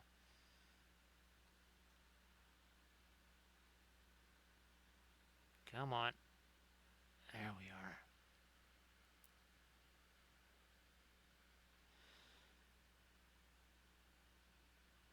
So yeah, it's unfortunately you can.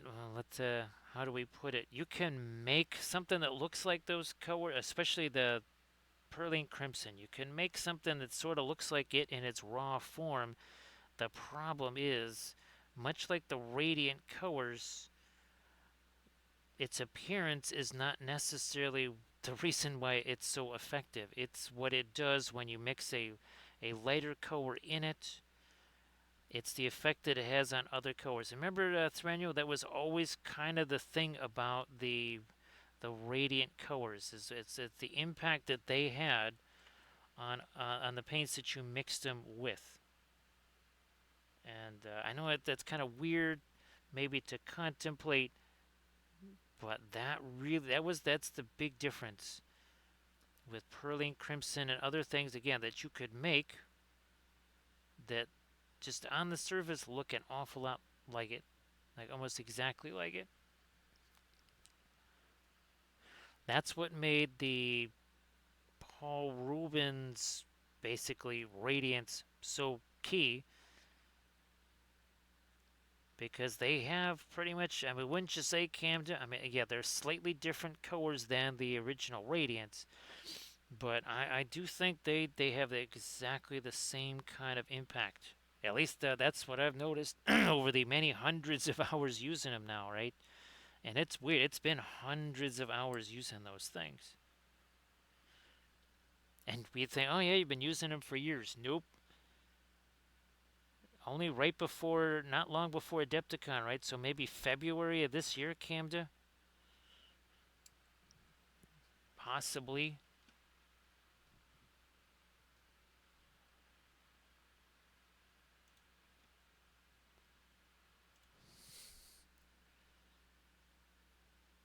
More of that orange up here. Just trying to do a little blending that. Now the hair must be darker here, I think.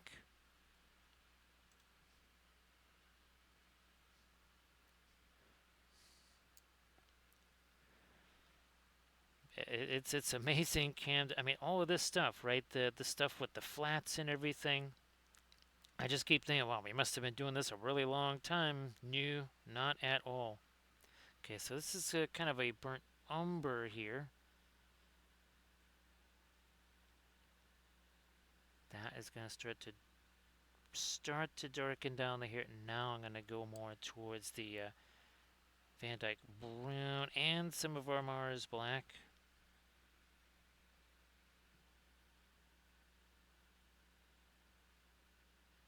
And of course, when you use those with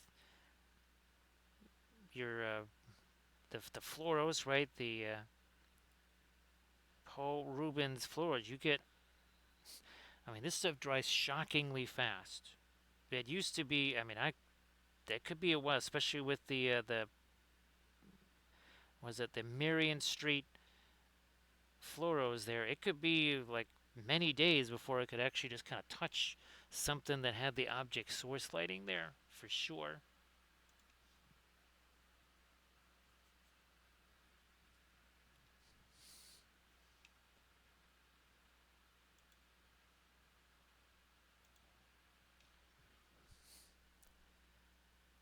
Let me lighten up you a little more, darken you down on this side too.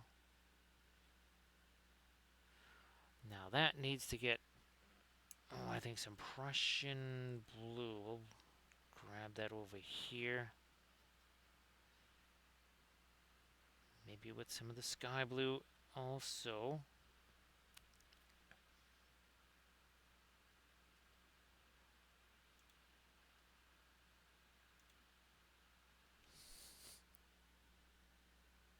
Right up in here.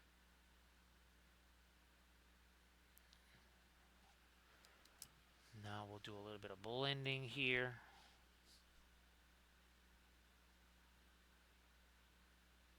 There we are.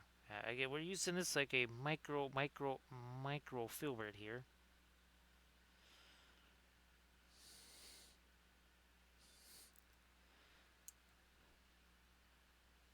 So over here on the shadow side, I think. Oh no, though actually that flame does not reach. Does not reach over there. Okay, we can see that. We can see that here. What about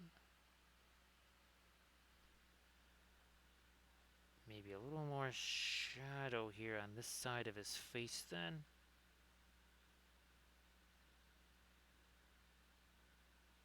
I'm gonna do that. Yeah, we don't usually get a chance to do things like, well, cast shadows from object source. They're not on faces anyway. Yeah, that's pretty nifty.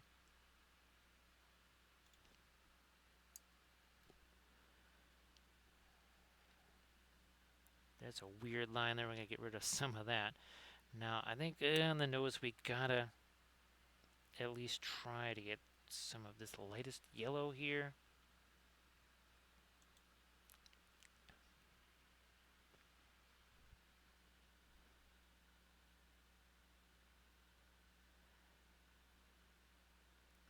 Okay, because otherwise that cast shadow is not gonna make too much sense if his nose is not catching a decent amount of that light there.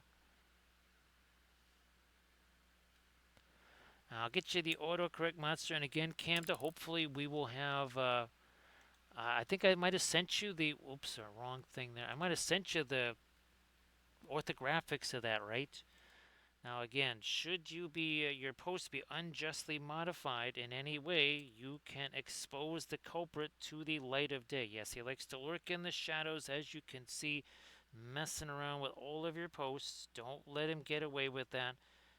Don't let him get away with that. So if you see that your post has been modified, you can also do what Camda did and bring him to justice. See, that's how we do justice here at Thranual. I don't have it here. Well, the primary one is Ebony Flesh. Barring Ebony Flesh, the red-brown primer.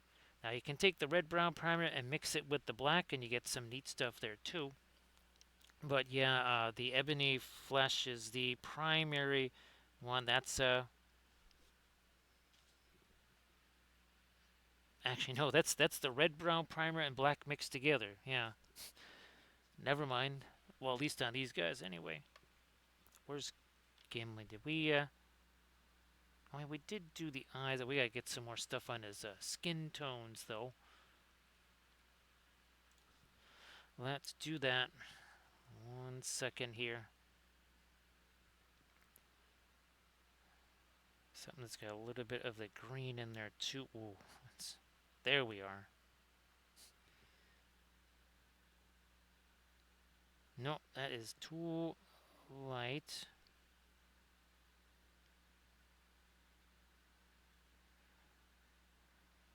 We'll roll with something like that. Now here, let's take some of that away.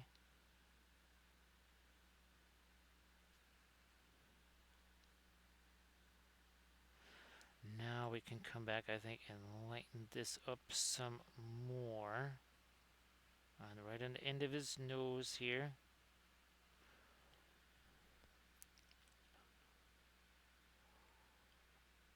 Yeah, that was the original, the original 6. It's almost a bit like Battlestar Galactica there, Camda. That was the original 6 there.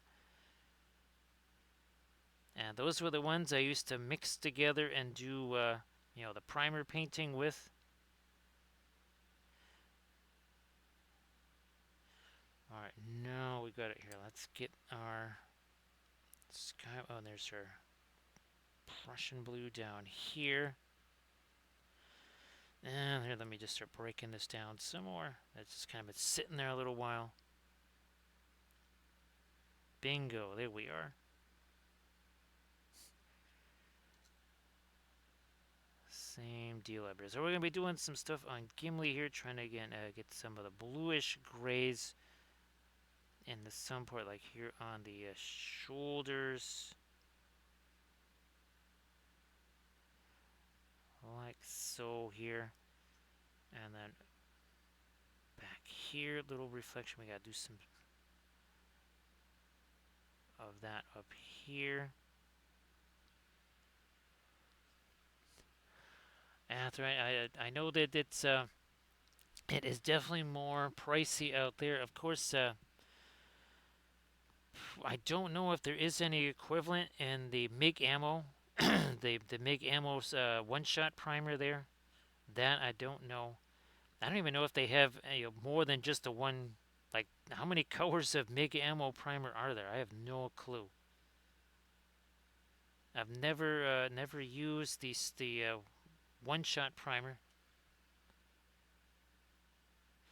You know what? Yeah, I think let's try that. How are we gonna get there? Mars yellow deep. Where's the umbar? Let's respect the umbar here again. Come on, more of that.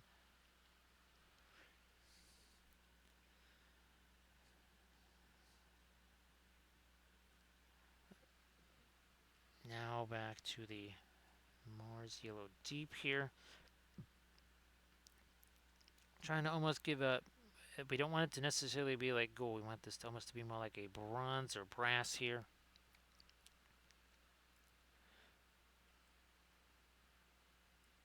Trying to break down this. There we go. Finally got it.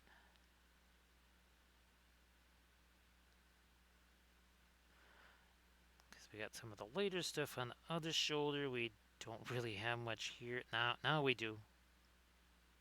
There. Just those couple little hits there really change things around a bunch.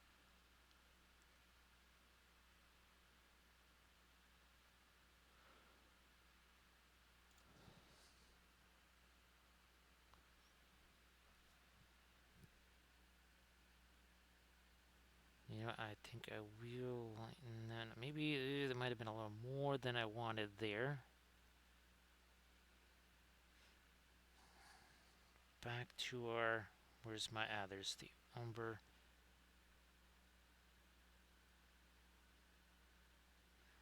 Tone that down a little bit.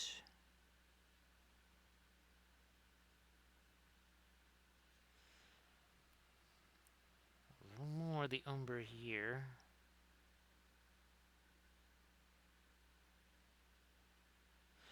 Now we'll try this again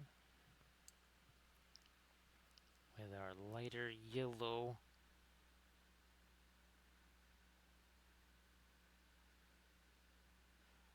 Doing that.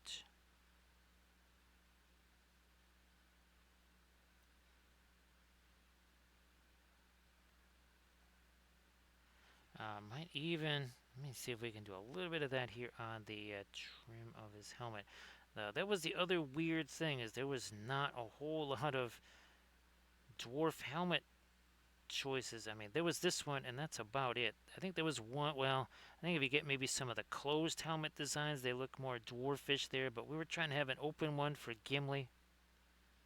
So that did kind of reduce the options significantly there.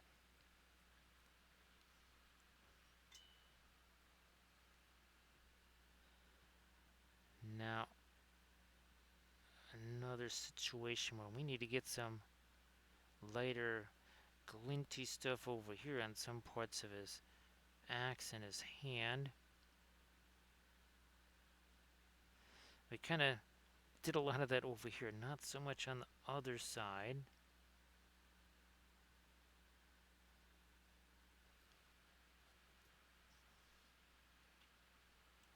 Gonna get back to my references here real quick. 1 second.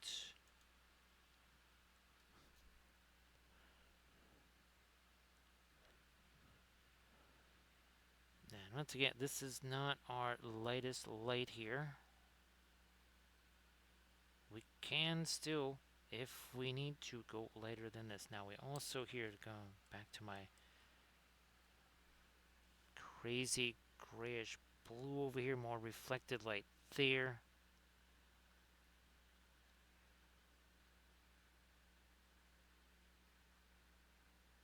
I think there might have been a little bit more of the orange than we wanted right here.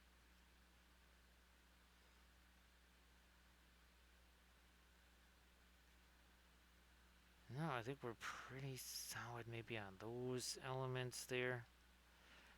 Here is where we need to tighten some things up. A little bit of our Payne's Gray Prussian Blue.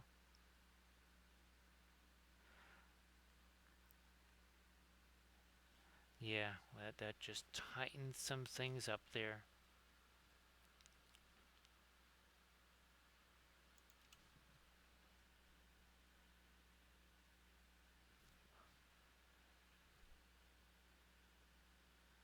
Oh, here, let me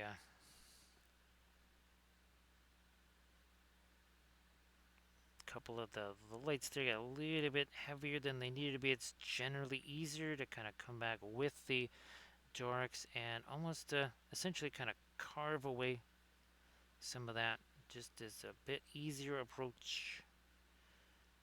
And that's even the same deal with acrylics too.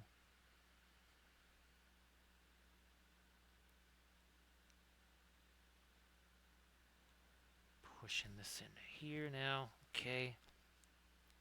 And same Payne's Gray, some darks. We'll go here that are also not reddish or radish, either way. And now we gotta get a couple of these lines reset here too. Nice to see you there, Git. Happy Saturday. So Git, I think I might have sent you the Battlestar Galactica link there. If not, I do think I still have it copy paste. I could throw that in the chat for you. I mean, it's going to be going up on Facebook. Well, in a matter of a few hours. Okay, that's good. Painfully, yeah, that was that was kind of what the goal is for those for the Army Showcase vids, is stuff like that, because we want to have a story. Uh, I actually was able to get. I was worried that I wasn't going to be able to get as many of the ships featured in there. There was the only one. I think the Loki class is the only one that didn't get the close-up pictures, but all the other ships actually did get close-ups, the rotating thing. Oh, that's this one here. Here, that must not have included it there, but I think it's still. Let me see what we got here. I think that's it. Yeah. So check that out there, painfully good. That is the Battlestar Galactica Army Showcase video song right there.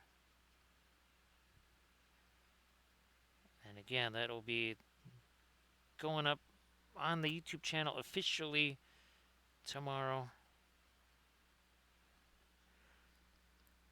And again, it's also going to be up on Facebook there too.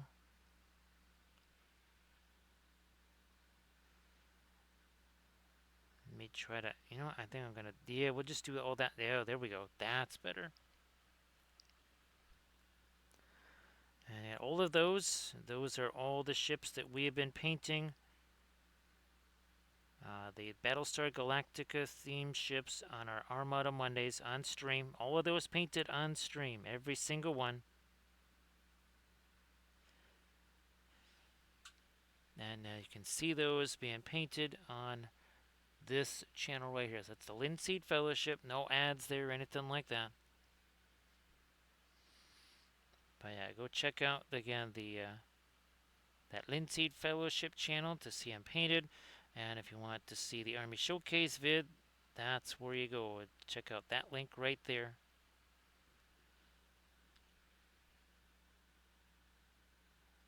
And try and get a little bit of this lighter, almost violet type gray here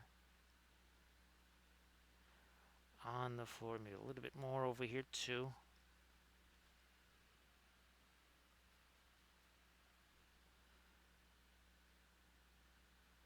Let me hit this as well.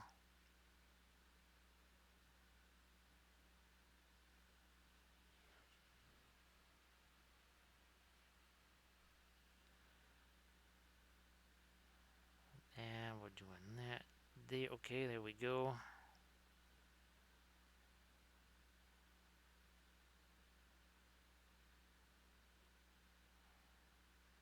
More of it here.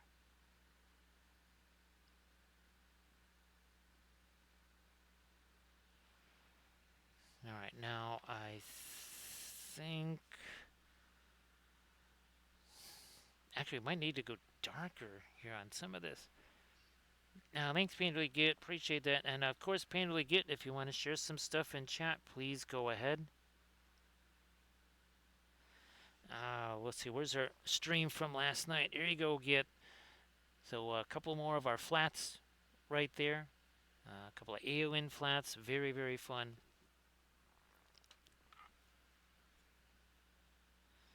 So appreciate you being here, Git. Thank you so much. I know in a little bit Rascal is going to want to be heading out the door there. Hopefully not too cold up there. I think it's about, it's kind of an average 38 degrees here, something like that.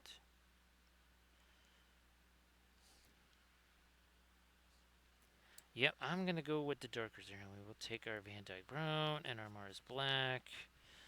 And we're going to reinforce some of the knotwork patterns here on our floor. Because reasons.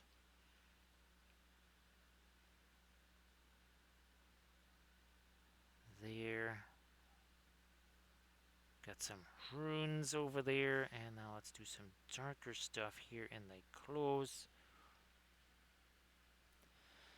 Yeah, the still kind of, yeah, remember, let's see, at the council, right, you were saying that it had been really, really, really nuts.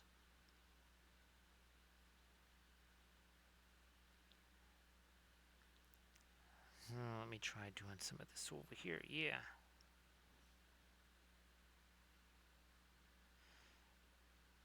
So the showcase vid that I'm working on now, well, of course, is a, I've got actually two, well, there's technically like 4 or 5 of them we're all working on. There's the Army of the Dead, there's a Gandalf one, there's a Galadriel one, and an Eowyn, and a Sauron. So I think that's more like 6. We're working hard on these.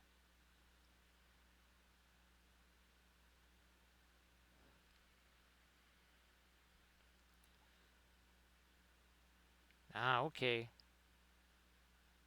What is it here? Well, it's 4:16 here, so a little bit of 5 plus in the morning there for you.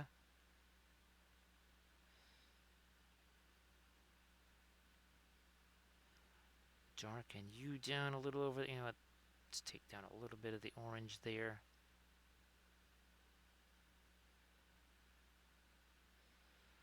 And again, all of these were sculpted in Eldritch Foundry. Eldritch Foundry, then 3D printed. And we will be doing our Hobbitses tomorrow. Well, later today on stream. So we got Sam, Merry, Pippin, Frodo, and of course, the 5th Hobbit. That's good, Painterly Git. Actually, Git, we may have a 6th Hobbit. Yeah, because when I was in Eldritch Foundry, I was trying to do like a mithril shirt type thing there for Frodo, and basically the best you could do is a mithril vest. And if you gave anything the mithril vest thing, they couldn't have anything else. No shirt, no nothing. So it just kind of looked like, Larry the Cable Guy had chainmail. So we might have the 6th Hobbit. It's going to be, yep, Larry the Cable Hobbit. And he just roams around Middle-earth, especially the Shire, making sure that everybody's cable is hooked up so that they don't miss any golf or crop reports or anything like that. Yeah, that's going to be Larry the Cable Hobbit, and he just walks around in his mithril vest all the time. He has no sleeves, no shirt or nothing like that. Just his mithril vest. Let me do that here. There we go. I think that certainly does qualify for that, doesn't it, Painterly Git?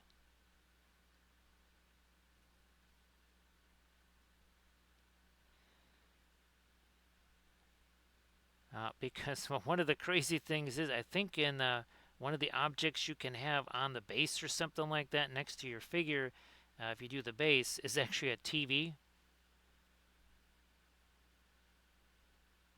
I think the other thing we got to try and give him though is, well, I don't know. Well, we can just say that one of his. Well, we'll just write skull. That's it. Painterly Git. We'll give him a pouch, and we'll just write skull on the pouch. So we'll have a nice little chew there.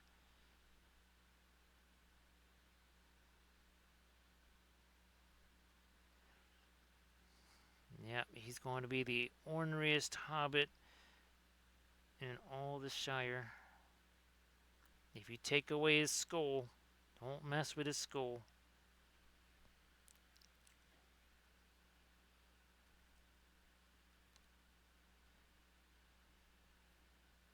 There we are. What was our mob? Our mayor of Shire Town. Oh, it was Bilbo Shenanigans. That's right. Yes, Bilbo Shenanigans. He was the mayor of Shire Town.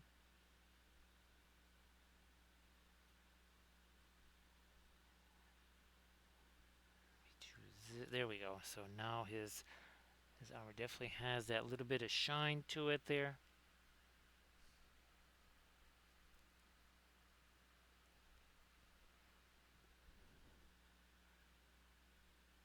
Now, I'm fairly certain that you don't see too many skull advertisements even on NASCAR races.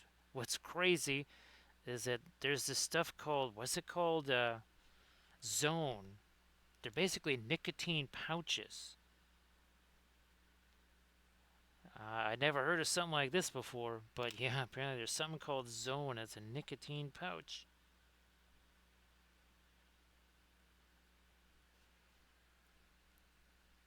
I mean, I guess it's like tobacco without the tobacco. I don't know.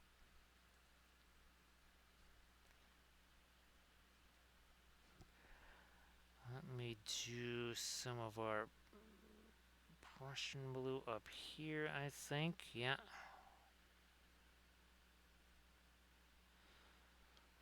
So Thranduil says that you won't have, well, it's some of the flavors too, Thranduil.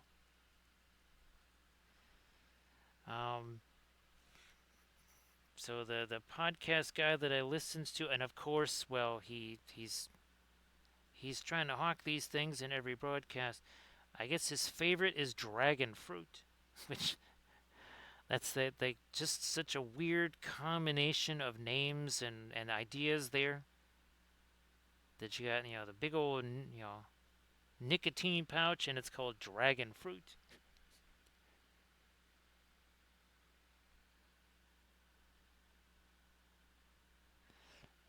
So chef says you can get them at the pharmacy there.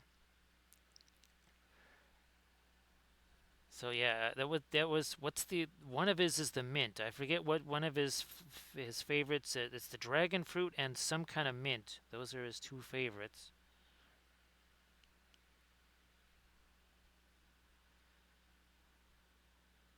I don't know if they're less pricey than say the combustible things because well there's something different. I don't know if those have quite the same level of cost.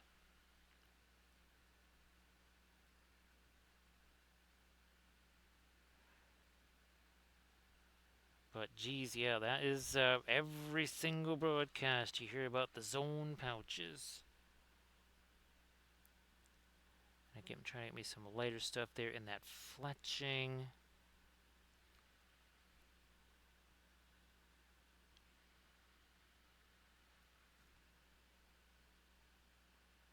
All right, we're doing good here.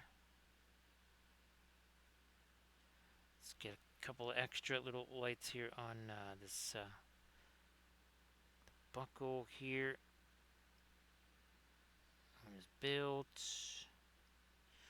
Oh yeah, the dagger over here, also known as a halfling longsword. Okay, let's get this over here.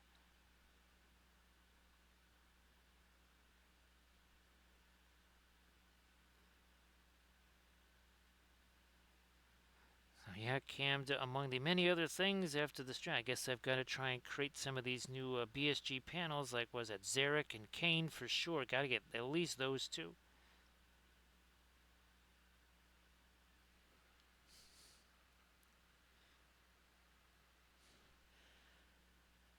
Somehow I have to have a combination for Zarek, like the orange jumpsuit and the trappings of office or something. I don't know. We have to do something there.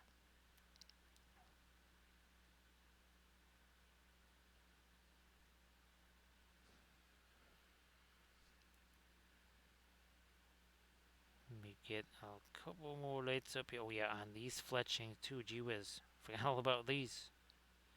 I'm messing around with those other ones.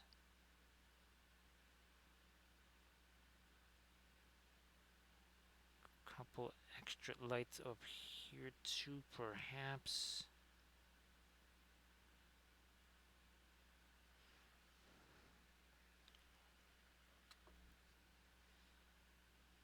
Let me fine. We'll throw a little extra light up in here, right around there.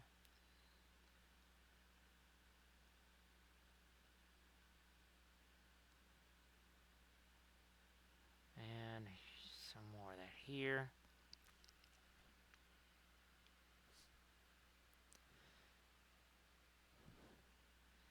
No, not with that. Let me get the, yeah, here, Mars Yellow Deep.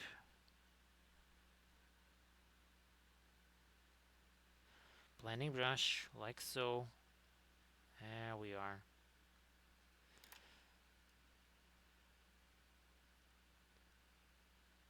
So I'll try to get you some of the, some more of the images of the flats as well. Because again, we're working really, really hard on those, and we're gonna, well, be making some more designs.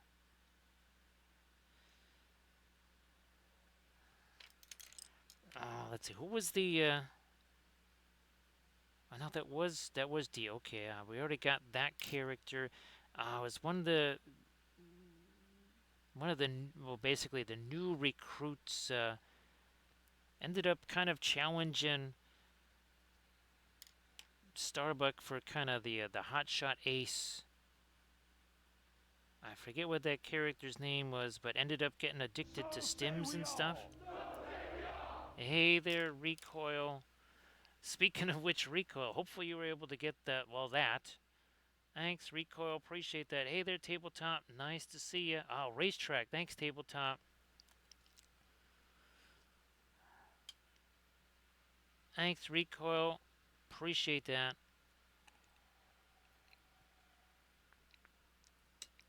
So Recoil, 20 iterations you said on that one there? Yeah. It doesn't surprise me.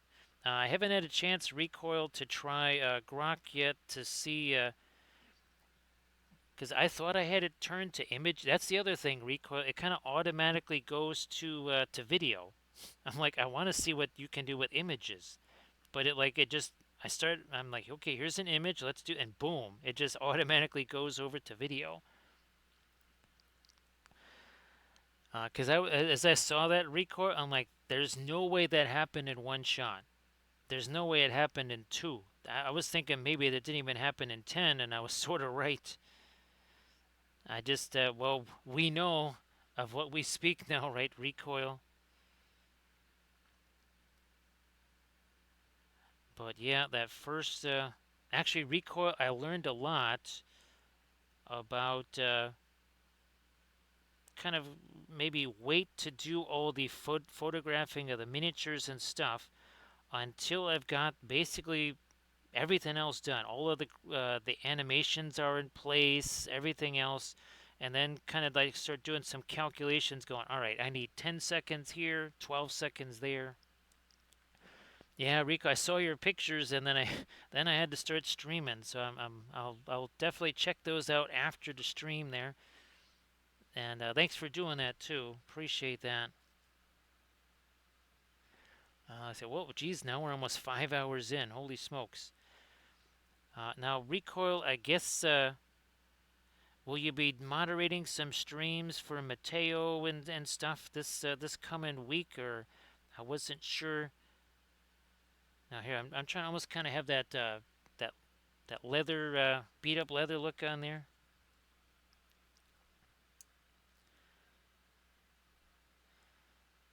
So yeah, Recoil. It just like, automatically, even when I'm like I want to do an image, it's like no.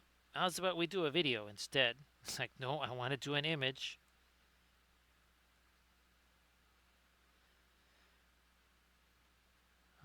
Let's see. Now there's it does some of the same weird things that Skyrails does, of course.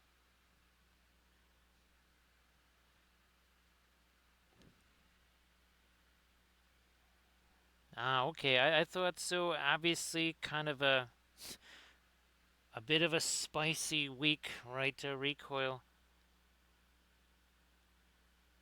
Ooh, let me do this. Recoil. I was. It's a ninja. What the heck is? It's a ninja smoothie maker. Now I think it's a. I think I found what they were talking about on Amazon. I think it was like a couple $100 or something like that. I just couldn't tell. Is it just like a blender? All right, we'll see you later there, Paint Your Get. Have yourself a good little stroll there.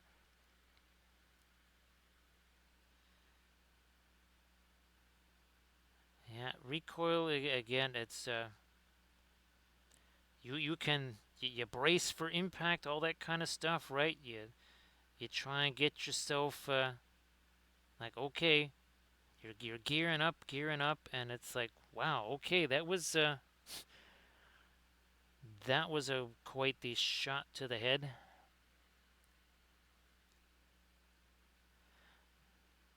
But yeah, that video is just so incredible there. Recoil, and it's hard to believe that it's only what like is it 1 minute 12 seconds long? Yeah, oh well this was this wasn't nowhere near as magical as that device. Yeah, that is the ultimate device. Oh yeah, that is the ultimate device right there that makes the soft serve ice cream too. Let me see if I can't get a little more of this light stuff on the chin, on the lip there, like that. So recoil, hopefully, now geez, talk about not all that long ago, right? I mean, that's not super long ago. Hopefully, the rebound from that is pretty much on. Well, it'd be nice if it was ahead of schedule. Hopefully, that is ahead of schedule there.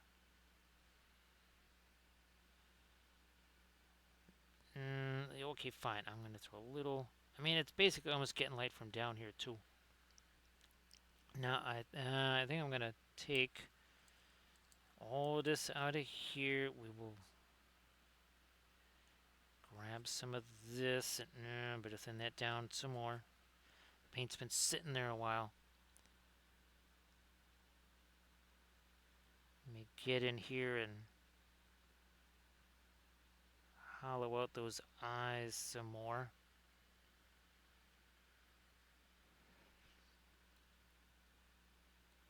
Boy, that is what you call the proverbial close call, right? Recoil.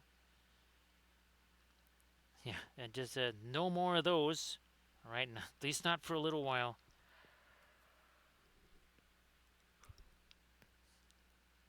Oh, what are we doing here? I'm gonna get some more of this light right here.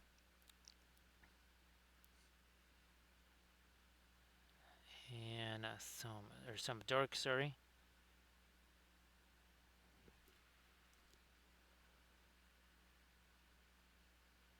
And right there. I'll have to show you a picture recoil of these. These are lights that I got years ago. And this is I'm finally getting a chance to use them for this purpose.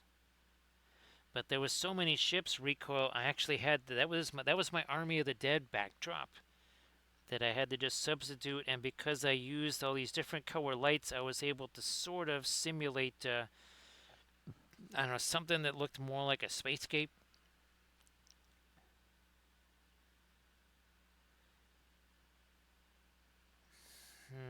Let me throw a little bit of that over here. Because the light doesn't quite reach this part, we're going to try and darken that a little bit there.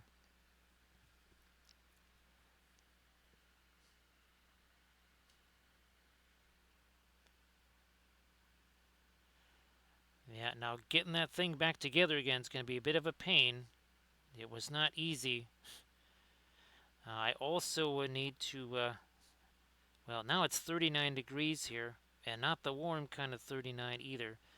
So I'm not sure if I'll be able to do the rest of the spraying of that terrain stuff, at least not tomorrow. Well, we'll see what happens.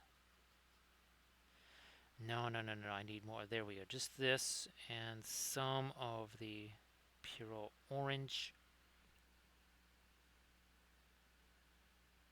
A little dark there. A little dark. Let's try this. Ah, there we go. There we are.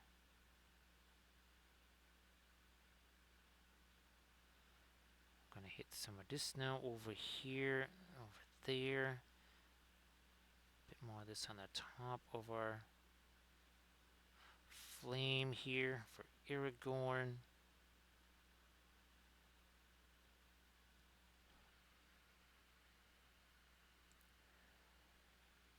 So that's basically like 102-ish, maybe down to mid 50s or something there.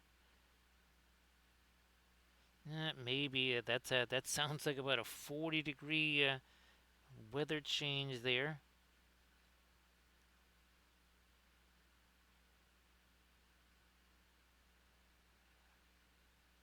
But it is, well, I mean, we'll see if it's a regular November or if it's going to be one of the crazy Novembers.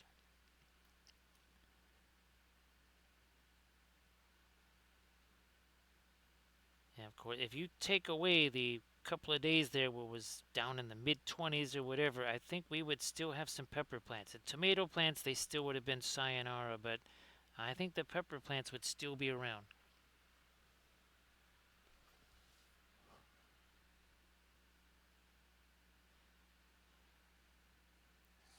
You know, here, let me try to throw a little bit of something there.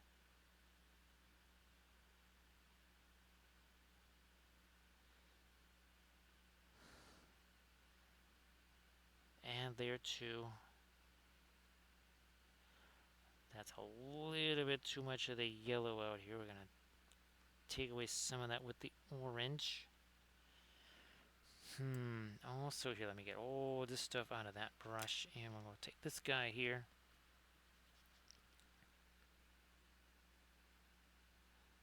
And maybe take down a little bit of that, especially back in here. So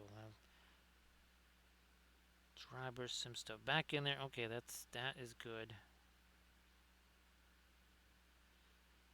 Maybe a little, just a hint of some of the red in there. Just dry brush that down a little.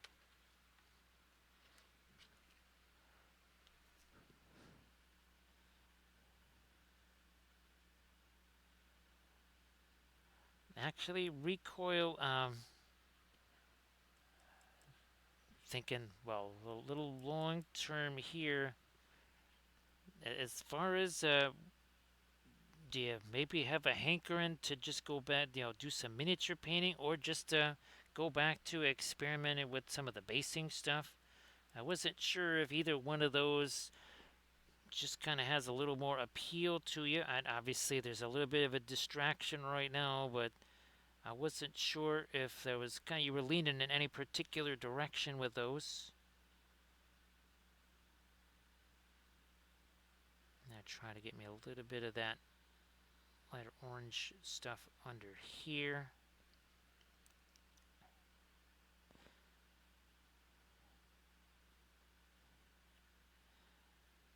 A little bit there.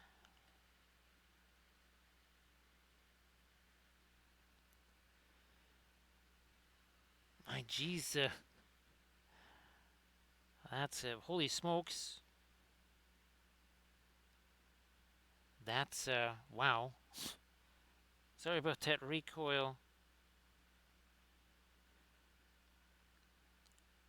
Now Camdus, well, the computer wanted to do an update. This is literally right as I was doing the video last night. It's like, oh, well, let's do another update. It's like literally, Camda. I swear, it's well, they are demonic. We know that. It's like, oh, he's putting together a video. Let's see if we can sneak in an update again. It would have been the second time. It would have been the second video in a row that would have gotten nuked by, well, not in a row, but second of 4 videos. Well, okay, that's a relief there, recoil. Gee, wait a minute. I seem to remember that something like that happened before, didn't it?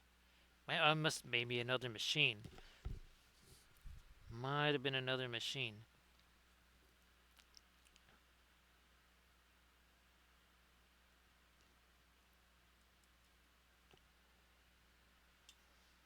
That's for sure, Camda. We need to get a a little bit. That is a bit more than I was looking for. So there's the blending brush right there.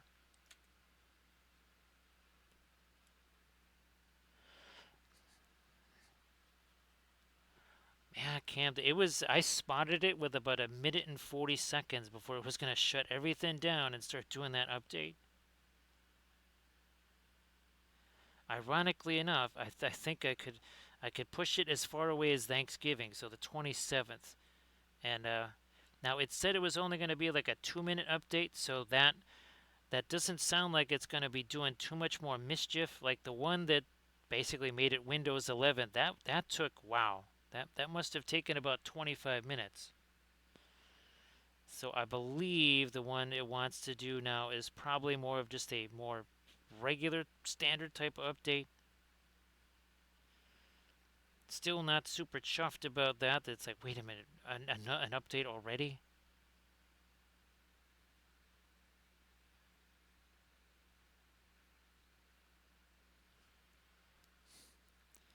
Let me do some of that here. Take some of that down there. Okay, so now I'm gonna try to go a little more orangey here. Not too much, not too much. But right here, actually, I might even do this. 1 sec here. I thought that was gonna try and pop out of there. I'm gonna try to get a little more of my orangey yellow out here.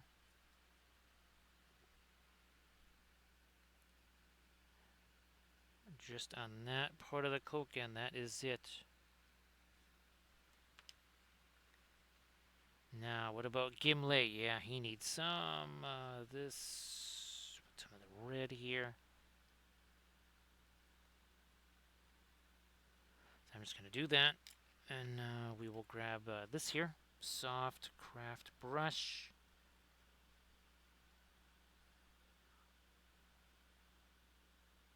And of course, the nice thing again is we can get to these hard to reach areas, and we can get some actual shading in there, and actual blending too, right? Without having to struggle.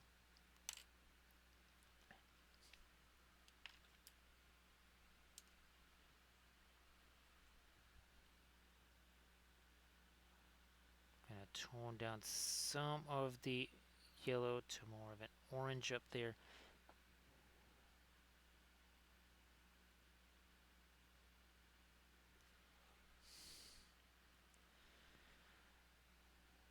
Wow, that's Rico. I know that Rot had that tournament in Indianapolis. Actually, I've been meaning to send him a message for a couple of days. I haven't heard anything from him. I figured that trying to get things back in order again because I don't think he's been streaming.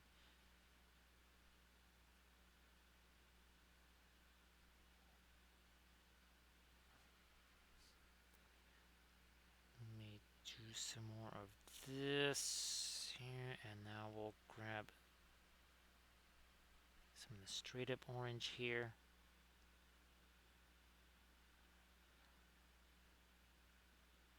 Some of that on his beard, a little bit of that on his arm, maybe.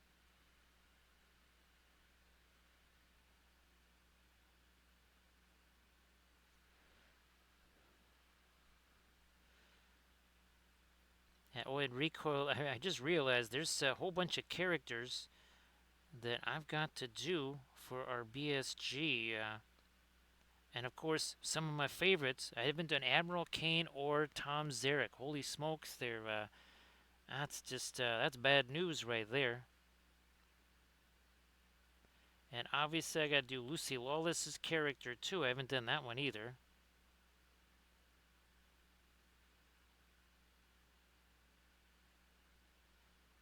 So yeah, there's a bunch of characters we got to get caught up on here.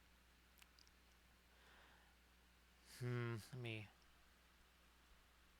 No, that's got too much yellow in it. That's more like. There we go.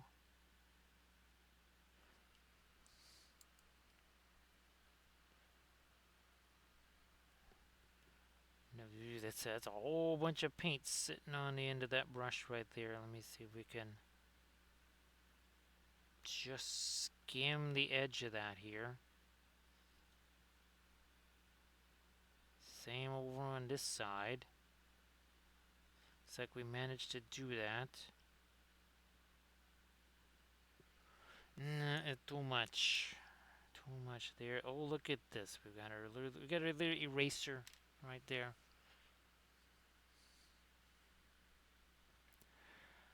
Yeah, recoil. Let's see. Wow. There's no time. It's been a while. Recoil. Yeah, it's been a few minutes.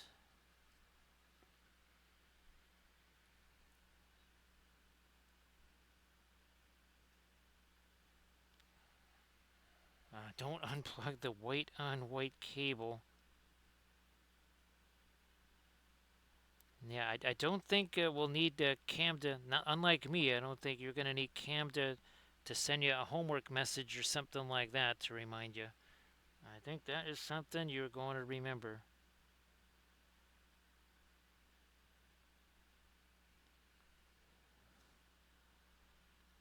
Come on, there we go.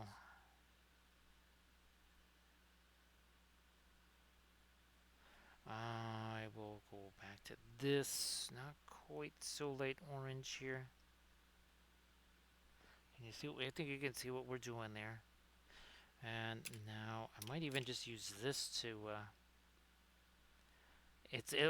We're back to a loaded blending brush there, Cam. It's been a while since we had one of those. Yeah, loaded blending brush.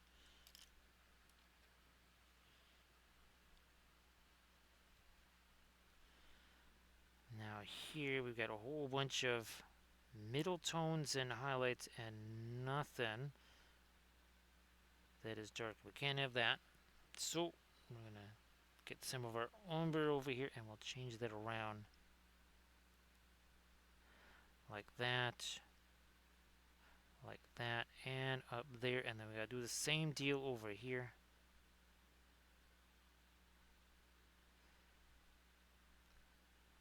Trying to catch again some of these edges here.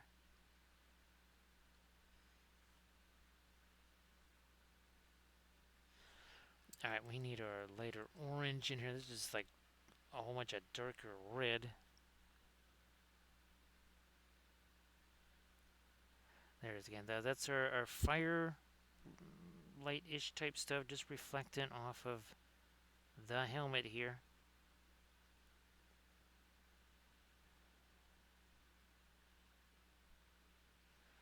Now we'll try to get that lightest yellow, and let's see if we can make that work here.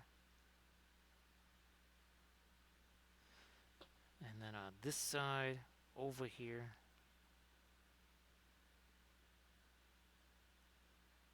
Up there too, okay.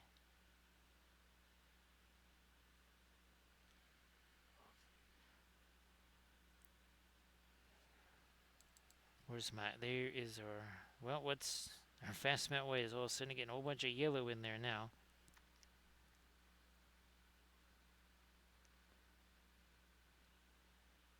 Couple more lights up in there.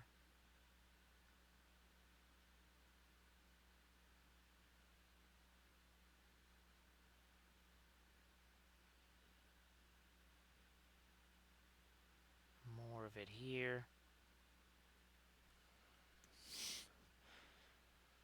Now, so recoil, I think each of these, where I was telling Cam that we're entering now, we started out, it was like just the early days of, well, it was acrylics. Then it was the early days of oil paints with like pre-glaze with nothing but burnt, or no, raw umber. That was it.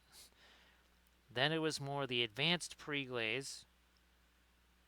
Then we entered the darker primer phase. Then we entered the age of alkyds. So that's kind of where we're at now, because since we're doing all the songs and the GPTs, well, all I have to do now is say, okay, show me a storyboard of somewhere between 12 and 20 images. Then we refine those. Then some are made into animations. But now that it knows what the ultimate thing is going to be, the ultimate usage for it, essentially from the get-go,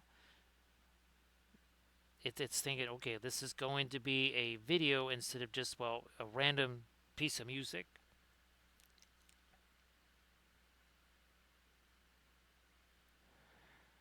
So basically a fail cast there, recoil in a way.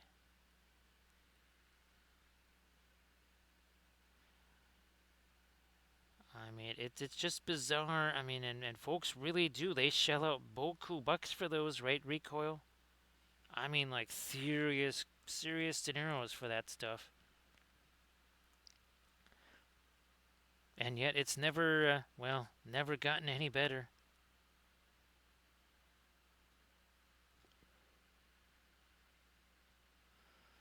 Incanes. Well, Incanes, yeah, definitely. I'm looking to get me at least some chow or something like that because, well, oh geez, it's almost 5 o'clock in the morning here. Yeah, unless it's advertised with sculpted battle damage, right? Recoil, that is a no bueno. Yeah. So great to see you there again, Incanes. I mean, here, let's do a quick little. And again, here is. I think they're all. Yep. There's all 5 of them. We'll look at Aragorn there. Well, let's do Aragorn and I haven't had these two side by side. That's pretty wild to see them together there. Yeah, this has been super fun doing these Eldritch Foundry figs here.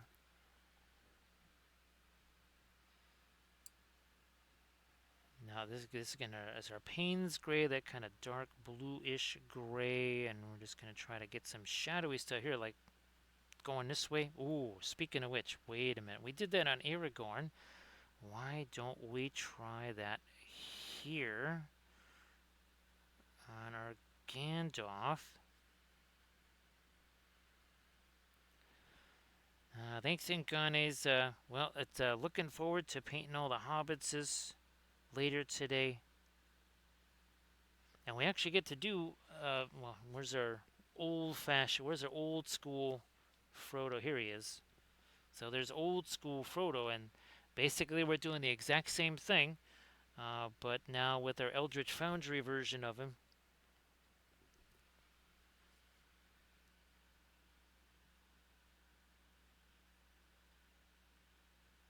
and yeah, and well, I mean, obviously they're hobbitses, so they won't. I don't know. Maybe they won't be quite as involved as these, but then also too, they're little hobbitses, so maybe there's going to be some areas that take a little bit longer to do than our larger humies here and such.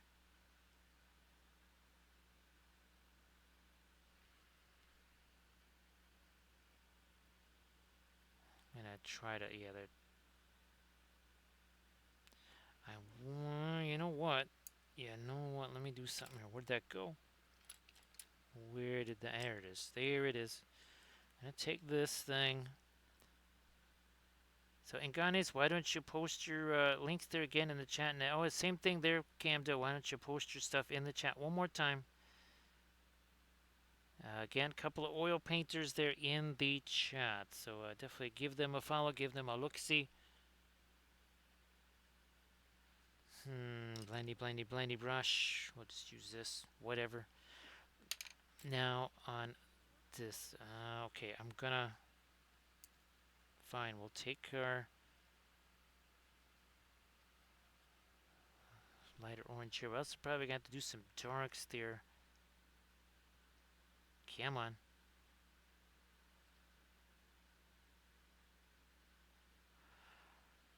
So we did the. Ooh, and let's do some of that here too. Yeah, yep. Let's do that. Okay, everybody check out that Instagram link to Enganes. Just share it and give Enganes a follow.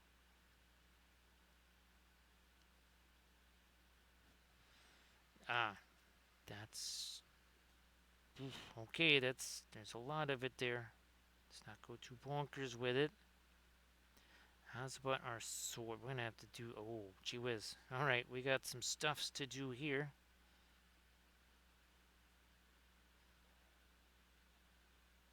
Like an edge there. Now we got stuffs to do on the top. We'll do the orange bit first here. All right. And now on this side, we're going to take this here.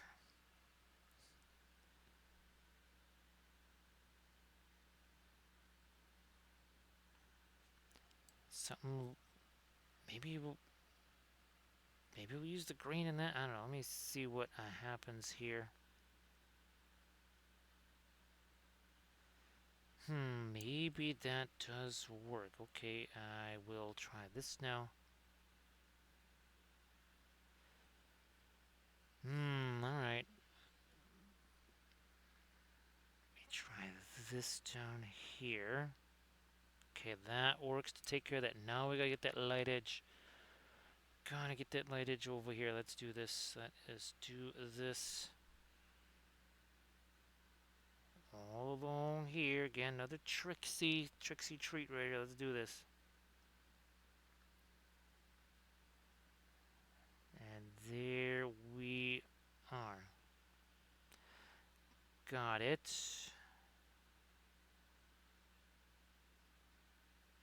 Yeah, like that. And now we will grab some of our light bluish. Great, come on. Shoulder here.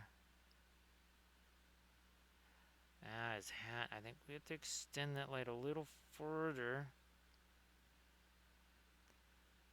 Like you do.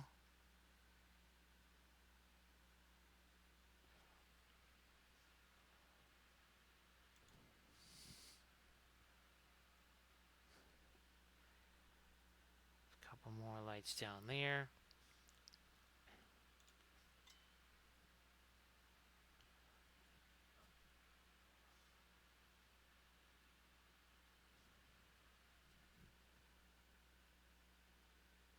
And we'll... Yeah, even though with this, technically there would be some orange light there, we have to, I think, let our blue light overpower that. Now, speaking of blue light here, his face, I do think, should get a little bit here. Like we got on his beard and his mustachio. His cheek there should probably get a little, well, a little hint, not that much. Okay.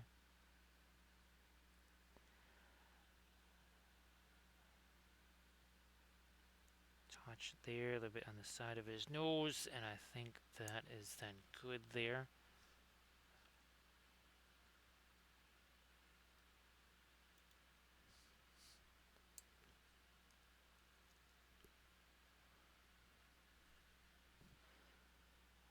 So yeah, I think let me try a little bit more of this dark here.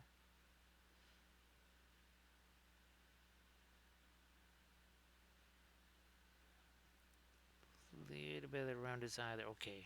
And maybe we'll try this one more time. Let's see if we can make this work a little better than the first.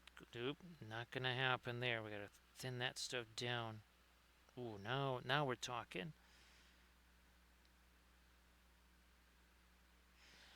Yeah, this unfortunately, this one right here, this is getting kind of on the beat up side. This is almost entering some retirement stage right there. But I do think, well, now as it is 5 o'clock in the morning here, and we've been doing this for 5.5 hours, I do think we're gonna head on over to well, a new person here, I think, for rating purposes. But man, oh man, this is again, all these are the Eldritch Foundry ones. Now, thanks, Camda. Appreciate that. And here is Boz. There's your blondies right there, Boz and Legolas right there. And then, of course, there's your natural sprinter right there. There's your Gimli. And again, we will be doing some hobbitses later today. Just well, let's see. If it's 5 in the morning now, so 12, so about 17 hours from now is we'll be back at this doing the rest of our fellowship. So I do want to say thanks for all the bits and the subs, follows, cheers, and raids. We had the raids too, so appreciate all that. Thanks again, Camda. We'll be seeing you later. Thank you so much. And of course, Rico, sorry to be like hello and goodbye here, but I'll shoot you messages after the stream. Actually, I'll show you. Hopefully, we get some good results from the Zarek and Kane flats there. So I'll shoot you those results right away. And again, we will be right back at it. Oh, see you later, Chef Berber. Thanks again for being here. And again, there's Frodo, so he's gonna have his nice glowy sword and all that kind of good stuff. So Hobbits is very soon. Let's get a raid countdown underway because that takes a little while. Takes a little while to do that. And again, there's Boromir with the fabulous shield, and again, all of our nifty little cloaks right there, swords, all the good stuff. So thanks again, everybody, and I will see you later.